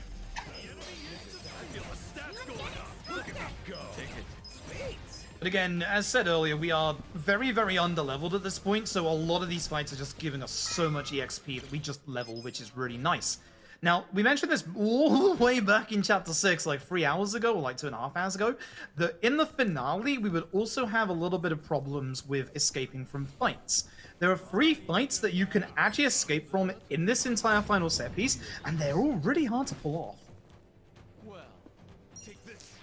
And the first one is coming up after this one. So we're going to do DRD, and then this next one is actually genuinely terrifying, and I've actually been messing it up a little bit lately, so I am a little worried. If we mess this next fight up, it's about a 45-second time loss, so I'm really hoping that I do it properly. So what we need to do, go via the doors, go to the right, cut this corner, follow along the side, cut this corner and go through this door. Congratulations, you've skipped that fight. That is a lot tighter of an actual corner you need to take than it looks like. Whew, lucky. There's one more that worries me, and there's one more that can only really go wrong if their pathing goes wrong, which has happened in the past. So for this fight, we're going to use some single target and some AoE. Thankfully, Adachi had a low agility roll. We want Adachi to have a lower agility roll than the Dark Sweep here, because that's going to set up for Jungi Han's turn perfect. So this supposedly gets rid of buffs and stuff which we don't have on us. Essence Shield Rush takes out the other 2 enemies, knocks the Dark Sweep to the ground, to which point we just do a nice opportune attack. So on the way through, we do need to grab one quick heal just in case. Excuse me. This heal right here. With this new route and level up route for the end game, a couple of our level ups get a little displaced, so we level up a little bit later, which means we get our MP recovery a little bit later. This fight's nice. Sometimes as well, you might notice that there's a little bit of missing furniture. For some reason, the furniture doesn't load sometimes. I wish I knew why, but sometimes there's just no furniture. Not sure this is how you be productive in your office job, is to remove all the furniture, or maybe that's how you be more productive. They're really Yeah, going you know, for that, something that about an open office environment. Exactly. Yeah. Taking it to the extreme. So this is the hardest fight in the game coming up next. Thankfully, all our furniture is back, or most of it. Stuff to the right isn't back yet. But yeah, this is the hardest fight in the game. And there we go. Phew. Oh, that was a hard fight. That was a very hard fight. Tough every time. Although speaking of hard things, the second fight skip is right here. You have to do a very precise angle. That actually looks really easy. It's not, I can assure you. If you accidentally hit the wall, you'll displace your hitbox and immediately get into that fight, and you will lose a minute and a half because there's one massively tanky enemy in that fight that just isn't weak to anything. And then I need to remember what to do in this fight, because I keep forgetting what I do in this fight. It's Head Trauma into guard, isn't it? Phantom Drive guard. And Dark Paralysis. Thank you very much. Nice crit. Nice crit. Yeah, because I couldn't remember what order we do things in, but we guard with Itchy here, which is kind of nice. This guy shouldn't usually kill Itchy, but you'll see if he gets this attack off. It's actually, that actually has a high chance of critting, and it's actually a lot of damage. I was also hoping it wouldn't be a Dachi, because I've never really perfect guarded that attack very well, and obviously we lose time to the animation of that attack. So I always like it when it goes against like Jungi Han or someone. There's a good bunch of armor down there called the Quixotic Armor. There's a first aid kit to the right here that ideally I would love to pick up. I can't, because there is a fight skip. This is the last fight skip right here. We want to run to this wall, watch this set of fight spawns. When they go behind the pillar, we run forward as quick as we can around this corner, intentionally get into this fight, because by getting into this fight, when we come out of this fight, the fight spawn that we ran past on the right-hand side will default back to their original starting position in the room, which is actually behind us. So that's how you skip that final fight.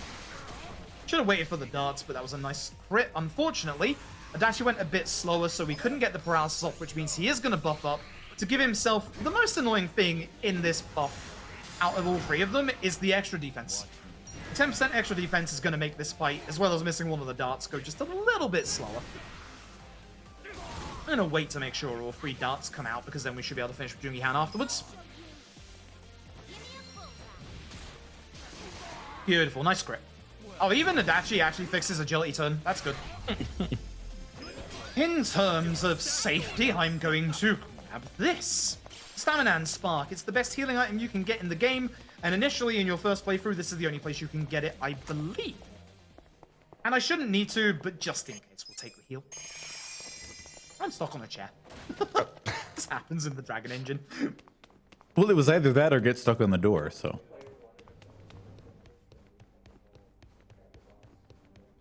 There's a fast way to do this fight in a marathon. I'm not taking it just in case something goes wrong. Essentially, you can just avoid doing anything with Jungi Han.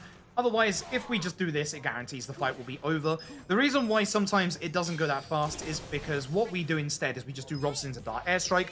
And obviously, if Adachi is standing next to this pillar where he spawns in, if he was in that angle, a dart would miss. So he'd be alive after the end of that. Yep. So we have one lost more 30 fight. seconds to that before. Yeah, it's frustrating.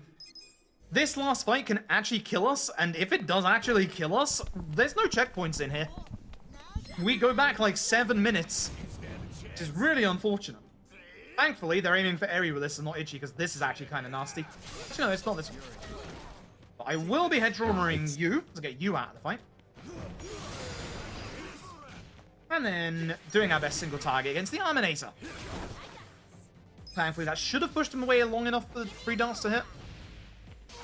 Nice. Good stuff. You could probably... I wonder if you could actually guard with Eri there. I was wondering that the other day. Destructo Beam is nice because it does no damage, but it does burn out party members. But, oh. And I need to remember very slow animation. Yeah. I need to remember the gear menu coming up, because it is time for our final bosses, and oh, here we go. I will leave this to GK and Tom. Best of luck. Best of luck, my friend. Thanks. Alrighty. I think Tom has probably more of the details on this fight. All you need to know. So this is Tendo. He's one of the high-ranking people underneath Aoki, aka Young Master, and he was a former boxer. So naturally, his fighting style is he will just slug the tar out of you. Hello, Tendo. I'm This expecting is the most RNG fight in the speedrun, and it's at the end. This fight can cost us minutes if it wants to. Yeah. Because this is another big boss fight. Tendo does lots of damage. We're going to get a Mr. Feels No Pain out immediately. We're going to try and get poison onto Tendo. Tendo will never heal poison, so it's nice that we got that nice poison. That's a lower tier poison, we're hoping. For a higher tier poison. Oh my god. Right, let's go. I get that in runs, can't I? Yeah, that ability from Eri is Trickster's Top Hat. It does one of 4 moves. It can use Tax, Ice, Fire, or Poison. And we wanted the Poison. And that is because the poison that we landed at first with Jungi Han is kind of like a good mid-tier poison. It does like 95 or so damage every single turn. The Trickster's Top Hat poison does 190 every single one of Tendo's turns. That adds up so quickly over the course of this run, or over the course of this fight. Yeah, Tendo has an extremely high speed, so or extremely high number of turns. It works to your disadvantage in a lot of ways, but that poison, if the earlier you get it, the more time you save. So the fact you got it like this early on in the fight is really good luck. Yeah, it also is. Eri is probably our main damage dealer for this fight as well. So every single turn we're trying to land that Trickster's Top Hat poison is a turn of Eri damage that we're not getting. Yes. So if we land that Trickster's Top Hat poison like we did, we're busting out the damage way faster than typically, which is fantastic. But yeah, Tendo has so many turns in this fight. He has very high agility in general, and a lot of his attacks One of them, this one, Royal Beatdown, is a 2-phase attack. Each of those phases causes poison and also hurts a lot. And he can choose to target the same ally twice, like he did there, and Sayako barely survives it. But she's good. She's fine. You just took 3 actions in a row. Yeah, that's because of me messing up the perfect guard, unfortunately. This is not good because I put him into a really good for him turn order and bad for me. I really need to get the buff out for Sayako, and I just can't because I need to keep her alive. I've also noticed I'm running low on 500 HP lunchboxes, which is not ideal, but I have plenty of 200. Here we go. Try this on your side. Yeah, She can now survive at one this turn point, here. It'll be fine. while we're still pushing through this, we're just pushing out our best damage here. Ideally, we would have a magic buff that the host class has. We would put that onto Sayako for an additional like 200 damage or so every single one of her turns. But Tendo is not complying, and Ichi is our primary healer as well. So we're trying to make sure everyone stays nice and healthy through all of these beatdowns. Yeah, above all else... This first... Go on. Go ahead, GK. I was just gonna say, above all else, the #1 priority is keeping Ichiban alive. Yes, that sounds obvious, but like, Tendo can just royally mess with you with how many turns he gets, and sometimes you just get really unlucky and he just unloads on him multiple times in a row. And this phase technically does more damage than the second phase because he just gets so many more turns, and this is why we're using our Mr. Feels No Pain bonus now rather than in the second phase. But yeah, we're just pushing through, hoping that that Ichi doesn't take too much damage, and then we can get turns like that where we can bust out a rocket launcher, because in these charge up attacks that Tendo has, you can knock him out of those charge up attacks by doing enough damage, and that actually prevented That rocket probably a launcher couple needed to come attacks out out of then. there. Nice. Yeah. Yeah. That was the only But time I could now do that we're- right there. Yeah, now we're into phase 2. Phase 2, Tendo loves to do charge attacks and loves to have new ones. Specifically, he's got a new, more upgraded version of Dragon Descent, just more damage. That's fine. We can handle that with heals. What we don't want to, or he can also do the, wow, I'm completely forgetting which hand is which. But there is the left hand and the right hand. The left hand, if I'm remembering correctly, is just a very powerful hit that almost guaranteed crits. And that's what we didn't want to see. This was Tendo's right hand. Tendo's right hand is the instant kill attack, which if we had a rocket launcher and enough turns, but Tendo was rude. The odds! It is not a guaranteed one-hit kill, though. And Eri is showing her skills as the dealer class and rigging that die, so... It's so hard to overstate on the how one-hit lucky kill. that is. The Yeah, odds of it that is. happening Yeah. are exceptionally low. With the Yeah, buffs it's like on her and 10% everything that chance. we would have lost if she died. Yeah. Yep. It's more And likely we would have she, had to spend the time to bring her back. it's probably more likely she would I have think like this is where naturally rebuff dodged. would be good. Yeah, there is also the chance to dodge, but like that's also exceedingly low. Yeah, Jungi Han's the only one who we can kind of get to more reliably dodge using an ability that increases Jungi Han's evasion. But we have to have Tendo target Jungi Han for that to happen, and it happens pretty often, but it's not a consistent thing that we can rely on. But luckily, hopefully, that's the last right hand we're gonna see. Ooh. Tendo. Psycho might Because die. now our Mr. Feels No have Pain to get bonuses these. are falling off on our allies. Ooh, nice perfect guards. Cool. That's a town. I'm like, stamina spark. This is why we picked up the stamina spark. I'm actually curious with how well this run seems to have gone with very few like major mistakes. How close this would be to PB if not for like I'm actually if not for the summon showcase and the English voice acting. I'm unironically not running my load list today, so oops. Dang. Yeah. Man, I think it would be we're- about a minute behind PB, I think, because of all the deaths in the fights. Yeah, chapter 9 was rude, but not too much. Luckily, this is going pretty well here. We're coming to the end of this fight. Psycho can still dish out the damage. The buffs should be fine for the remainder of this fight. And before this fight is over, we do want to swap Psycho out for Adachi. Psycho. Okay, that's when we're gonna do it. Well, yeah, well. Perfect time. Convenient Thanks, time Tendo. to swap Psycho out is when she's. What? Wow! Excuse What? you? What? Yeah, sorry, game just said no. Someone's luck today is a little disgusting, and it's mine. I didn't want you to do that many crits, because now, bother. Oh. That's actually too good, Eri. Dang it, Eri. I'll take it. Moving up. That's Too actually good of really, RNG really right at the end. So now we didn't have a chance to swap Psycho out. Psycho is not useful to us in the next fight. We want Adachi instead. So unfortunately, it's very unlikely that we're going to be able to get a fast fight in this one. Should we save the rocket for the final? I think the young master deserves it. Right? Also, in the meantime of all the story things happening, the young master has become the governor of Tokyo. And we just have to, casually fight the largest politician of the entirety of Japan. We had a And for this one, we're wanting to single target onto the young master. Nice crit. Nice crit. And we're going to be using our second use of Seijima to get a defense down, as well as wipe out a large chunk of those ads. What if? What if? We can try.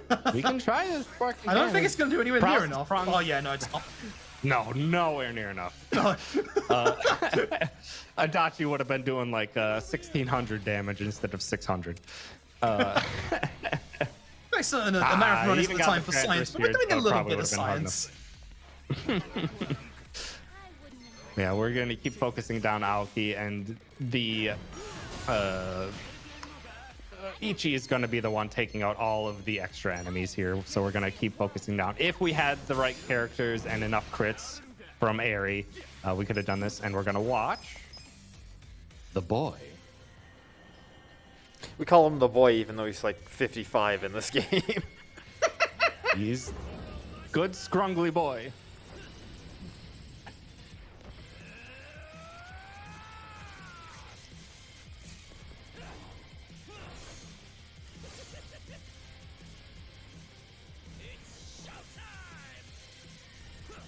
Everyone loves him.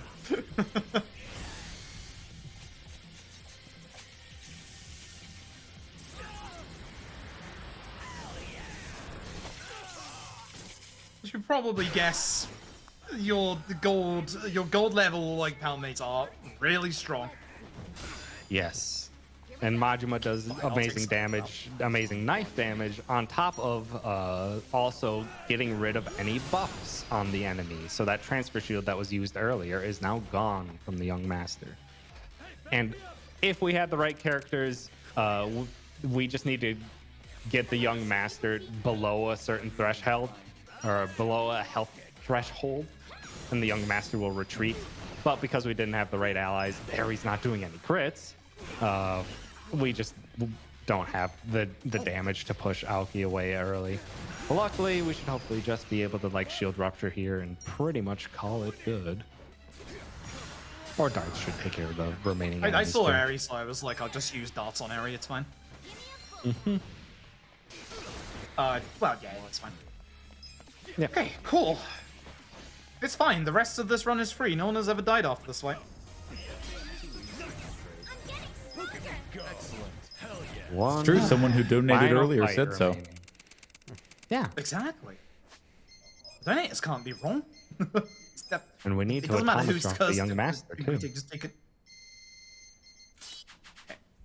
Yes, yeah, I will do that. And we have a little present for the young master that we don't usually have at this point, but yep. But here is the final fight. Usually with surplus to the run at this point, nothing's gonna happen. Especially having a rocket launcher as well on top of everything else, but I've seen things in this fight that have not been good. No more guns. Just The a unmasked fist fight counter is actually nasty. between Who the knew? two. Just a fist fight between the two. And this song is also fantastic. Right, we'll start with But, yeah. third to last pound mate because we're going to do one more or two more even in the finale Yeah. or in the new game plus even. It's yeah, it's mano a mano, but Ichi has friends. Somewhat of a kind of Certain- strong friend. Yeah, certain dragon-like friends.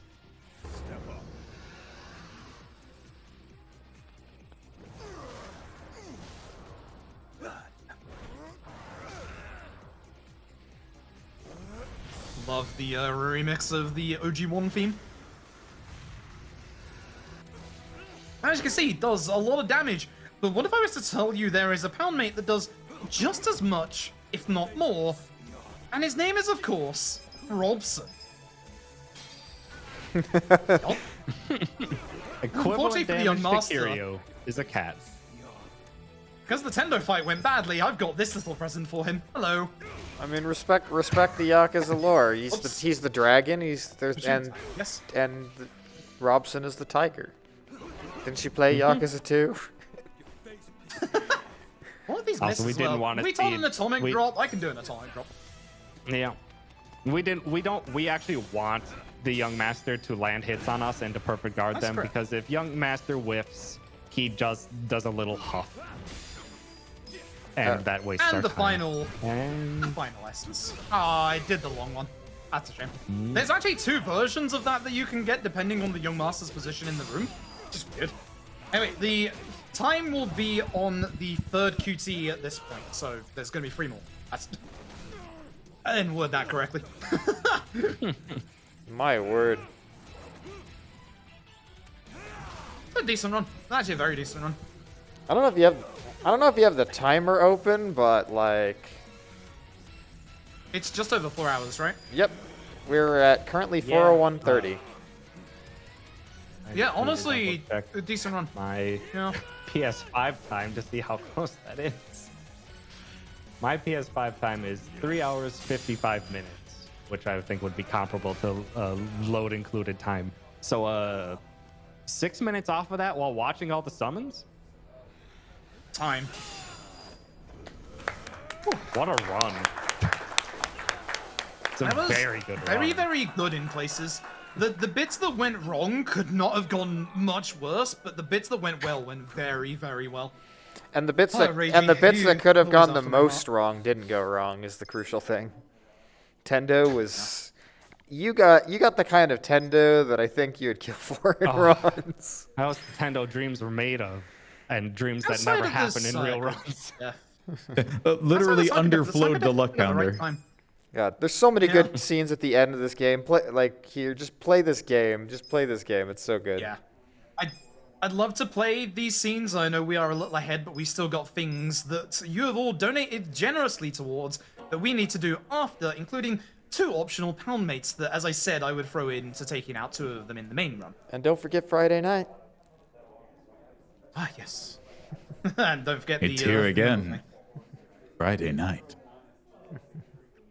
Okay, so I have a couple of New Game Plus saves, one of which I made up earlier today, which is perfect. If I could find it. Always the case that, you do it and you can't find it. There we go. I was looking for today's date and I couldn't find today's date because it's now the 22nd where I am. Wait a minute. Yeah? There you go. So this is the Harites that we talked about earlier, where the Harites despawns every single enemy in the game. So by having that equipped, there's actually like no enemies on the map. I'm just after one set of enemies, doesn't matter where. Usually there's one around here, but oh, my luck's great today. All right, I know how to spawn one in. Chinatown. This actually don't know, saves from a very, Chinatown very was- old route was- with the casino. Chinatown was very skimpy today. It's true. Very true. There's one. I see the chef. Never mind. They waited till the end of That's the what run. can do- Chinatown normally looks like. There's a Yup. fight spawn in this So, alley. Oh, they're all very, very high level here. I can do both pound mates in this fight, provided they don't kill Itchy. which might actually happen. This is the very old route, because Sayako is an idol and has a giant ice lolly. Don't worry about it. At first, optional, helmets, omelet. Gotta do this one last time, of course. So, omelet would usually be useful in the run if omelet wasn't RNG. Everybody loves her. It's omelet. Financially excellent chicken. As CEO of Ichiban Confections. CCO? Probably CCO, because we're the CEO. Yeah. Right. Corporate chicken officer. Probably omelet Yes. Omelet could probably take our position. That actually helps, considering I might actually die in this fight, considering how high the enemy's level are. So, omelet gives us an egg. It's either HP or MP, completely random.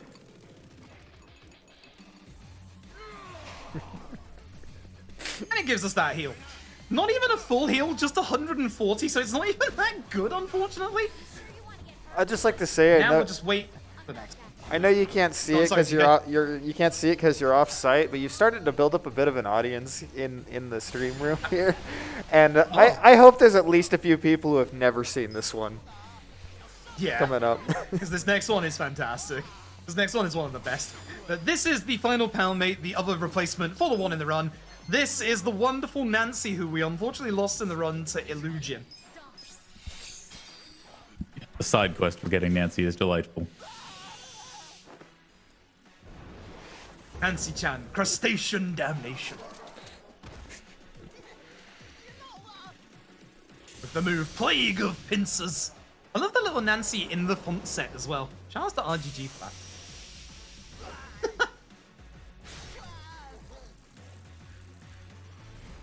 If we had Nancy in the run still, I would have used Nancy against the Young Master, but sadly not. Anyway, now I have to get out of this fight. So I'm getting out of this fight the easy way. So that is the Summon Showcase. Thank you all very much for generously donating towards that. And also, of course, the costume choices, which now are a little weird considering, you know, I'm actually in a different file. But that's not going to matter for what we do next, because there was one other incentive that was, I don't know why I keep putting this up, but it was up, and you all met it, so... Where did it go? Where is... I could just load this file, couldn't I? Yeah. Yeah, I can just load this file and have the costumes. Let's go back to Isazaki Jincho. Of course, how could I forget? Okay. There is one more thing. Now, at GDQ, I did ask my wonderful commentators to join in with me. You don't have to join in with me this time if you don't want to. In fact, I'd probably delay not might make recommend things it. a little weird. Yeah, online delay Yeah. will probably make it. We don't want Bakamitai in the round. That's not even Friday night. No. Okay, cool. No, this quickly. All right. Might be fine. Might. I don't want to tempt fate. And then are you gonna change And Froob's the got voice best singing language? voice of Oh all of yes, us, yes, so. of course, yes. That's something I did forget. We're gonna do it in Japanese. I like the English version of Bakamitai, and I can also belt that one out, but it's iconic in Japanese, so again, I feel like it'd be appropriate to do it in. This is my completed. This is my profile. What's happening? It's not everyone. It's not everyone. Look. Amber, you too. Homeless guy. Why keep pressing circle too many times? Menuing is very hard, even at Bojian. Everyone has to be on a mission. Everyone. Nice. Well, I don't have chat open at the minute, so I'm relying on y'all to be, relying on y'all for me. There we go, look at that. Perfect. The folks in the venue see what's going on? Yes. Yes, and now the rest of the stream Nice. can as well. We just came back, so Nice! well done, All yeah. right, perfect. Well, on the plus side, I Hey, don't think we'll hey. need to restrict the stream tonight. So, I assume we're, like, fully back? I'll give people a second and I'll play some Friday night, but hey, everybody coming back! You... Sweet. Just, you walk into a bar and this is what greets you. It's With showing us Friday back Night on my Fun. phone, so Alright, perfect. Hey folks, you haven't missed anything. You might notice we're at level 99 Okay. on max stats, and this is the Onimitsu outfit. We fought in the downtime whilst we were down. We'd show you what it looks like, thanks to everyone's generosity during this run. Just imagine walking into a bar like this. So, yep, it's time, folks, for Friday night going in the background. There is one more. I did set it up, right? Yes, I did. There is one more incentive that you're generously donated for. Yeah, I'm sorry. Me All to right, make- Froob, your call. Do you want accompaniment or not? The delay might make it kind of bad. As much as I do want one, I think it might be probably better for me to just solo this, unfortunately. Also, for those at home, I also have to play along with the song so that the song like actually goes through with the movie at the same time. So I'm playing and singing at the same time. Stressful. All right. Actually, let me have a quick drink real quick because my throat is a little shredded after that last run. Yeah, hydration break for everyone. Too many gasps in the Nintendo fight. Having 2 survive right hands is not something that happens. Alright. Here we go. This track never fails to amuse me. This one's a real classic. So glad I can't hear myself in the background right now. Yeah, Nanba. Baka mitai kodomo nano ne yume o otte kizutsuite uso ga etanaku se ni waraenai ega o miseta. I love you more. Roku ni iwanai kuchibeta de honma ni buki yo nano ni doshite sayonara wa ieta no Dame dane. dame yo dame yo あんたが好きで好きすぎてどれだけ強いお酒でも歪まない思い出がバカみたい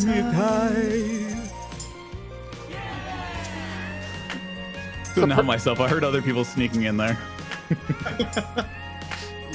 It's so hard not to sing along to. It's the Oh yeah, perfect. no, I sang along to the whole thing. I just only unmuted myself for a few lines. It's the perfect. I know we just had the tech issues, but like It's the Tech's perfect okay song. with it because we've got a little bit of time. We could put another song on, not to sing. I can't sing any of the other songs, but I don't know if Tech's okay with it. There are other songs we could put one more on if we've got enough time. Fine. Yeah, sure, that works for me. All right, so we're gonna have a little bit of an outro here. Do I have? I don't have the movie for it on this file. Okay, I'm gonna play Hell Stew because I'm a little bit partial to Hell Stew and how good Hell Stew is. There's about a bunch of friends getting together for a Nabe party, but it's gonna be the outro. I would like to thank, obviously, RPG Limit Break again. Shout outs again, especially as well to obviously Tech, everyone behind the scenes. Commentators, runners, tech, everybody who has helped with RPG Limit Break. It's genuinely really, really nice to see RPG Limit Break back again after 3 years. I absolutely love like chilling to this marathon and to be able to come back and raise money for such an important cause and do really well is astounding. It's an absolute honor to be a part of RPG Limit Break, and I just want to say once again, thank you very much for having me. I hope everybody at home has enjoyed watching this run. I would also like to, of course, shout out my absolutely wonderful co-commentators and fellow runner in McAnalyst, Tom and GK, please. Your final words? What? I'm gonna be back in a couple hours, so you don't need final words from me. Well said. Thank you. Yeah.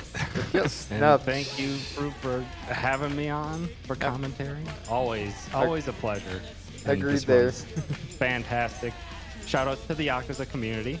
We sometimes forget to mention it, but yes, there are a multitude of us Yakuza runners, did and they again. all are fantastic. I did again. If you want to learn this run, please join the community. There's 2 sets of notes, a silly 7 superpower ring set by me, and a much nicer route for newer players by Tom. Both sets of notes are available on the resources page. Please thank everybody in the community as well, everyone who's ever contributed to this run. Ryu had a new strat that I think I forgot to point out earlier. We had Meta with the mass majority of this run, Tom with the reroute, myself for the movement route, I guess. And yeah, thank you very much for watching. Goodbye. How the heck did you get a 240 combo on that?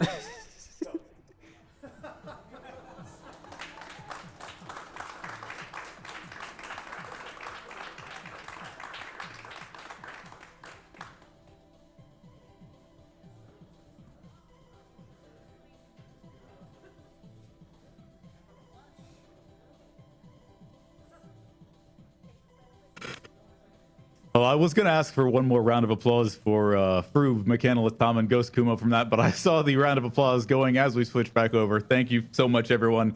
I hope you enjoyed that. I know I did. That was 4 hours worth of Dame Dame moments back to back to back. I could not have had more fun. It was a real honor to get to host that run. One more thing related to that run, we had a $150 donation from the Burning Hunter, being incredulous over all of the following. First turn Trickster Top Hat, 2 right-hand dodges, a 0 one-hit KO Tendo. Proven Co, thank you for the best run we could have had. Twitch chat, 62K, let's go! Thank you so much for your generosity, Burning Hunter. Oh, but don't lose that heat just yet. We have more exciting runs coming up for you right away. As soon as we can get them ready, I know the folks were already working on Final Fantasy Randomizer. We actually saw it on our end while we were having our stream hiccup, so I know they are getting that set up. And when we get over there, I will be transitioning off of the host desk, so I'm just waiting for the high sign to do so. Okay. And yeah, when we come back, it'll be the Final Fantasy Randomizer with the tremendous Vanivan on hosting duties. I just want to say thank you very much. This is my first time hosting for RPG Limit Break. I would not have known about the community and all the great work you do if not for my tremendous supportive partner, Rizukun. Love you, Brotero. And yeah, thank you so much for everything. I hope to be back again sometime. It's going to be time for a short break, and then we'll be right back getting set up for the next run.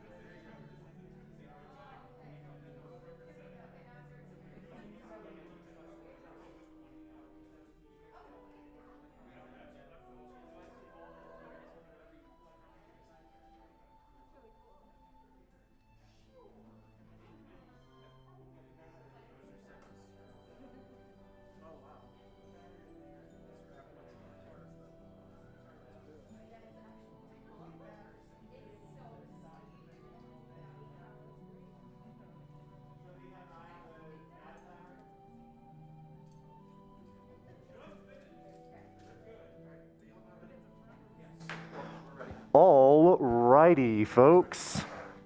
What is going on, everyone? I am back. This is Vonnie Vaughn. I'm going to be hosting our next run, which is going to be a Final Fantasy randomizer co-op run done together by both Sawneyrath11 and Gyre. In fact, they are over at our interview station with the incomparable Cutie-Roo.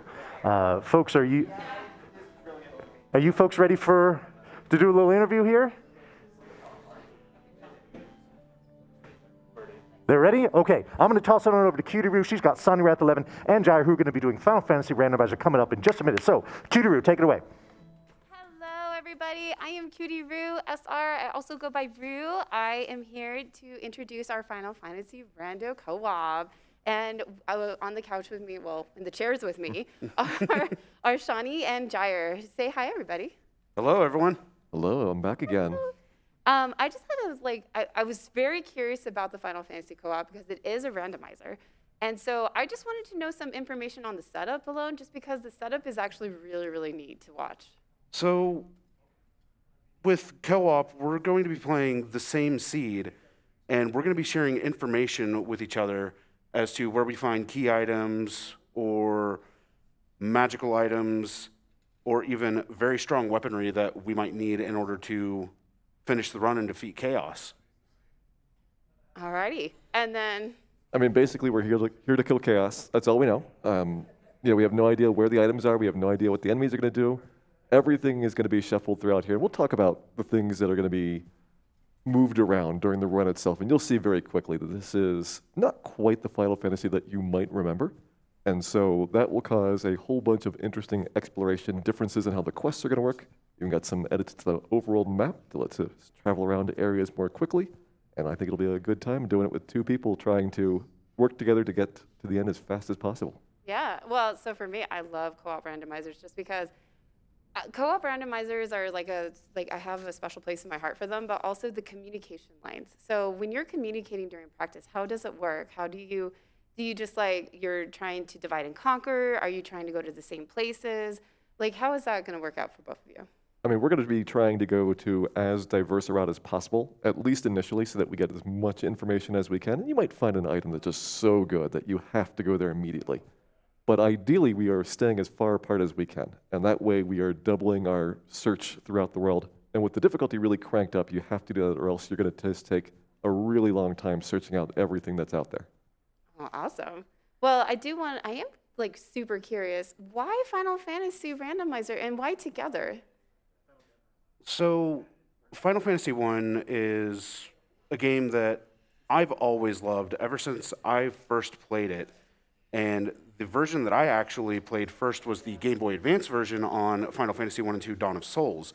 It wasn't until about 3 or 4 years later that I actually played and beat the NES version and then just continued to play every other version from there. And then 2018 came around, I joined the randomizer community, and fast forward about 4 years, and here I am, still playing it, still loving it every single day. Aw, and you? I mean, this is the 4th time I've done Final Fantasy at RPG Limit Break, so I've had some experience doing this in the past. I was involved in the randomizer in the very early days, putting it together, trying things out. And I think it's a great way to get people into the game because in addition to making it really hard like we're doing today, you can also make it a little bit easier. You can turn on a bunch of quality of life improvements. You can make your overall progression through the game faster. And so a game that's otherwise a little bit inaccessible to somebody that's a new runner, this is something that you can jump in. You can get a seed done in 60 to 75 minutes, and you'll have a great time kind of learning how the game works. And so that kind of brings me up to my, I'm kind of curious, what do you both want to showcase in this co-op randomizer? I mean, I want to show off as much of the weird stuff as possible. Hopefully, we're going to get very trolled by the things that are out there, and we'll get to talk about, why this is the way it is in the game. And hopefully, we can find some countermeasures to make our lives a little bit easier. But ideally, I would love to see this as being as hard as possible as going through this. And what I'd like to show off are the weaknesses of bosses that some people may not know about, as well as what can actually be considered as, quote, gatekeepers, end quote, when we actually enter the final dungeon. All right. Well, awesome. Well, my very last important question, just like really think about this one, okay? Just like really, really think about it. Chocobos or Moogles?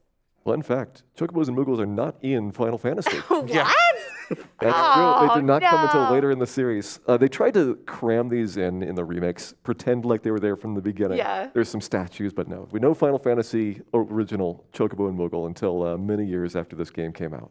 Oh, that's just so sus. How dare they? But I honestly, they're so adorable. So like, I have a little soft spot in my heart for them too. So, but okay.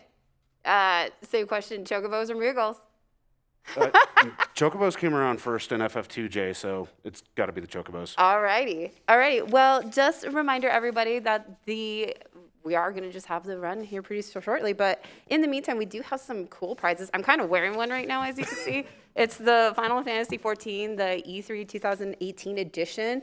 I'm like, you can see, like it's really big. It's covering my whole thing. And then on top of that, so if you are interested, there are 2 of these, and it is a start of $5. And then another thing that we can also do are look at these beautiful vinyl records. Like I actually, if you like want to take them out and show that they're actually like records, but it's from the Distant Worlds, the musical concert that was happening, and they were touring, and oh, it was so beautiful. But if you want to hear it live, you're getting the live version right here with the vinyl records. I swear it's definitely worth the time to listen to them and, you know, put in the $20 minimum of donation to try to get the Distant Worlds, especially the first one.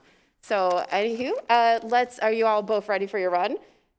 Yes? Very much so. All right, everybody, well, let's go. I am super excited to see it. I know this is going to be great, and I can't wait to see how you two are going to dominate this speed run. Awesome. Looking forward to it. As am I. Yay. All right, well, all right, this is Cutie Boo, and then we're going to sign off, and I will see you soon. I'm like going to be right over there. All righty, thank you very much for that interview, Rue. So coming up here, I've got plenty of donations that I'm going to read, but I want to say something before I read out these donations, okay? We are coming up on roughly 24 hours left in RPG Limit Break 2022. Now, as many of you know, we have a goal for the entire week of $100,000. As it stands, we're almost 2/3 of the way there. But we've only got basically 1 day left. So folks, this is our home stretch, all right? This is where the folks at home who have shown all this generosity throughout the week, this is where we really want that swell to come on up so that we can just blast off and hit that goal of $100,000 before the curtains drop tomorrow night. So, speaking of donations, I've got plenty to read off here. I got a whole bunch of donations here that have no comments, and I'm going to go through these real quick. We got an anonymous donation of $20. B. Grant donates $5. Another anonymous $20 donation. Greenlee the Squirrel donates $25. Another anonymous, this one for $25. KRAM08 donates $10, and Nimbus donates $50. Now, a few with some comments here, especially for our folks that are going to be doing their run coming up here.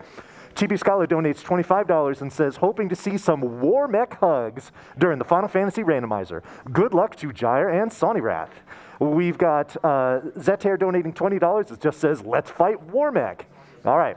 We got a $100 donation from Dragoon Zero, who says, good luck to the runners putting this toward Fight War Mech. We've got another $100 donation from Greenlee the Squirrel, who says War Mech hugs are needed.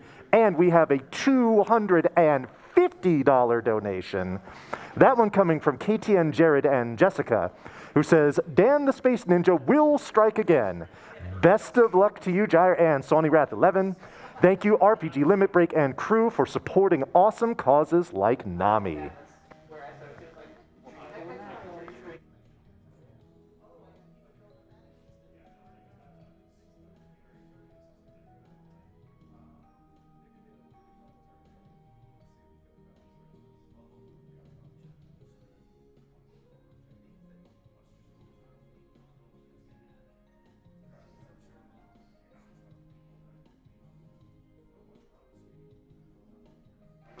Ooh, I've even got a few more donations that have come in the meantime. A $100 donation from Patrico13. $10 donation from Kyram08, and then a $25 donation from The Burning Hunter, which says, donation choice to tech staff. Seriously, I work in IT, and I can empathize with having things suddenly break. Thank you for your tireless work behind the scenes, and please take a bow when we come to the finale. I can really echo that. I know I said it at the end of my run, but as I sit next to them here, the tech crew that makes all of this happen, what you're seeing and what you're hearing here, it is tireless, thankless work, and they do a fantastic job. So I certainly agree with all those sentiments there.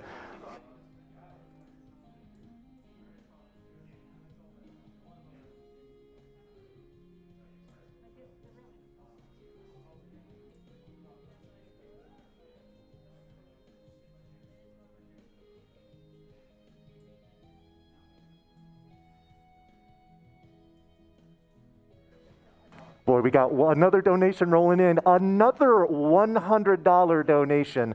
This one coming from Prof Ness.